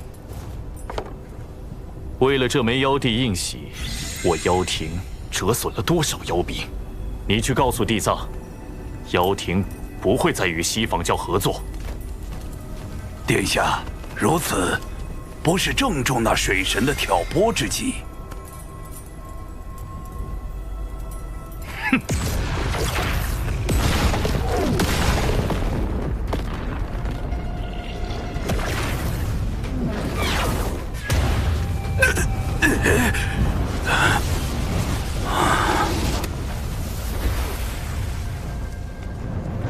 水神挑拨为真，地藏心存他意亦为真。否则，他为何会派妖兵充当先锋军？看在妖帝印玺的份上，我暂且不追究地藏之责。但那劫杀我妖兵的血赤黑纹，最好一辈子别出门，否则我妖庭定将他碎尸万段。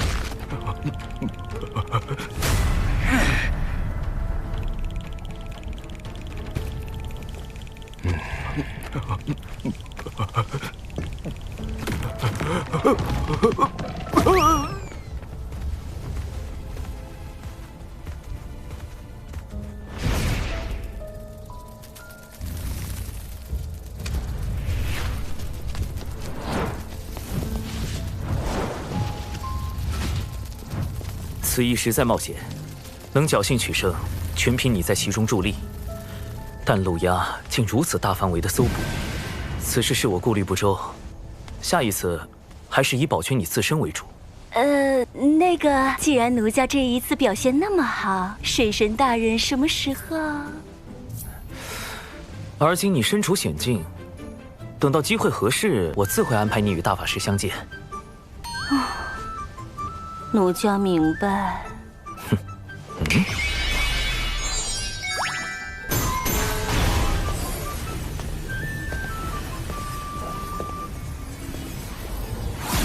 此物唤作周边，也叫谷子，乃是我老家的一种信物。好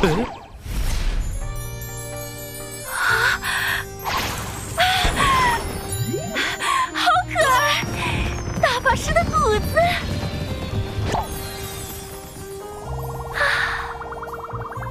奴家谢过水神大人，谷子。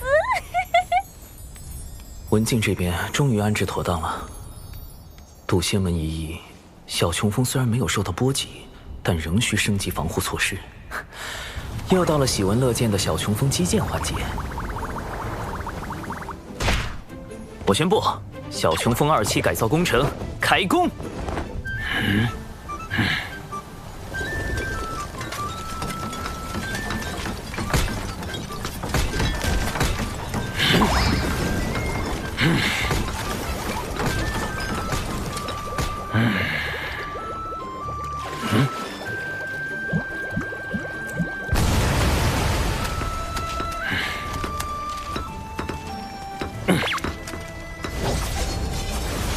新型小琼峰在外表上与以往没什么不同，其中却另有乾坤。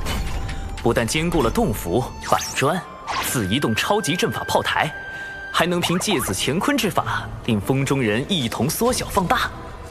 底长寿版新型小琼峰，让跑路变得更加方便。除此之外，一系列法宝也需要升级，尤其是从冉登那里打劫来的乾坤尺。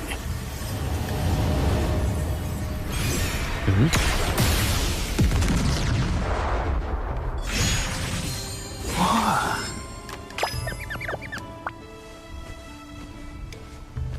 大劫将至，大妹让我们在岛上安心修行。你俩玩够了，就赶紧回去吧。大劫都还没影呢，怕什么呀？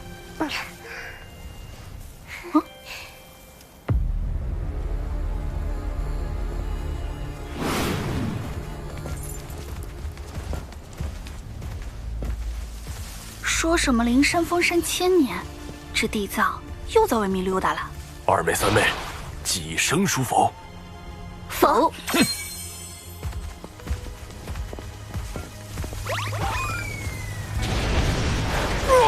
快来助我！有人好歹助我！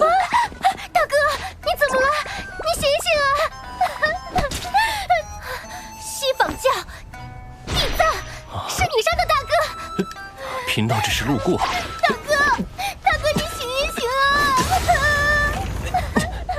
你们说是要公聊还是要私聊？我刚才可什么都看到了。今天不把话说清楚，就别想走。为什么洪荒会变成如今的模样？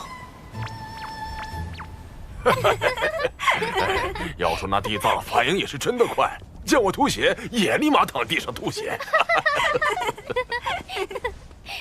什么事情这样好笑？说来与我听听。和我们没关系，一切都是大哥的主意。就是。嘿，你们俩。大妹，你听我解释。公明老哥他们碰瓷地藏，虽说是恶习未改，但也算在无意中替我出了口恶气。你说的可是地藏派妖兵向人教仙宗出手，逼你本体现身一事。仙子知道。你的事情，我总是会多留一些。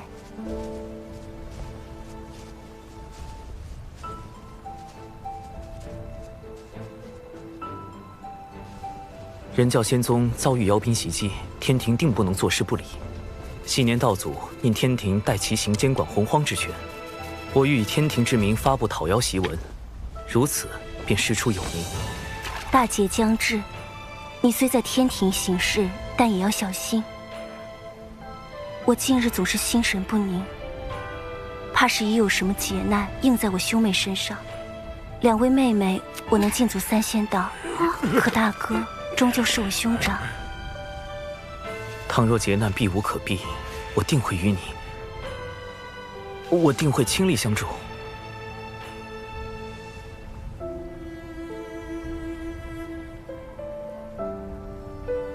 无论你我结果如何，这一次，我绝不会袖手旁观。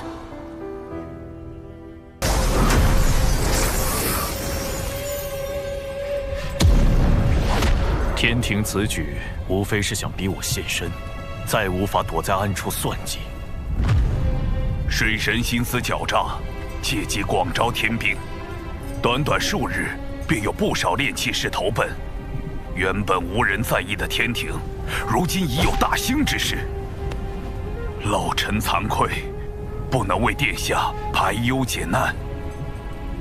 此次妖族折损太多，若要东山再起，只怕得找那位前辈了。伐妖檄文一发，陆压定有所动，让我们趁机搞一波。敖乙，稍后你安排。陆压不识天数，妄图复兴妖庭，一旦发现陆压踪迹，即刻逮捕回天。陆压前辈有危险，盼前辈平安度过艰险，大吉大利。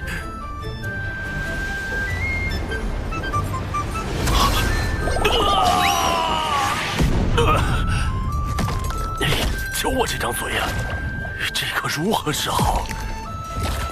这种无缘无故遭灾的情形，为何又来了？莫非霉运是经周天运转，或是我妖族气运不足所致？得尽快请那位前辈出山。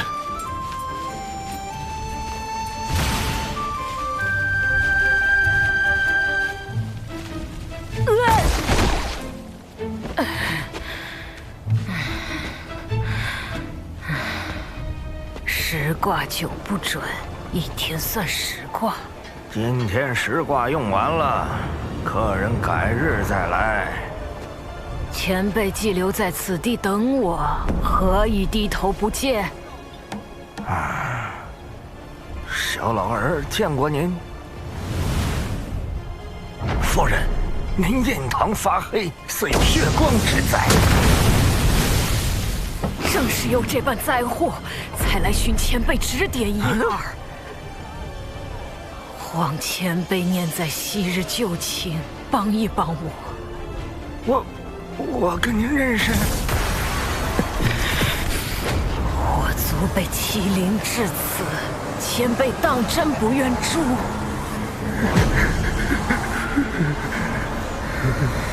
殿下，稍等哈，等我炒完这个菜，还有2桌客人在等。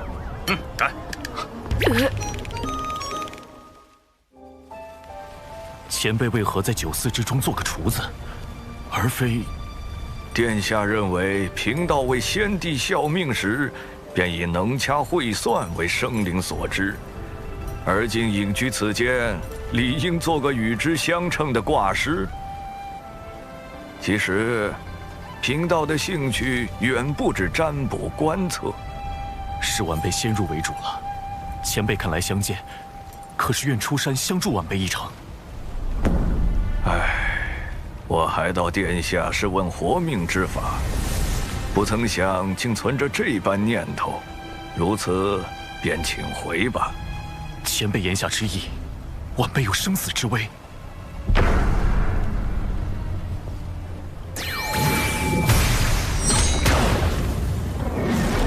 大祸不远矣！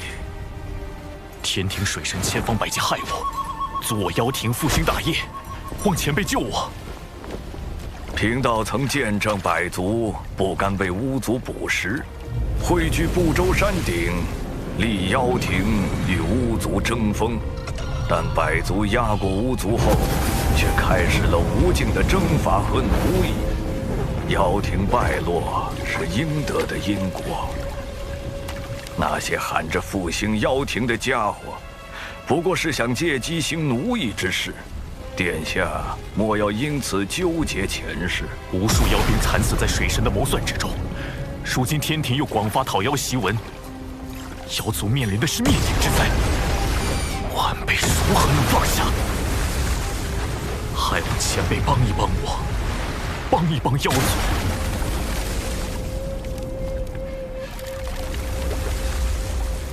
妖庭已无力改变败局，我的9个孩子已经在大战中死去，如今唯剩1子。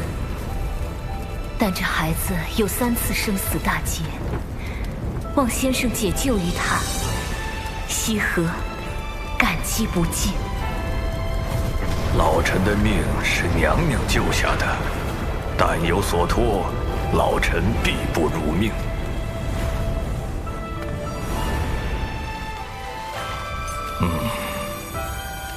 罢了，终归是欠先后几分情谊。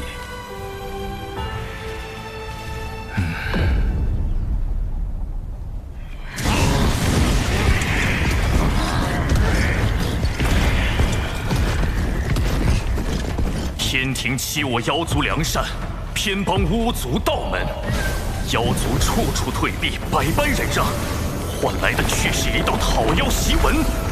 今日，陆压以邀请太子名义发此檄文，即日起，妖族不再遵天庭之命。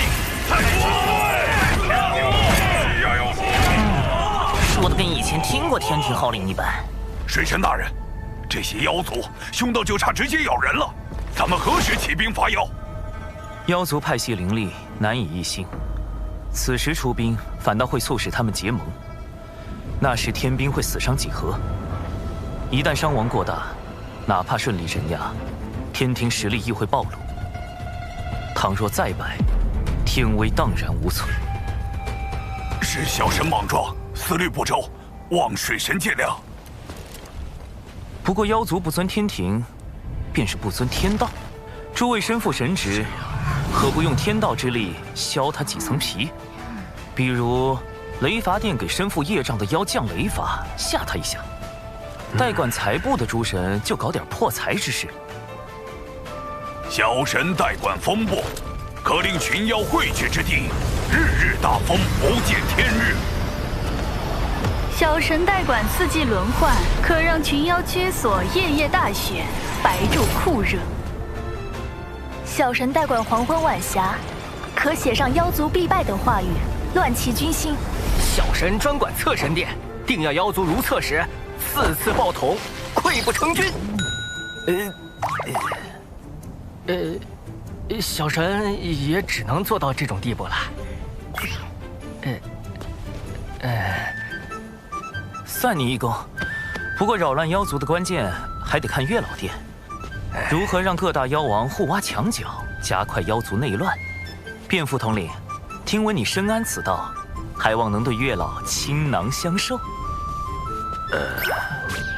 是末将的一位朋友深谙挖墙脚之道，听他说，要先与那人结交，温言细语，若事情败露，也可厚着脸皮据理力争。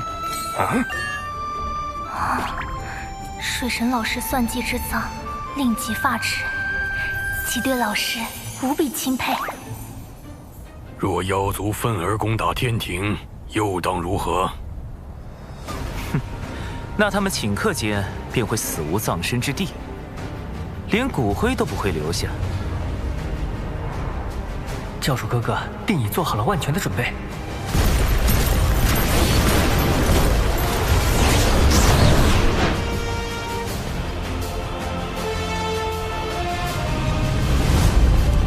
传令四海，整军待命，随时驰援天庭。是。都打起精神，我们是要给妖族送官，为水神大人助威。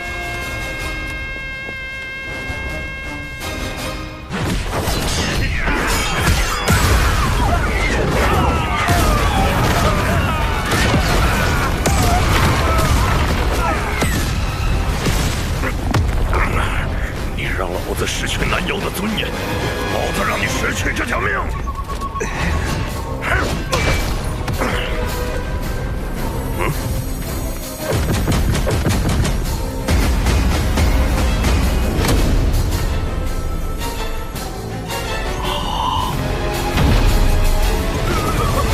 仅仅半年，天庭便让妖族内部出现不少裂痕。前辈，我们到底何时发兵？等到水神以为将妖族和殿下逼至绝境，才是出手的机会。你怀疑陆压的背后有高人指点？天庭大兴已成定局，迟早会清剿凶妖。陆压此时发讨天檄文，号召各路妖王抗命，不过是在提前激化双方矛盾。但他却又按兵不动，只抗命而非反天，就是给自己留了一条退路。但以陆压的行事作风，断不会想到这种以进为退的法子。所以妖族内部定然有一位能看到天地大势的高人，想保住路亚。大法师通晓洪荒大事，可知妖庭有什么大能尚存活于世？妖庭陨落后，妖族高手四散而逃，或藏匿北周深处，或去往洪荒之外，是生是死也未可知。若要说谁一定活着，我倒是想起一个。妖庭10大妖帅之一，白泽。2大妖皇最为器重的那位谋臣。白泽本命神通是趋吉避凶，我与他也算交过2次手，每次刚动杀念，就被他逃了。这家伙是10大妖帅中唯一能避开因果，从巫妖大战全身而退的。这个白泽势必会给天庭带来不小的麻烦，可否请大法师出手将其除掉？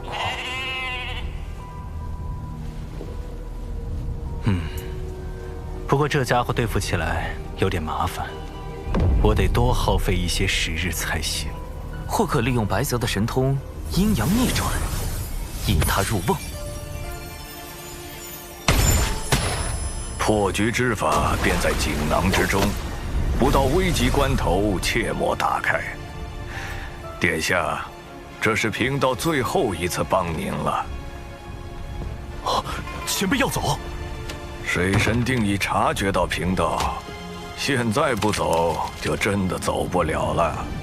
不过贫道还要再叮嘱殿下，切莫与水神为敌。玉帝忌惮您，是忌惮妖庭太子，可水神自始至终要杀的是陆压。这有何分别？我与水神并无深仇大恨，他为何如此？水神此人，贫道始终捉摸不透。海神庙只有5、6座时，贫道就已无法看清他的根脚，可见他早有防范，且一日未曾懈怠。水神行事确实周全到令人发指。不止，水神善忍耐，且睚眦必报。当初您与金蝉合谋破开海眼，而后金蝉折于灵山，殿下伤于妖生山，地藏造谣道门半日不到，水神便串通3教大师兄逼西方教认错。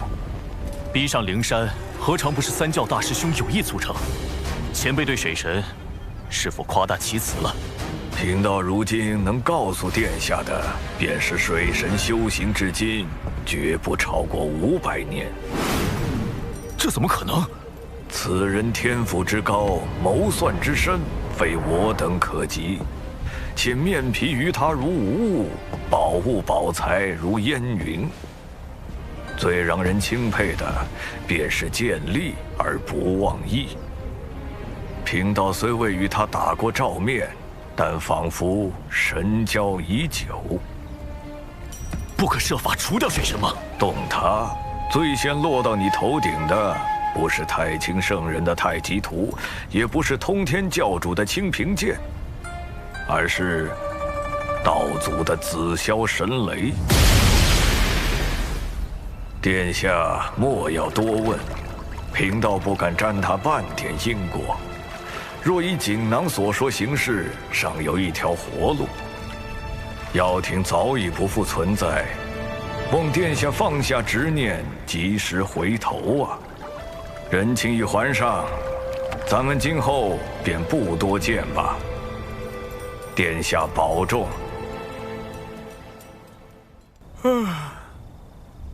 也不知道大法师能不能找到白泽。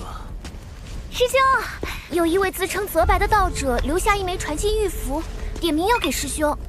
泽白，白泽，这位上古妖帅趋吉避凶的神通当真敏锐。大法师刚去追查他的下落，他就找到了渡心门。这个白泽，留不得。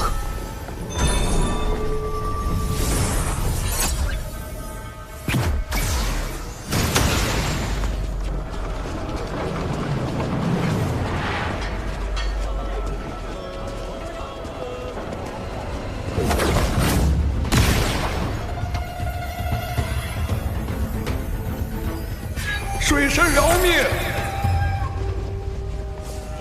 是白泽留下的传音，好狡猾。水神饶命！水神饶命！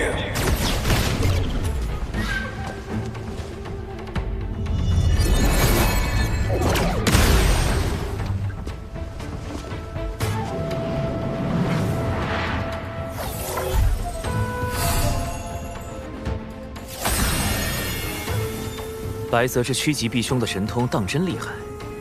大法师刚去追查，求饶信就来了。师兄，这封信难道不是拿你的根脚来威胁吗？我倒觉得他真的是在求饶。他的威胁根本构不成。他点破我们根脚，我们就搬到兜率宫旁，与老君为邻。但我必会对他从忌惮转为恨。如此反倒断了他的活路。既是求饶，为什么不直接来找你呢？他不敢。以如今局势，我必杀他。送信求饶只是表明他的态度，他必有后招。如我所料不错，大法师此行应当会带来第2枚玉符。长寿，真被你猜对了。不妨再猜猜，玉符上说了什么？他要看看我的本事，也要让我看看他的本事。应当是要与我立下赌约，胜就天平处置，败就放他一马。连打赌内容都被你料到了。不过，这赌局可与我们不利呀。白泽藏在洪荒最安全处，我们需在2刻钟内找到他，方为获胜。若按照拿到玉符的时间来算，还剩1刻钟。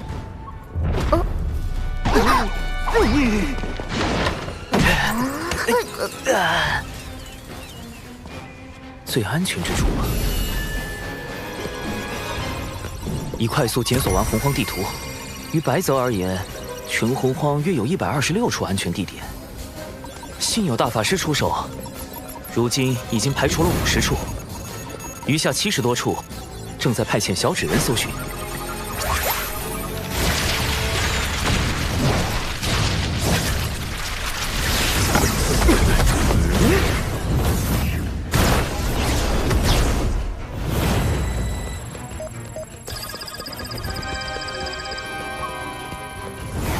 师兄，时间不多了。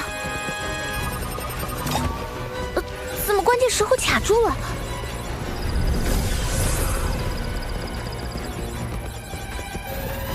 长寿，再不锁定地点，过去可就来不及了。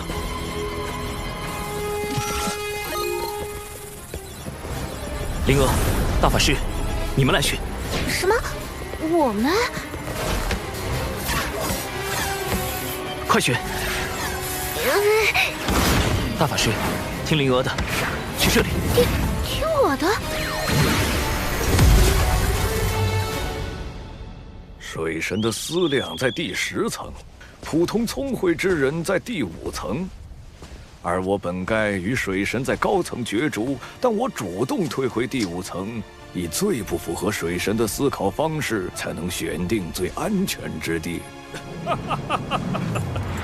师兄，这个就是上古妖帅白泽吗？运气不错。你就是？还请大法师出手，扬了吧。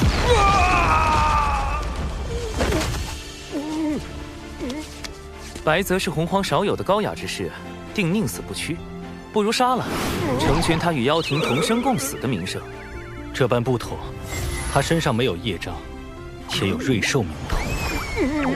大法师，不如让他说句话吧，也许他肯将功补过呢。谁说要宁死不屈了？贫道去，贫道现身就是想去。既如此，道友何故插手妖庭之事？水神要抹杀一切与天庭不利之事，又岂会放过妖庭出身的贫道？我可没有这般雄心壮志。若非心怀大志，水神何必与截教交好？其实是一场意外。那你为何创立海神教，蓄意与东海二太子敖乙结交？也是意外。妖圣山呢？你灭了陆家10万妖兵，更是意外。我当时其实是为了救巫族。你，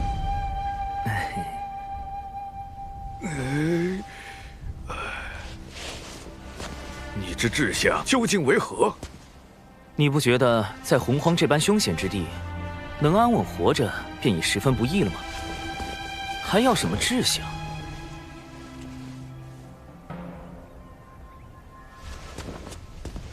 要想当年，妖皇帝俊与东皇太一共同执掌妖庭，难道你不想成就2天地之位？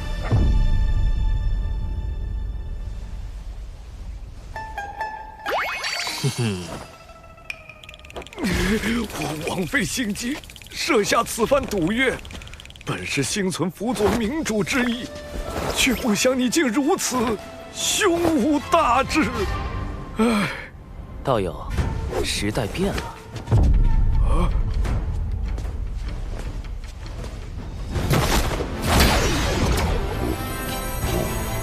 他的元神已被禁锢，本体交于你安置。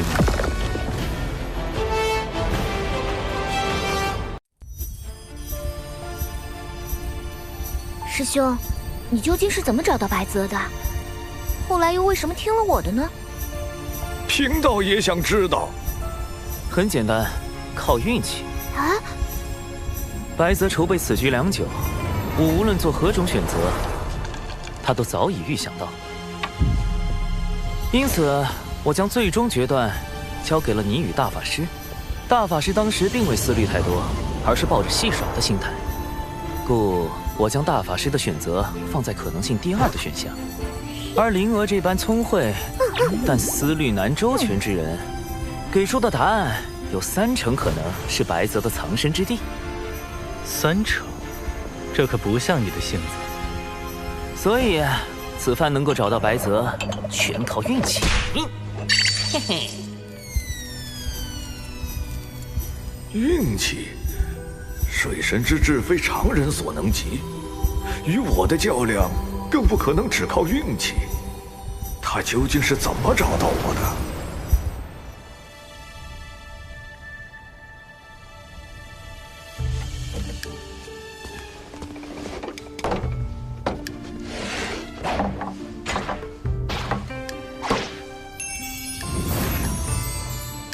师兄，白泽前辈，请慢用。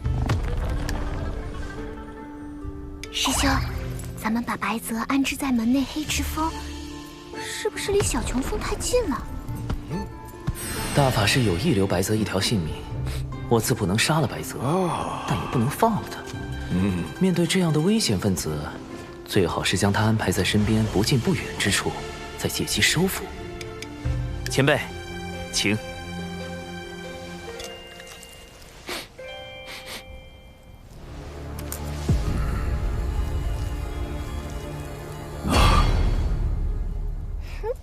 虽味不美，色不全，香过浓，但全是师妹对师兄的拳拳之心。这白泽果然和传闻中一样，是个美食家。要我说，做什么妖帅，应该做个探店博主。我观前辈似以辅佐明主为乐。若是能2次辅佐明主，成就宏图伟业，再功成身退，在天地间留我白泽之名，当真。现在只能如此想想了。而今天庭出力，百废待兴。洪荒内虽有妖庭作乱，但尚在我天庭可控范围之内。前辈所谓的宏图伟业，不知又要徒增多少流血牺牲。唉，痊愈之路本就如此。那并非我所愿。天庭政治清明，洪荒再无战事，才是我之宏图伟业。倘若前辈愿意相助于我，天地间同样能留前辈之名。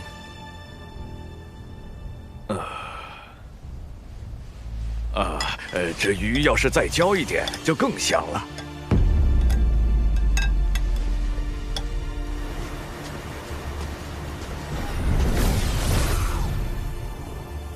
师兄，白泽真被你忽悠了，他都开始犹豫了。什么忽悠？那是收服白泽的第一步，画饼。谁说登顶2天地才是宏图伟业？希望天下太平，一样可以是宏图伟业。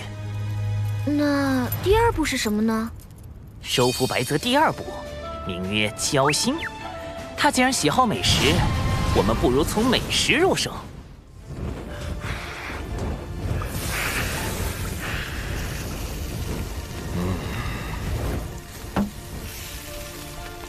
高端的食材往往只需最简单的烹饪。这道白泽烤鱼可是当年的妖庭名菜。今日既提到妖族，你我不如论一论当年妖庭之事。前辈以为，当年妖庭可救还是不可救？可救，那我便是不可救。前辈请。妖族当年的弊病，在于形同散沙。要救妖庭，须得……非也。巫族只是喜爱捕猎，并未将妖族视为敌人。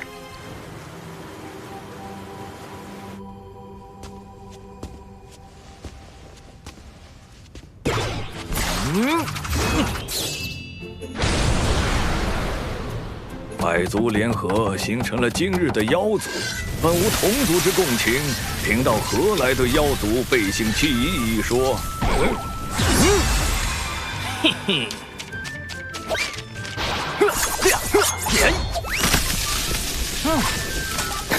您既做了花匠，享受栽培花朵、观其盛放的乐趣，便要忍受花朵枯败、零落成泥的落寞。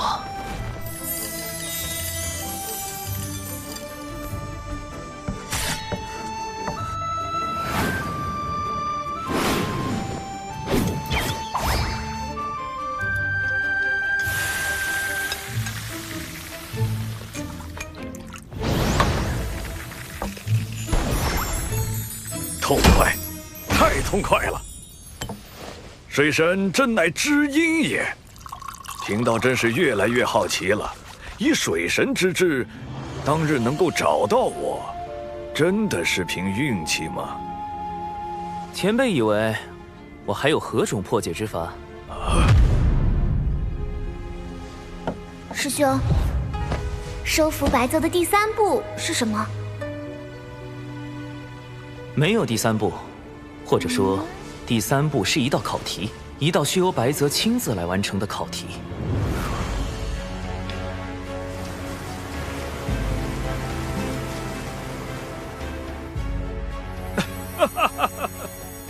前辈这是……好你个水神，说什么寻到贫道是因运气好，贫道一直到今日才想明白。贫道的本能是趋吉避凶，这与天道运转息息相关。而你当时想的是，若这次找不到，下次遇见就杀了我，天道就会认为这次被你找到能活则为吉，下次被找到必死则为凶，所以天道便将我引到了你们最后选的答案。此等谋算，你说是运气保全贫道最后一点面皮，贫道服了，当真服了。水神在上，请受白泽一拜。白泽日后甘为水神驱使，绝无二心。白先生，请起。